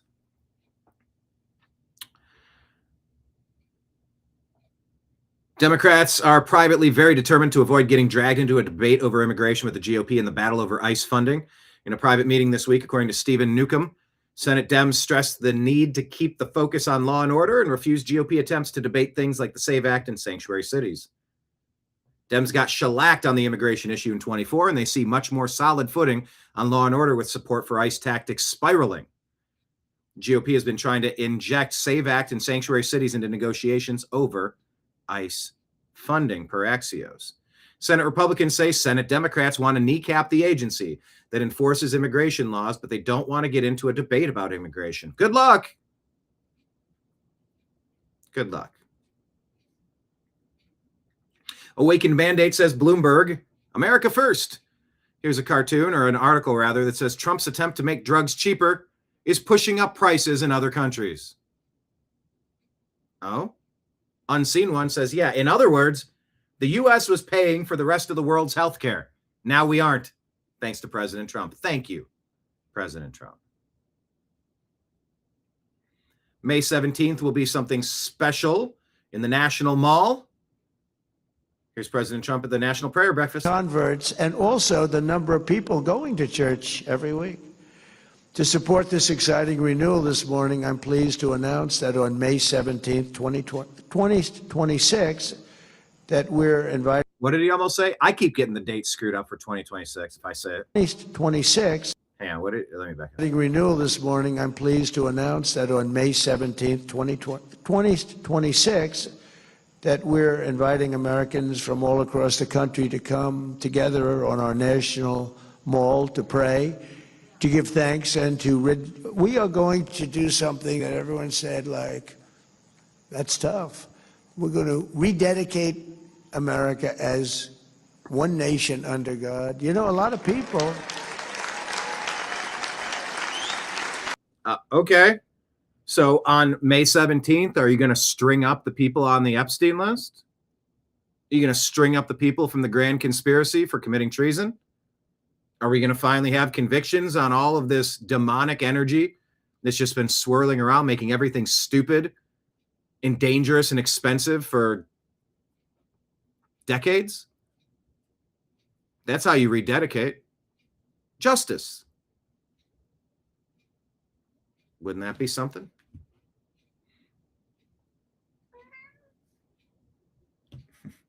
Yeah.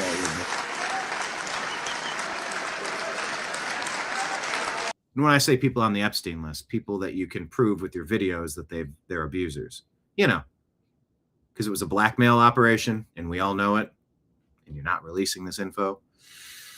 Getting kind of antsy on that.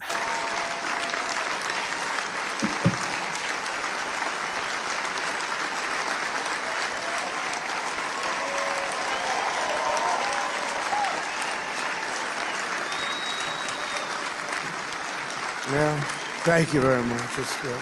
That's what I mean by the Spirit. It's so incredible to see it. I see it so much. I've never seen anything like it in 1 year. I thought it would take 2 years, 3 years, 4 years to be where we are. We've done it in, really 10 months. We're at 12, but now it's just getting to a level that we've never reached before as a country. But that includes religion. And maybe that's part of the reason that we're doing so well. There's such great spirit. It's all spirit, and it includes religion. I've always said, you just can't have a great country if you don't have religion. You have to believe in something. You have to believe that what we're doing, there's a reason for it.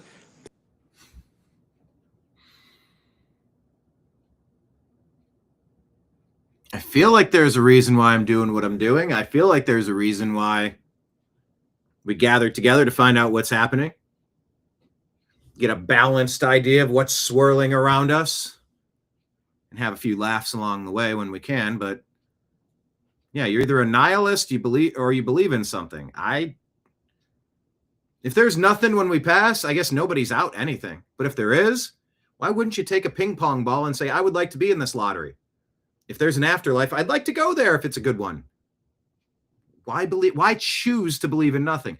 Nope, I might not win that lottery, so I choose to not have a ping pong ball because I'm the smartest person in the room, and I believe that all of everything was created by nothing. That takes a lot of gumption. That takes a lot of chutzpah. That takes a lot of balls. It includes religion. I've always said, you just can't have a great country if you don't have religion. You have to believe in something. You have to believe that what we're doing, there's a reason for it. There has to be a reason for it. We're all working and we're behaving. I mean, I behave because we're working and behaving. We're all working and we're behaving. I mean, I behave because I'm afraid not to, okay? Because I don't want to get in trouble. Convert. That's when he said that, I behave because I don't want to get in trouble. It's like, well, you know, are you worried about getting in trouble with the law? He's like, no, I'm worried about getting in trouble with God. Like, I don't know. There has to be a reason for it. We're all working and we're behaving. I mean, I behave because I'm afraid not to, okay? Because I don't want to get in trouble. You know, it's funny. I think I've said this a bunch of times, and I think I recently told Izzy. I said, you know, my dad used to tell me everybody has a boss. And you go, well, yeah, but what if you're this guy or that guy? You go, they don't have no. Everybody has a boss, whether it's shareholders or whether it's this or that. Yeah, but now what about this guy? No, everybody has a boss. Well, you're the owner of a football team. You don't report to the commissioner of the league. Well, the commissioner has the owners to look after and the shareholder. Like everybody has a boss. And even Trump, it's like, Trump doesn't report to anyone. Okay, you could say he reports to Israel if you want to say thanks, Obama, to everything. I get it. But in that case, he's just looking up to God. He's like, yep, I got a boss. I don't want to get in trouble. Oh, that's pretty funny.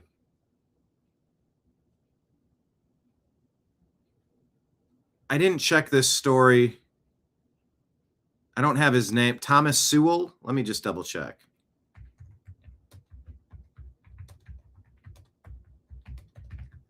Because this looks crazy.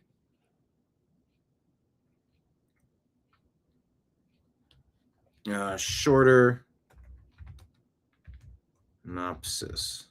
300 characters with bullet points. This story sounded nuts. Oh, he's an Australian neo-Nazi activist, Lad Society, Austrian movement, promoted a white ethno-state, Nazi sleuth, combat training, convicted in assaults, violent disorder. No, that's not the story that this one claims. Anyway, I'm going to skip this one because that did not match what that story says. New York Post says career criminal creep busted for alleged. Actually, I might undo that. Converts. New York Post says career criminal creep busted for alleged. Career criminal creep busted for allegedly raping a 14-year-old in private New York City apartment community. AG says this guy had 25 previous arrests, including multiple robbery attempts in recent months. The reason he wasn't in jail is a policy choice by New York politicians, a choice that isn't defensible and resulted in a 14-year-old girl being abused. Shame on New York. Flee blue cities. Flee blue states.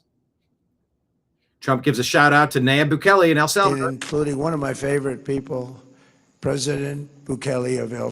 And by the way, yeah, that is a fair point, Lake Leon. It makes you wonder how much longer Ghislaine Maxwell will be with us. Yeah, you just forget that she's in there. What is she? Maybe she's in there to protect herself from getting Epsteined. As weird as that sounds, since Epstein was allegedly Epsteined in prison. But if they can get you in prison, they can get you anywhere. But if you're, I don't know. Bukele, they are tight. He is tight with Trump. Including one of my favorite people, President Bukele of El Salvador. He has been so incredible. He has been such a great ally of this country. Thank you very much. Such a great ally. He's, some of you have seen, he operates rather large prisons, like prisons that so large you can't see from one side to the other unless you have perfect 20/20 eyesight with binoculars. That's how long and big. And they do a job. They do a very humane job, but they're very strong prisons. And we send a lot of the people that we capture, the murderers, the drug dealers, the people that came into our country illegally and have already committed massive crimes. We had 11,888 murderers, and many of them are in your prisons right now, right? And he does a fantastic job. I mean, it really sounds like a different kind of, you know, this is a religious breakfast. You're going to walk away and say, he's the meanest son of a gun I've ever seen. But I'm not. I just want to keep our country safe. Yeah. It's dereliction of duty to let violent, crazy people harm innocent people. Hollywood producer Barry Josephson emailed Epstein, allegedly, according to Jackson Hinkle, quote, I've been thinking a lot about that question that you asked Bill Gates. How do we get rid of poor people as a whole? Don't know if that's true, but Jackson Hinkle's reporting that. Justice Department released 3 million pages, 180,000 images, and 2,000 videos from the Epstein files. It's still not enough, though. And we're talking about the criminals. Jack Posobiec here plays this Trump clip about just how easy it is to fix our country. 2%. You know, 2% of the population produces 90% of the violent crime. Think of that. Think of that. And Washington now is a very safe place. I get it all the time. I go into the White House and people that work in the White House come up, sir, I want to thank you so much. Young woman, man. They say, I walk to work. I couldn't have walked to work. I wouldn't have even thought to walk to work before. They walk to work. The place is booming. Restaurants are opening up. The restaurants were almost going to be all closed. They would have been all closed. You couldn't even go. Even if you got there, the restaurant would be robbed with people sitting there. Hold up your hands, everybody. Give us your money. And then they'd whack people with the butt of a gun. And Washington is a very safe city. We have almost no crime. And it's a miracle, but it took place very quickly. You know, it's not hard to fix your cities. The Democrats are just that evil. What is this video from a Hamas terror rally this week in Philadelphia?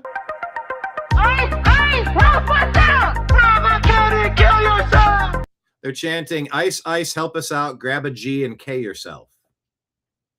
Depicting ICE officers with a noose around their necks being hung in the burning of the American flag. According to Philly Crime Update.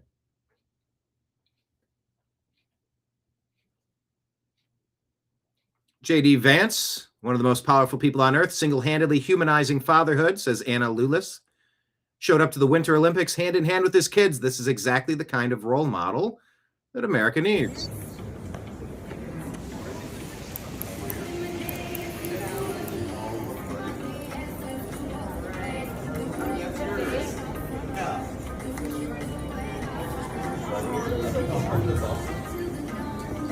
Milano Cortina, Italy. Why do you think they were in the United States? I guess the Summer Olympics will be in the United States. All right. Libs of TikTok, Ohio State Representative Ismail Mohammed, Democrat, who was born in Somalia, just introduced a bill to hinder ICE and protect illegal alien invaders. We have foreigners coming to our country trying to pass laws to weaken our national security. What are we doing? This is madness. I will end on this. Wait, do we have the video? Hold on. I want the video of that lady. Oh, there's a few more stories.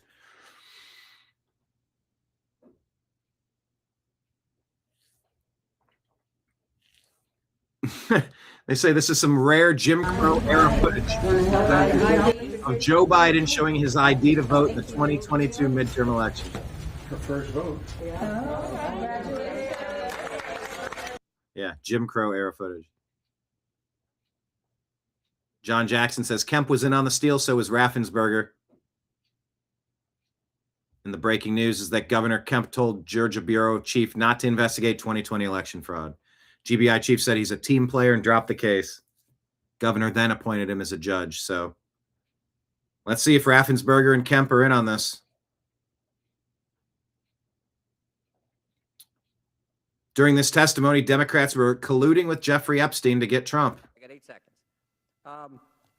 What did you talk to Mr. Schiff about? Michael Cohen, what did you talk to Adam Schiff about? I spoke to Mr. Schiff about topics. I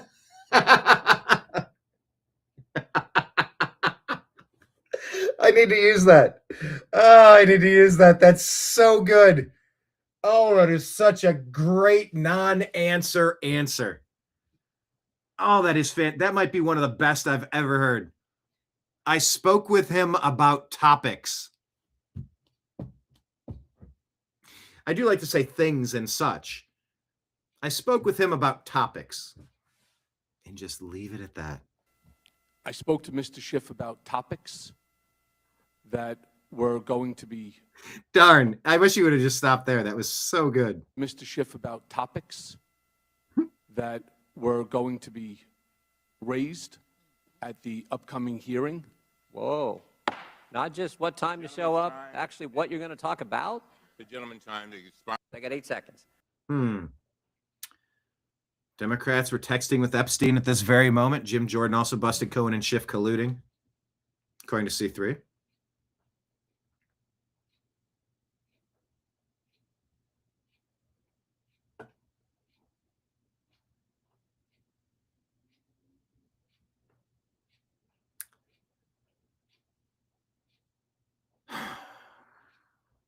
Okay.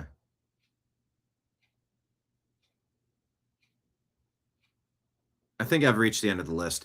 Eva Vlanderberg says these files are a bombshell. House Judiciary GOP now given proof that the European Union has been actively censoring legal content that goes against their agenda, interfering in elections in Europe, including Dutch. I think I told you this yesterday.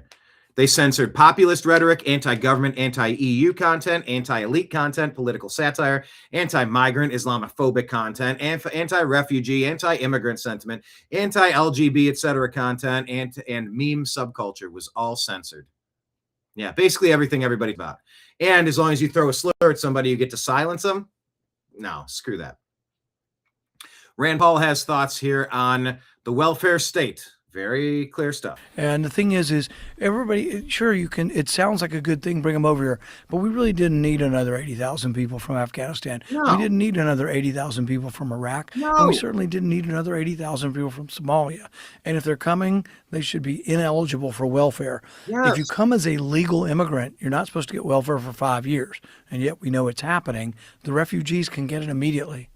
And that just they're on That's Medicaid. The problem, is we the shouldn't refugee be, status. And then they figured out, gosh, they are smart at one thing. That's those learning centers, those leering centers. Boy, are they smart at those?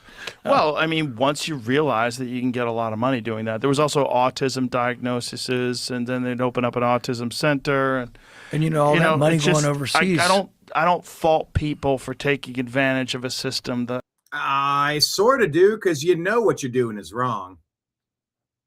You gotta sort of, you have to at least partially fault them for being bums. That has giant loopholes in it, especially when you come over here from a war-torn country. You can call it a shithole country. And there's a bunch of people that are already doing it. Like, but just because a lot of people are jumping off a bridge doesn't mean you should. Just because people are looting a Nike store doesn't mean you should jump in and participate in it. How do you make money? Let's do this. Doing it. Yeah, but somebody had to have helped them. But you know, not helped them. They created it, and they were absolutely involved in it. You know, right? Democrats can't pretend that they were surprised by it or shocked by it or saddened to hear it. And it's just, I can't believe we didn't catch this. You were in on it. There are people saying, and the whole thing needs to be audited. And I'm also presenting a bill that will audit the whole system everywhere. But there are people saying that there are either Chinese hackers as well as Russian hackers that are also stealing millions of dollars. The Somalis were so good at it, they were sending hundreds of millions of dollars, back overseas. Being robbed blind, picking at the carcass of this country. All right, we're down to just a couple of stories. Thanks for sticking with us. Rumble rants, super chats. If you want to support the program, as well as signing up to become a monthly sponsor on Rumble or YouTube, I think for as little as $5 a month, and on Patreon, you can do like $10 a month, $100 a month, $1,000 a month if you would like to participate. I don't do ad reads that pay the bills. I tell you about the ways to directly contribute because ads can look. Direct funding is a little bit more stable than. And the thing is everybody, sure, you can. You ran, Paul. But Elon Musk talked about how you can't have unlimited immigration and unlimited benefits because Elon says it guarantees a failed state, of course. A couple more stories here. Democrat Senator Richard Blumenthal says well, here he goes. Democrats for you. It's never vote Democrat.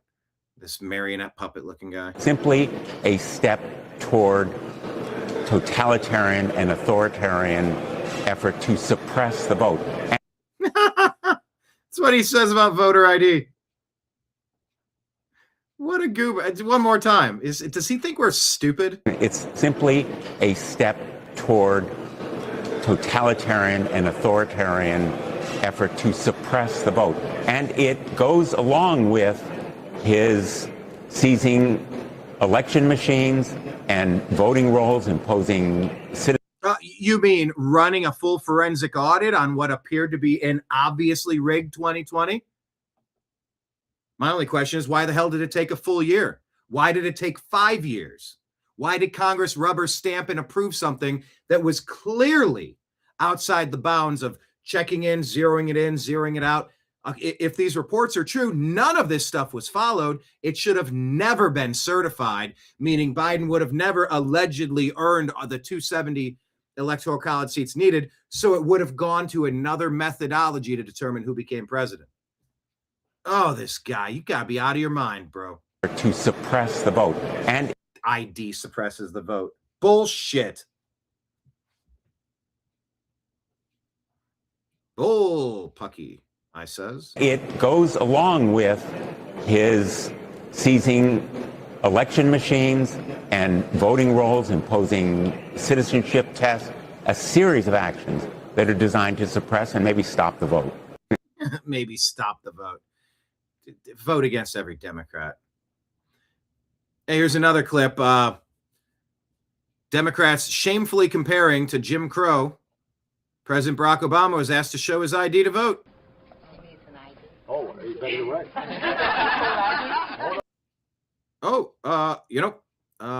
You're right. I'm gonna need to see your ID. You're right. Gotta show the ID. Oh, you're right. Oh no. I got my driver's license. I got my driver's license. There you go. There you go. All right. There you go. Mm-hmm.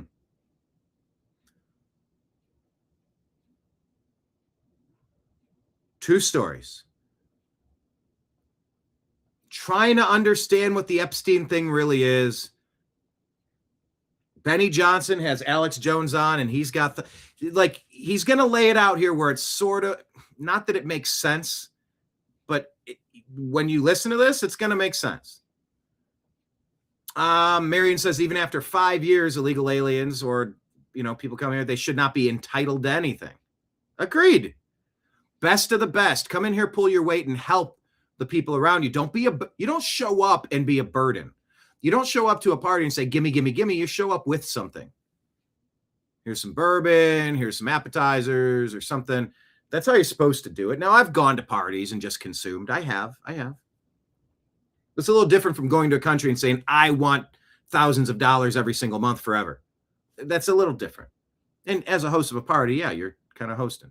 If you want to put a tip jar out and you're like, hey, help me pay for some of the, or you have some $10 at the door. You have a doorman at a party, at a house party, free beer. Okay, $10. All right. That's done deal. All right. No, there's no entitlement for illegal aliens or for immigrants. Like you should. No. Like we got to help our own, put on our own oxygen mask before we attempt to help others. Like Leon says about the Rogan interview with Rand Paul says, come on, Joe, if it's wrong and you know it's wrong, don't do it. Exactly. Marion asks, will my Kenya driver's license work? Nope. There you go. It says I'm born in Kenya. Look,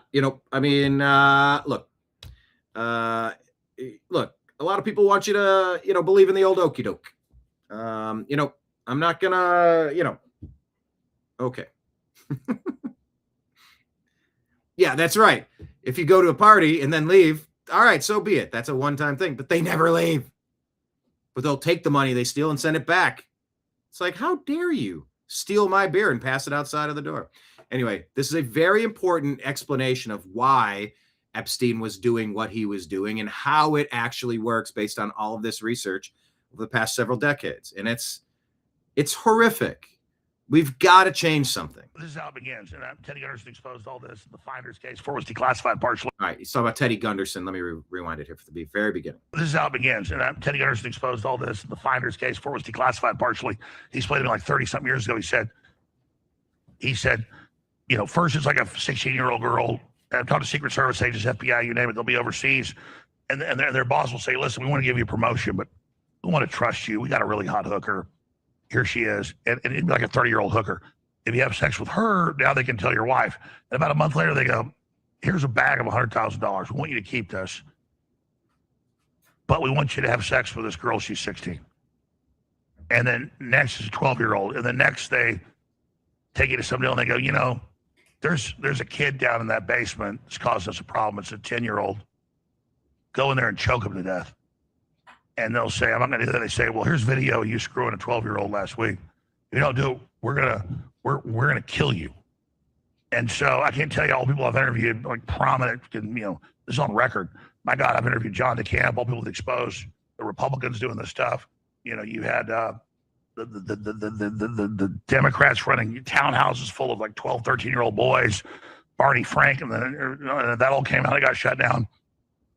And they come to you at the end and they say, and the people that are into this, like later, we're talking about billionaires, they go, listen, sometimes they call you up and they go, I want you to come to my house and I want you to wash my dishes and mow my yard. And it might be an intelligence operative who lives in $1 million house versus some billionaire. And the billionaire has to come over and literally clean their toilets. And then sometimes that's that black eye club. It doesn't mean every time you have a black eye it happen. Sometimes they're like, hey, come to this meeting. You go to a bar, go to the top of a building, and they just beat you up. It's all about raw.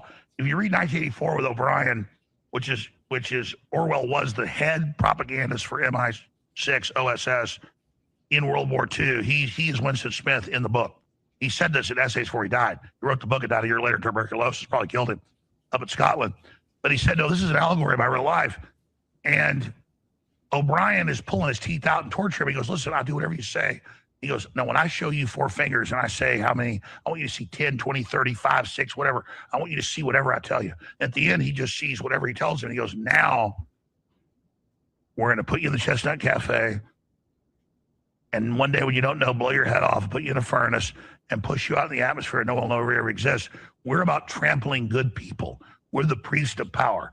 You want to image the future. It's a boot stomp in the human face forever. So you ask, why do they do this? It's their religion. He named his bank accounts after Baal that you sacrifice children to. To them, it is about being evil. The destination is the journey. The journey is the destination. So for those of us that just want to go home and be nice and like are happy people and, want to sit around and, play a game of, cards or whatever, we aren't of their world. We are not of their satanic system, so we don't understand it. And that's the blind spot in how they operate. Energy shots have been all the rage for decades because they really work.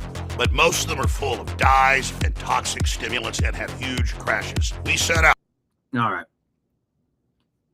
Does that make sense? Sort of makes sense to me. It's awful. But it does sort of make sense. Oh, two more. Two more. This one, and then just that funny one with that ICE person blocking the streets. It's so funny. I'm getting really tired of non-Christians trying to weaponize Christianity so that they can get you to sit down, shut up, and push their garbage at you. I am not having it. I am not tolerating it, and neither is Speaker Mike Johnson.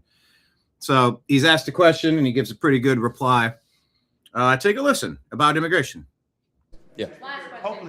Pope Leo has cited Matthew 25:35 to critique Donald Trump's mass deportation agenda. How would you respond to Pope Leo in Scripture? So you want me to give you a theological dissertation? All right, I'll tell you what, I'll post it on my website later today, but let me give you a quick summary. Borders and walls are biblical. From the Old Testament to the New, God has allowed us to set up our civil societies and have separate nations. Immigration is not something that's frowned upon in Scripture. In fact, it's welcome. We're going to welcome the sojourner and love our neighbor as ourselves. But what's also important in the Bible is that assimilation is expected and anticipated and proper. When someone comes into your country, comes into your nation, they do not have the right to change its laws or to change its society. They're expected to assimilate. We haven't had a lot of that going on. When people cite passages out of the Old Testament, they say, well, you're supposed to take care of the sojourner and the neighbor, treat them as yourself, welcome them in. Yes, but that is an admonition to individuals, not to the civil authorities. The civil authorities are given authority under Scripture to maintain order. Romans 12, you want to do this? Romans 13 says that the civil authorities are God's agents of wrath to bring punishment upon the wrongdoer. And it says if you do right, you have no fear of the civil authorities, but those civil authorities are necessary. It's a calling. It's a calling to maintain order in society, and we have not had that. When Biden and Harris opened the borders wide for 4 years, we had as many as 20 million illegals come across the country, and we all know many dangerous people, hardened criminals, child molesters, rapists, murderers, all the rest, terrorists who came into the country. We did not take care of our borders. Sovereign borders are biblical and good and right, and they're just, because it's not because we hate the people on the outside, it's because we love the people on the inside. We should love our neighbor as ourselves, as individuals. But that part is so good. It's not that we hate the people on the outside, it's that we love our people on the inside. Many dangerous people, hardened criminals, child molesters, rapists, murderers, all the rest, terrorists who came into the country. We did not take care of our borders. Sovereign borders are biblical and good and right, and they're just, because it's not because we hate the people on the outside, it's because we love the people on the inside. We should love our neighbor as ourselves, as individuals, but as the civil authority and the government has to maintain the law. And that is biblical, and it's right, and it's just, and I'm happy to have this lengthy debate with anybody any time they want to, and I'll post on my X page the longer dissertation on that for you today, okay? Thank y'all so much. I think it was about Pope Leo said this. Yeah. Pope Leo has cited Matthew 25:30. Okay, Pope Leo. Now, when I said my complaint about non-Christians criticizing Christians and telling us what we may and may not do, using it to get us to weaken ourselves so that we can be invaded or abused, I'm not tolerating it. Now, obviously the Pope would be considered Catholic. Some people consider Catholics to be Christians. I guess maybe many or most would. Some consider that to be a cult of Catholicism. Wherever you land on that one. Obviously, that I don't think the Pope would qualify as a non-Christian telling Christians how to weaken themselves and do stupid things because, oh, I can quote I got a verse, I found a verse, and I got you. No, you don't got us. And we've had to endure a lot of woke popes over the years. And by the way, Jewish family services and Catholic family services have been amongst the biggest criminal invaders, treasonous, many would say, encouraging people to sneak into America, illegal aliens. Huge money making for Jewish family services, Catholic family services, etc.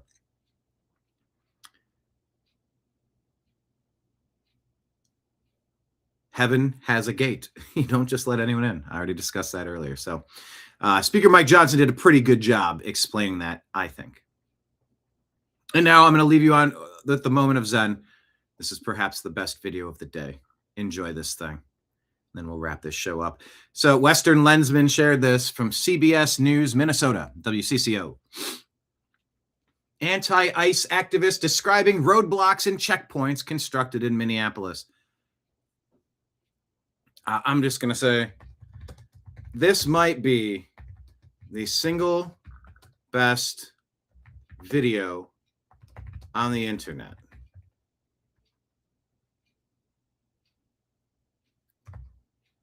The AWFL mind virus summed up perfectly with this ridiculous narrative. Enjoy and share widely. Okay, here we go. We are literally creating a place that we know who's coming and going in and out of our neighborhoods. In the middle of the road at 32nd and Cedar Avenue, a makeshift roadblock turned this intersection into a roundabout.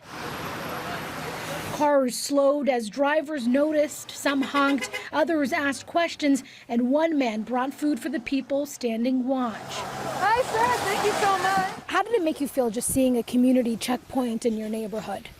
Well, you know, it felt fine. I don't have any trouble with folks helping out. Wade Haynes has been standing at this corner twice a day for one reason: to stand up against ICE activity and keep his community safe. Because they're trying to determine who's in the country.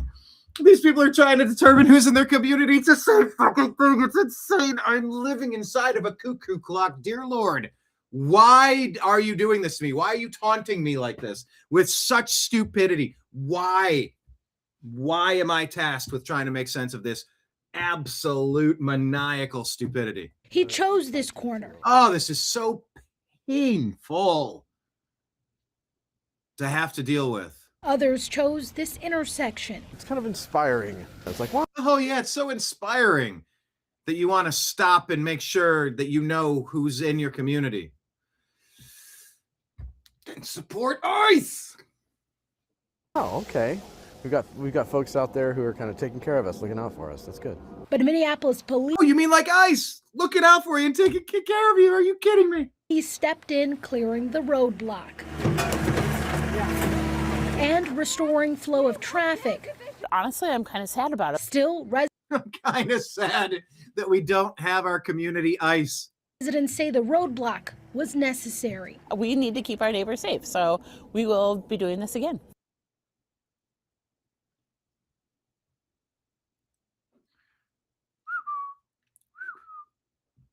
We need to keep our community safe, so we'll be doing this again. You're doing the ICE job. Oh my God.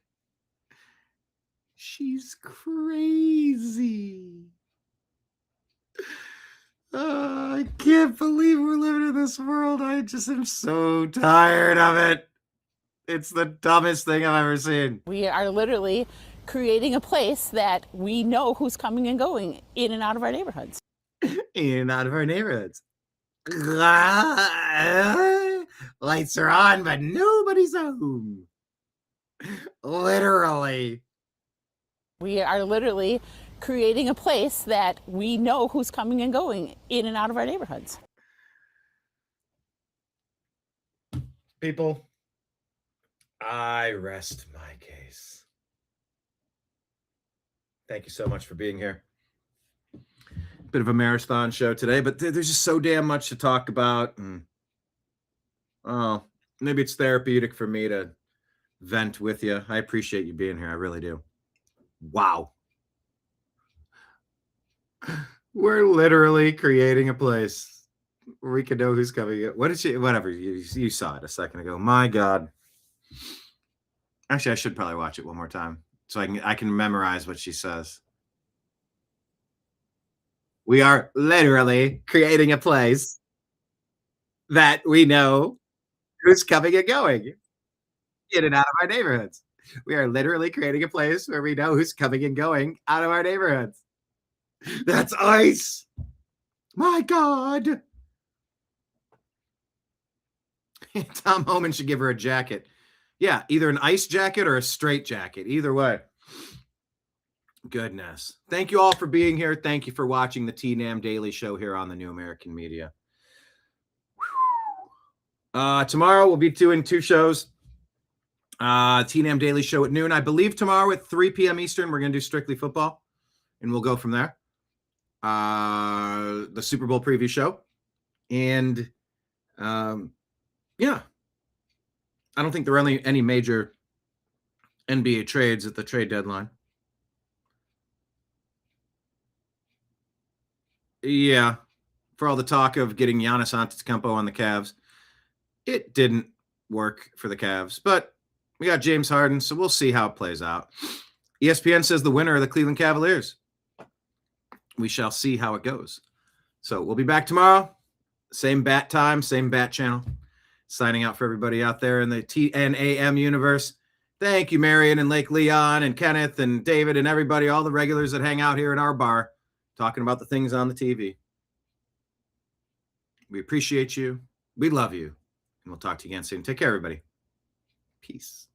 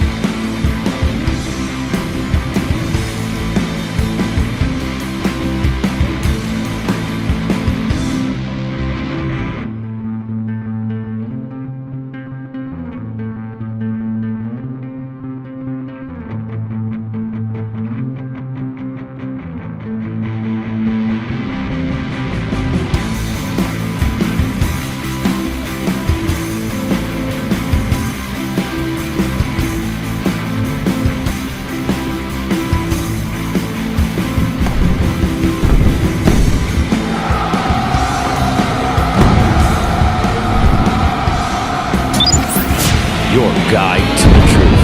TheNewAmericanMedia.com.